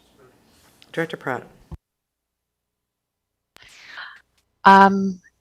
So I'm in favor of this going forward. I understand I'm hearing a lot of concern about seeing it go forward, maybe some more information, more contemplation, and I can understand that. But I will be speaking, even if this does go to round 2, if we take the step back and put it forward to round 2, I will still be speaking in favor of this. We almost ran out of water this year. And water sourcing on the coast has been an issue for more than 40 years. We have documented studies on that, and we're also in an era of climate change, in an era of heat domes. We can't be putting off these long-term sourcing feasibility studies. We can't be putting them off. We need to move forward. Our community has been really clear in that. We've all been very clear on that, and I know it's another pocket of money, but this is something we need to move through, and we need to diversify our water sources on the coast. And we can't just be looking at wells or looking at lakes. We need to have a different kinds of sourcing. So yes, we've got some that are already in process. However, they may not pan out. Church Road. Who would have thought that when you get the minister saying, yes, this will be a priority, who still would have thought that we'd still be 2 years out and looking at potentially one more year before it actually comes online? It takes time for all of this to happen, and it may be long term, but I think I'll be speaking in favor of moving this forward now. I know we have the motion on the floor. I understand if there's some of the directors that wants more information. I could support that, seeing it going to round 2, but I will still be speaking in favor of it going into our budget for 2022. Thank you. Director McMahon? I understand the importance of this, and I am duly terrified by the phrase slower than Flinro. But I don't like making $250,000 decisions on the fly. This was kind of brand new, and I just prefer to have that reflection time and move it to round 2 for consideration then. So currently, there's a recommendation on the floor to approve and incorporate into 2022 round 2 budget. That's the recommendation on the floor. It's been moved and seconded.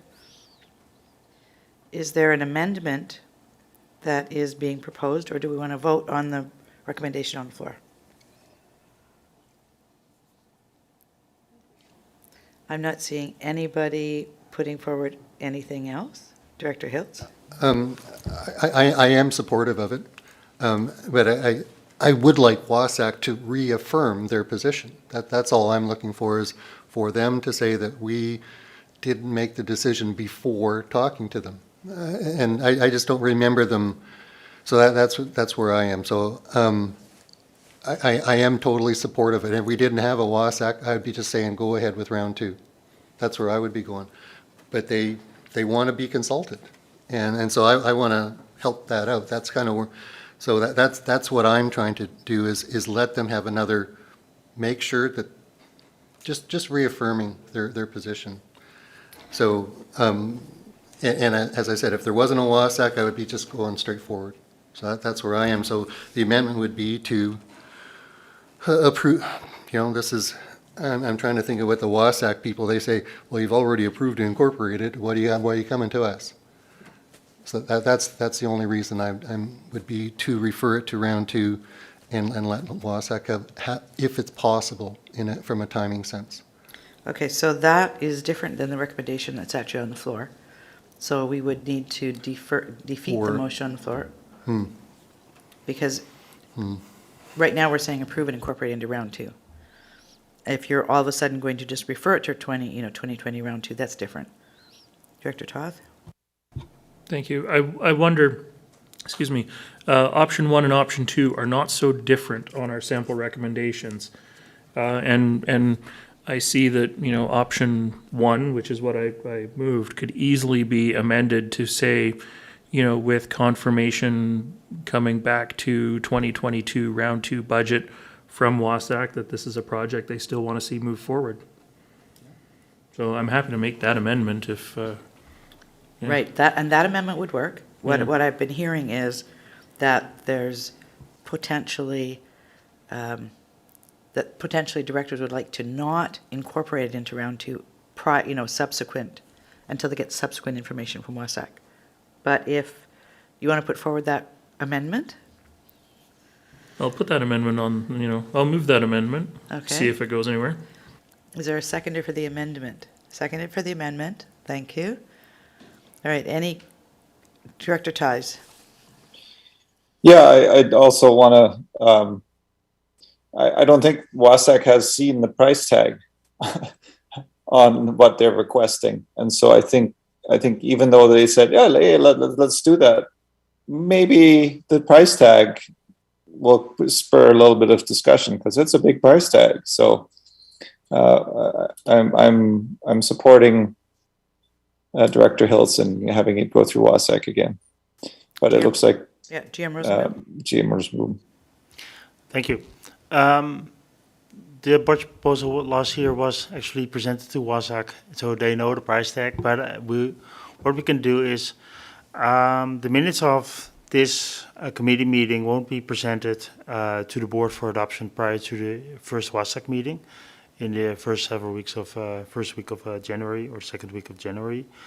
What we'll do is we'll just connect with them to reconfirm their position that they still want this project to move forward at that meeting, and then present it verbally at round 2. Thank you. Director Lee and then Director McMahon.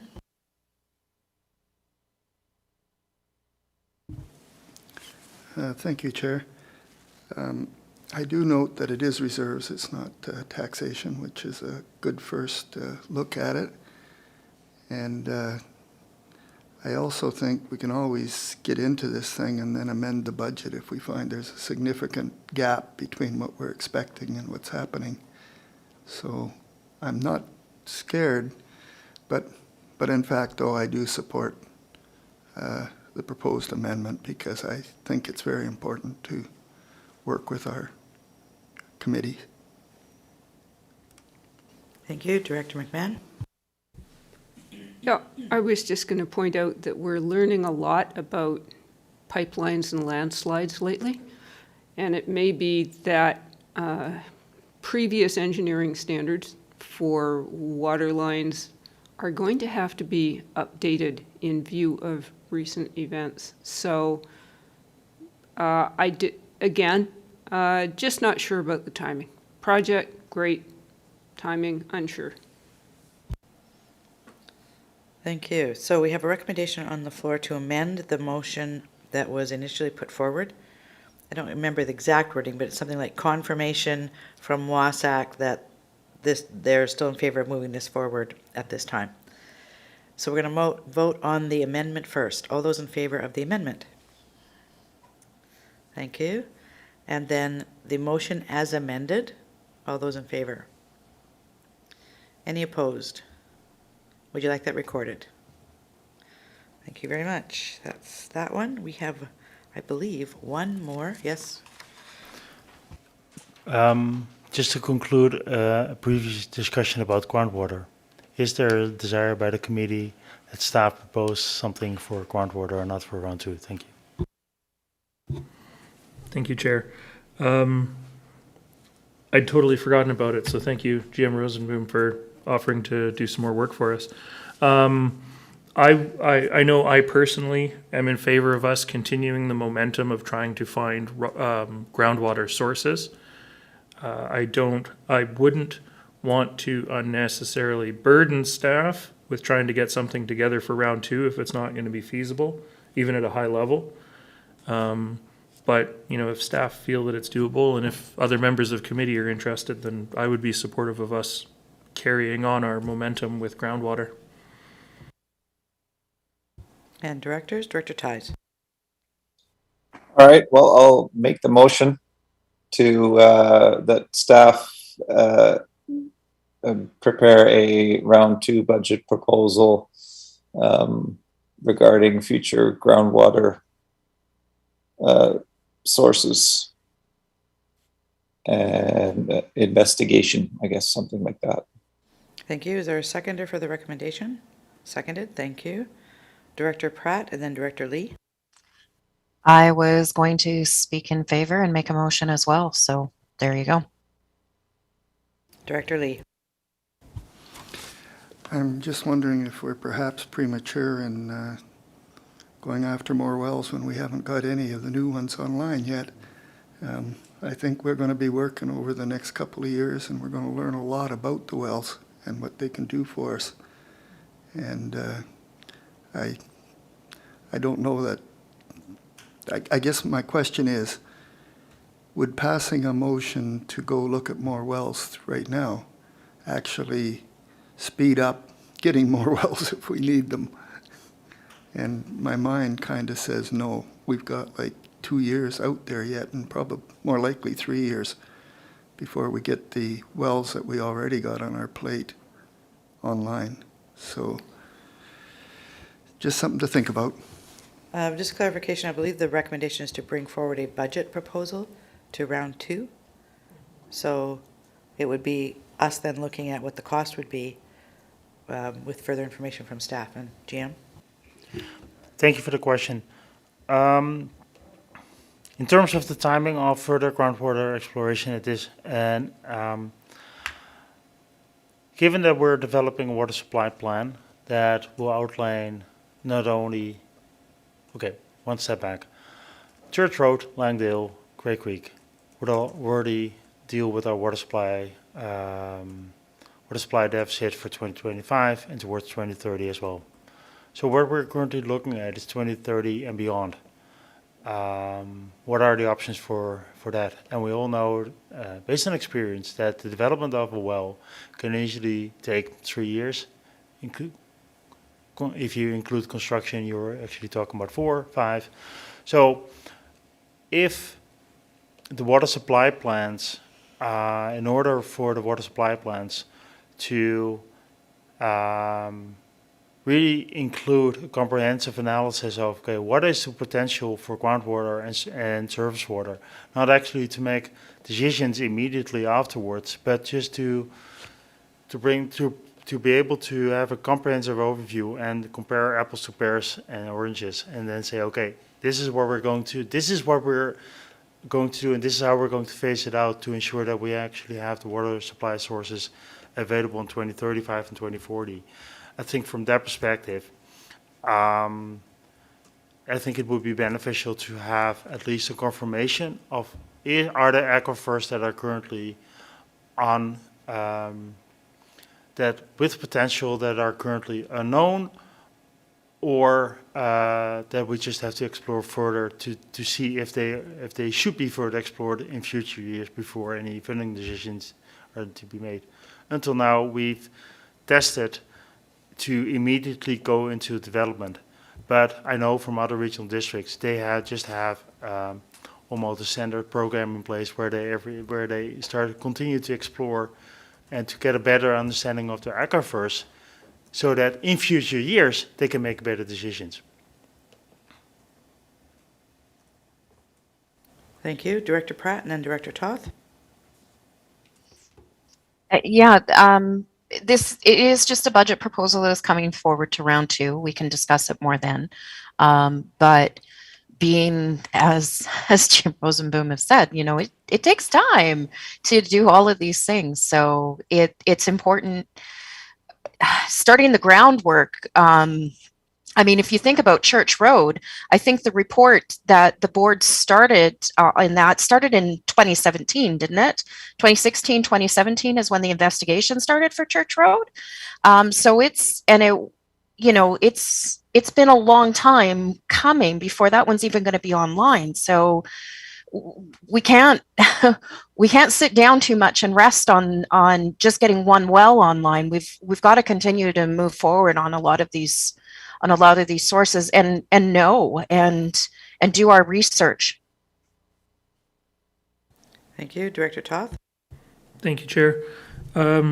I was going to say all the things that GM Rosenboom did, only he said it so much better. If we do consider that Church Road was first flagged in 2017, well, we're looking at 5 years from identification to water coming out of the ground.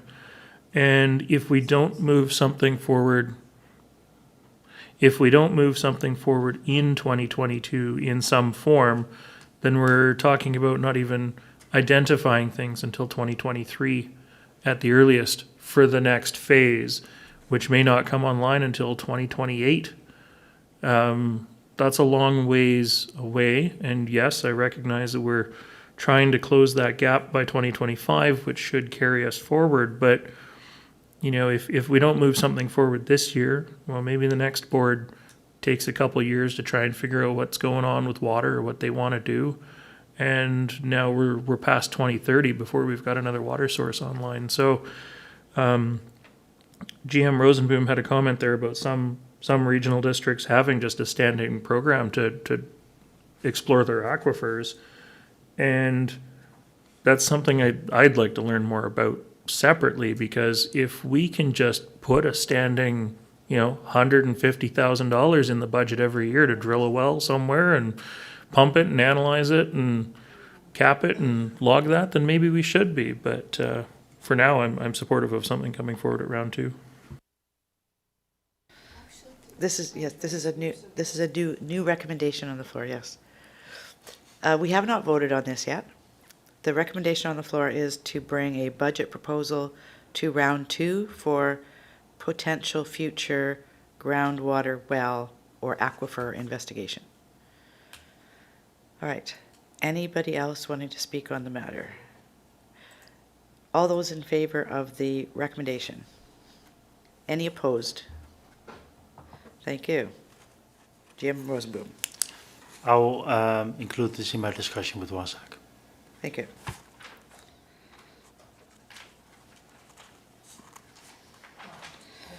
We have one more recommendation. Line 234. This is Langdale Wastewater Plant Remediation Project. There was additional information that was provided to us yesterday in our package. And it is also on page 448 in our budget package. This is service participants area F, so this is voting. Are we doing A, B, D, E, and F on this one because it's wastewater, or are we doing all participants?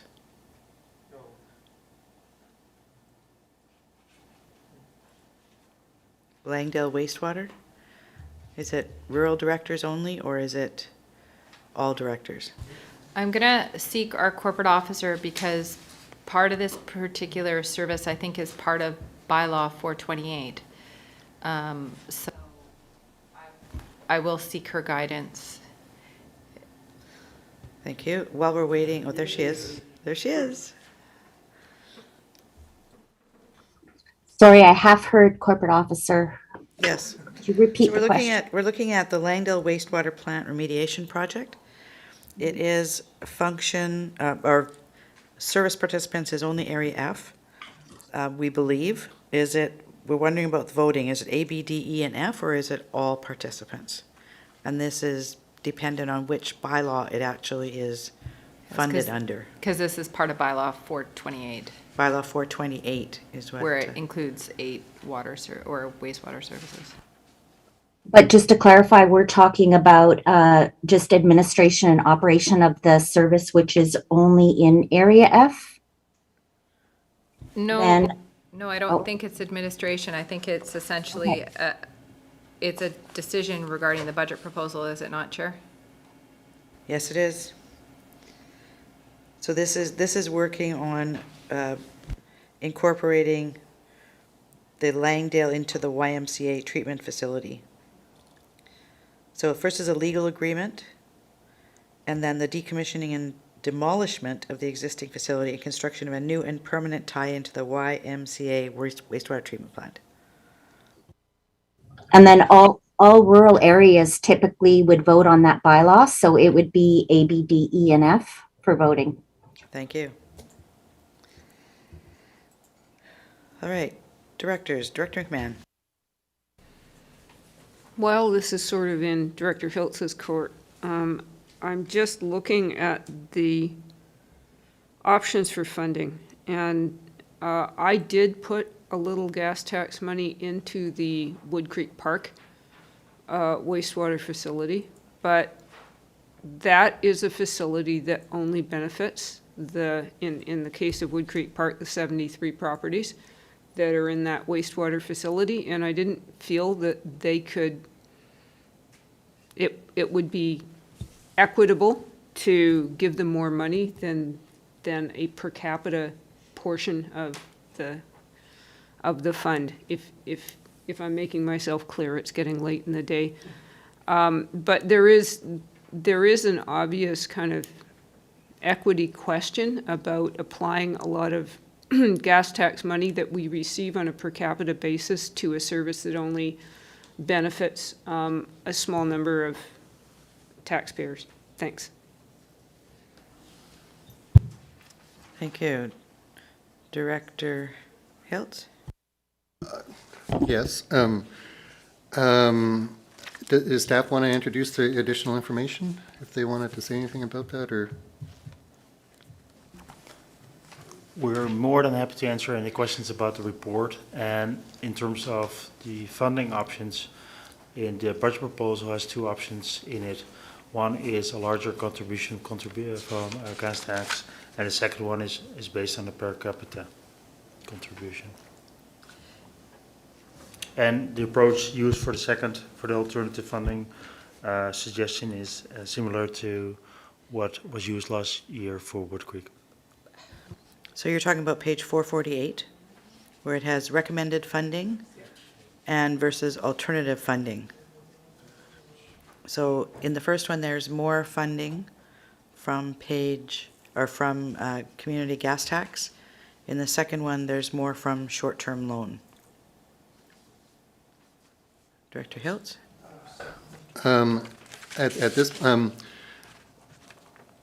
this project essentially goes back to 2007 when it first was hatched, and I am supportive of using the gas tax. It's a problem that needs to be solved, and I'm okay to use my discretion in this point of view. The kind of questions that I do have is in the assessment of the feasibility. It didn't talk about the conditions so much of the YMCA or the Camp Elphinstone. And I do note it was commissioned in 2014, but I remember a report saying it was built in actually 2011. So it's been in operation for 10 years, and plants deteriorate depending on their maintenance schedules and things. So that's an outstanding question for me, and I'm not sure if that's in the scope of this, but I'm supportive of the project as presented with the funding split.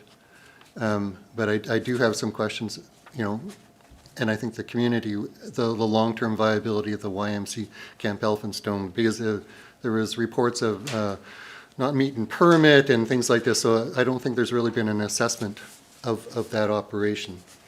So that's the long-term consideration, is if they add it and add on to another train, now there's two trains, and is this facility responsible for that whole capital replacement of that facility? That's what is this community going to be burdened with in the future going forward, which I don't know if this answers the question. But as it is, to move it forward, definitely the phase one, and which is the first step, I believe. So so I'm okay with the gas tax. I'm okay with getting it going. Okay, before I go to GM Rosenboom, when you're talking about okay with the gas tax, are you talking about the 126,000 from community gas tax? Or 20,000 from community gas tax? No. We're the 126. 126, and then 100,000 short-term loans, Yes. 35,000 operating reserve. Yes, Thank you. as proposed there, yeah. Thank you. GM Rosenboom. Thank you for the questions. With respect to roles and responsibilities in terms of maintenance and capital improvements, I think those are items that will need further discussion with the YMCA.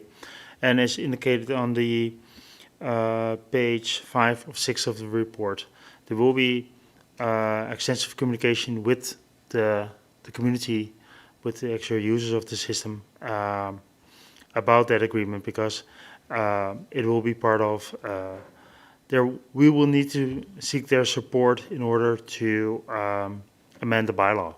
So we will have those discussions with the community, and there will need to be that clarity that is required, that you're requesting.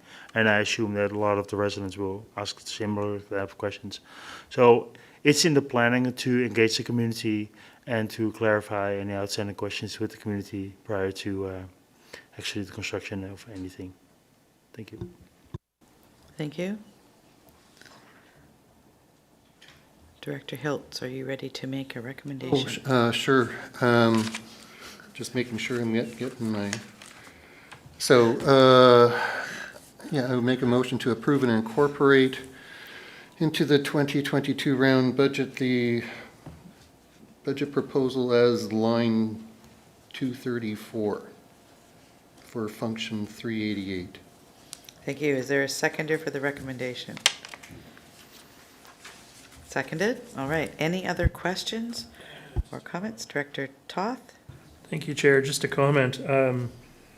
I just wanted to commend staff on this late report that we received yesterday, because as I'm listening to this and reading through it, I'm like, well, if we do a permanent tie-in to YMCA, there is land there that's surplus. Could that be sold off to help fund this? And then right at the bottom of page 446D, staff have not only identified that, but given it an approximate value. So not necessarily the route we're going to go, or you're going to want to go, or your residents are going to want to go, but appreciate that option is at least identified for the residents to consider as part of the community engagement.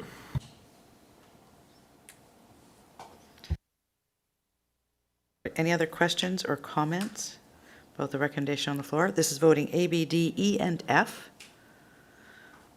All those in favor? Thank you. I believe that is our last item. Tara, I'll have you confirm if we've missed anything, because you always keep track in behind the scenes. No, Chair, you've completed everything. Thank you. Thank you very much. All right. So before we wrap, I just want to say thank you to the staff and also to the directors. This has been, it's a lot. It takes a lot of energy. I know we're all kind of really tired up here right now, but it's a lot of energy to stay focused through all of this and keep track of everything. So thank you to staff for putting it all together, and thank you for directors and staff for guiding us through this. Thank you, and we will say goodbye. Director Toth. I'd like to move a motion to adjourn. Is there a seconder? Seconded. All those in favor? Thank you very much. And we do not have any attendees. What? No, they didn't stay with us through right to the end. All right, we're done. So now, long. before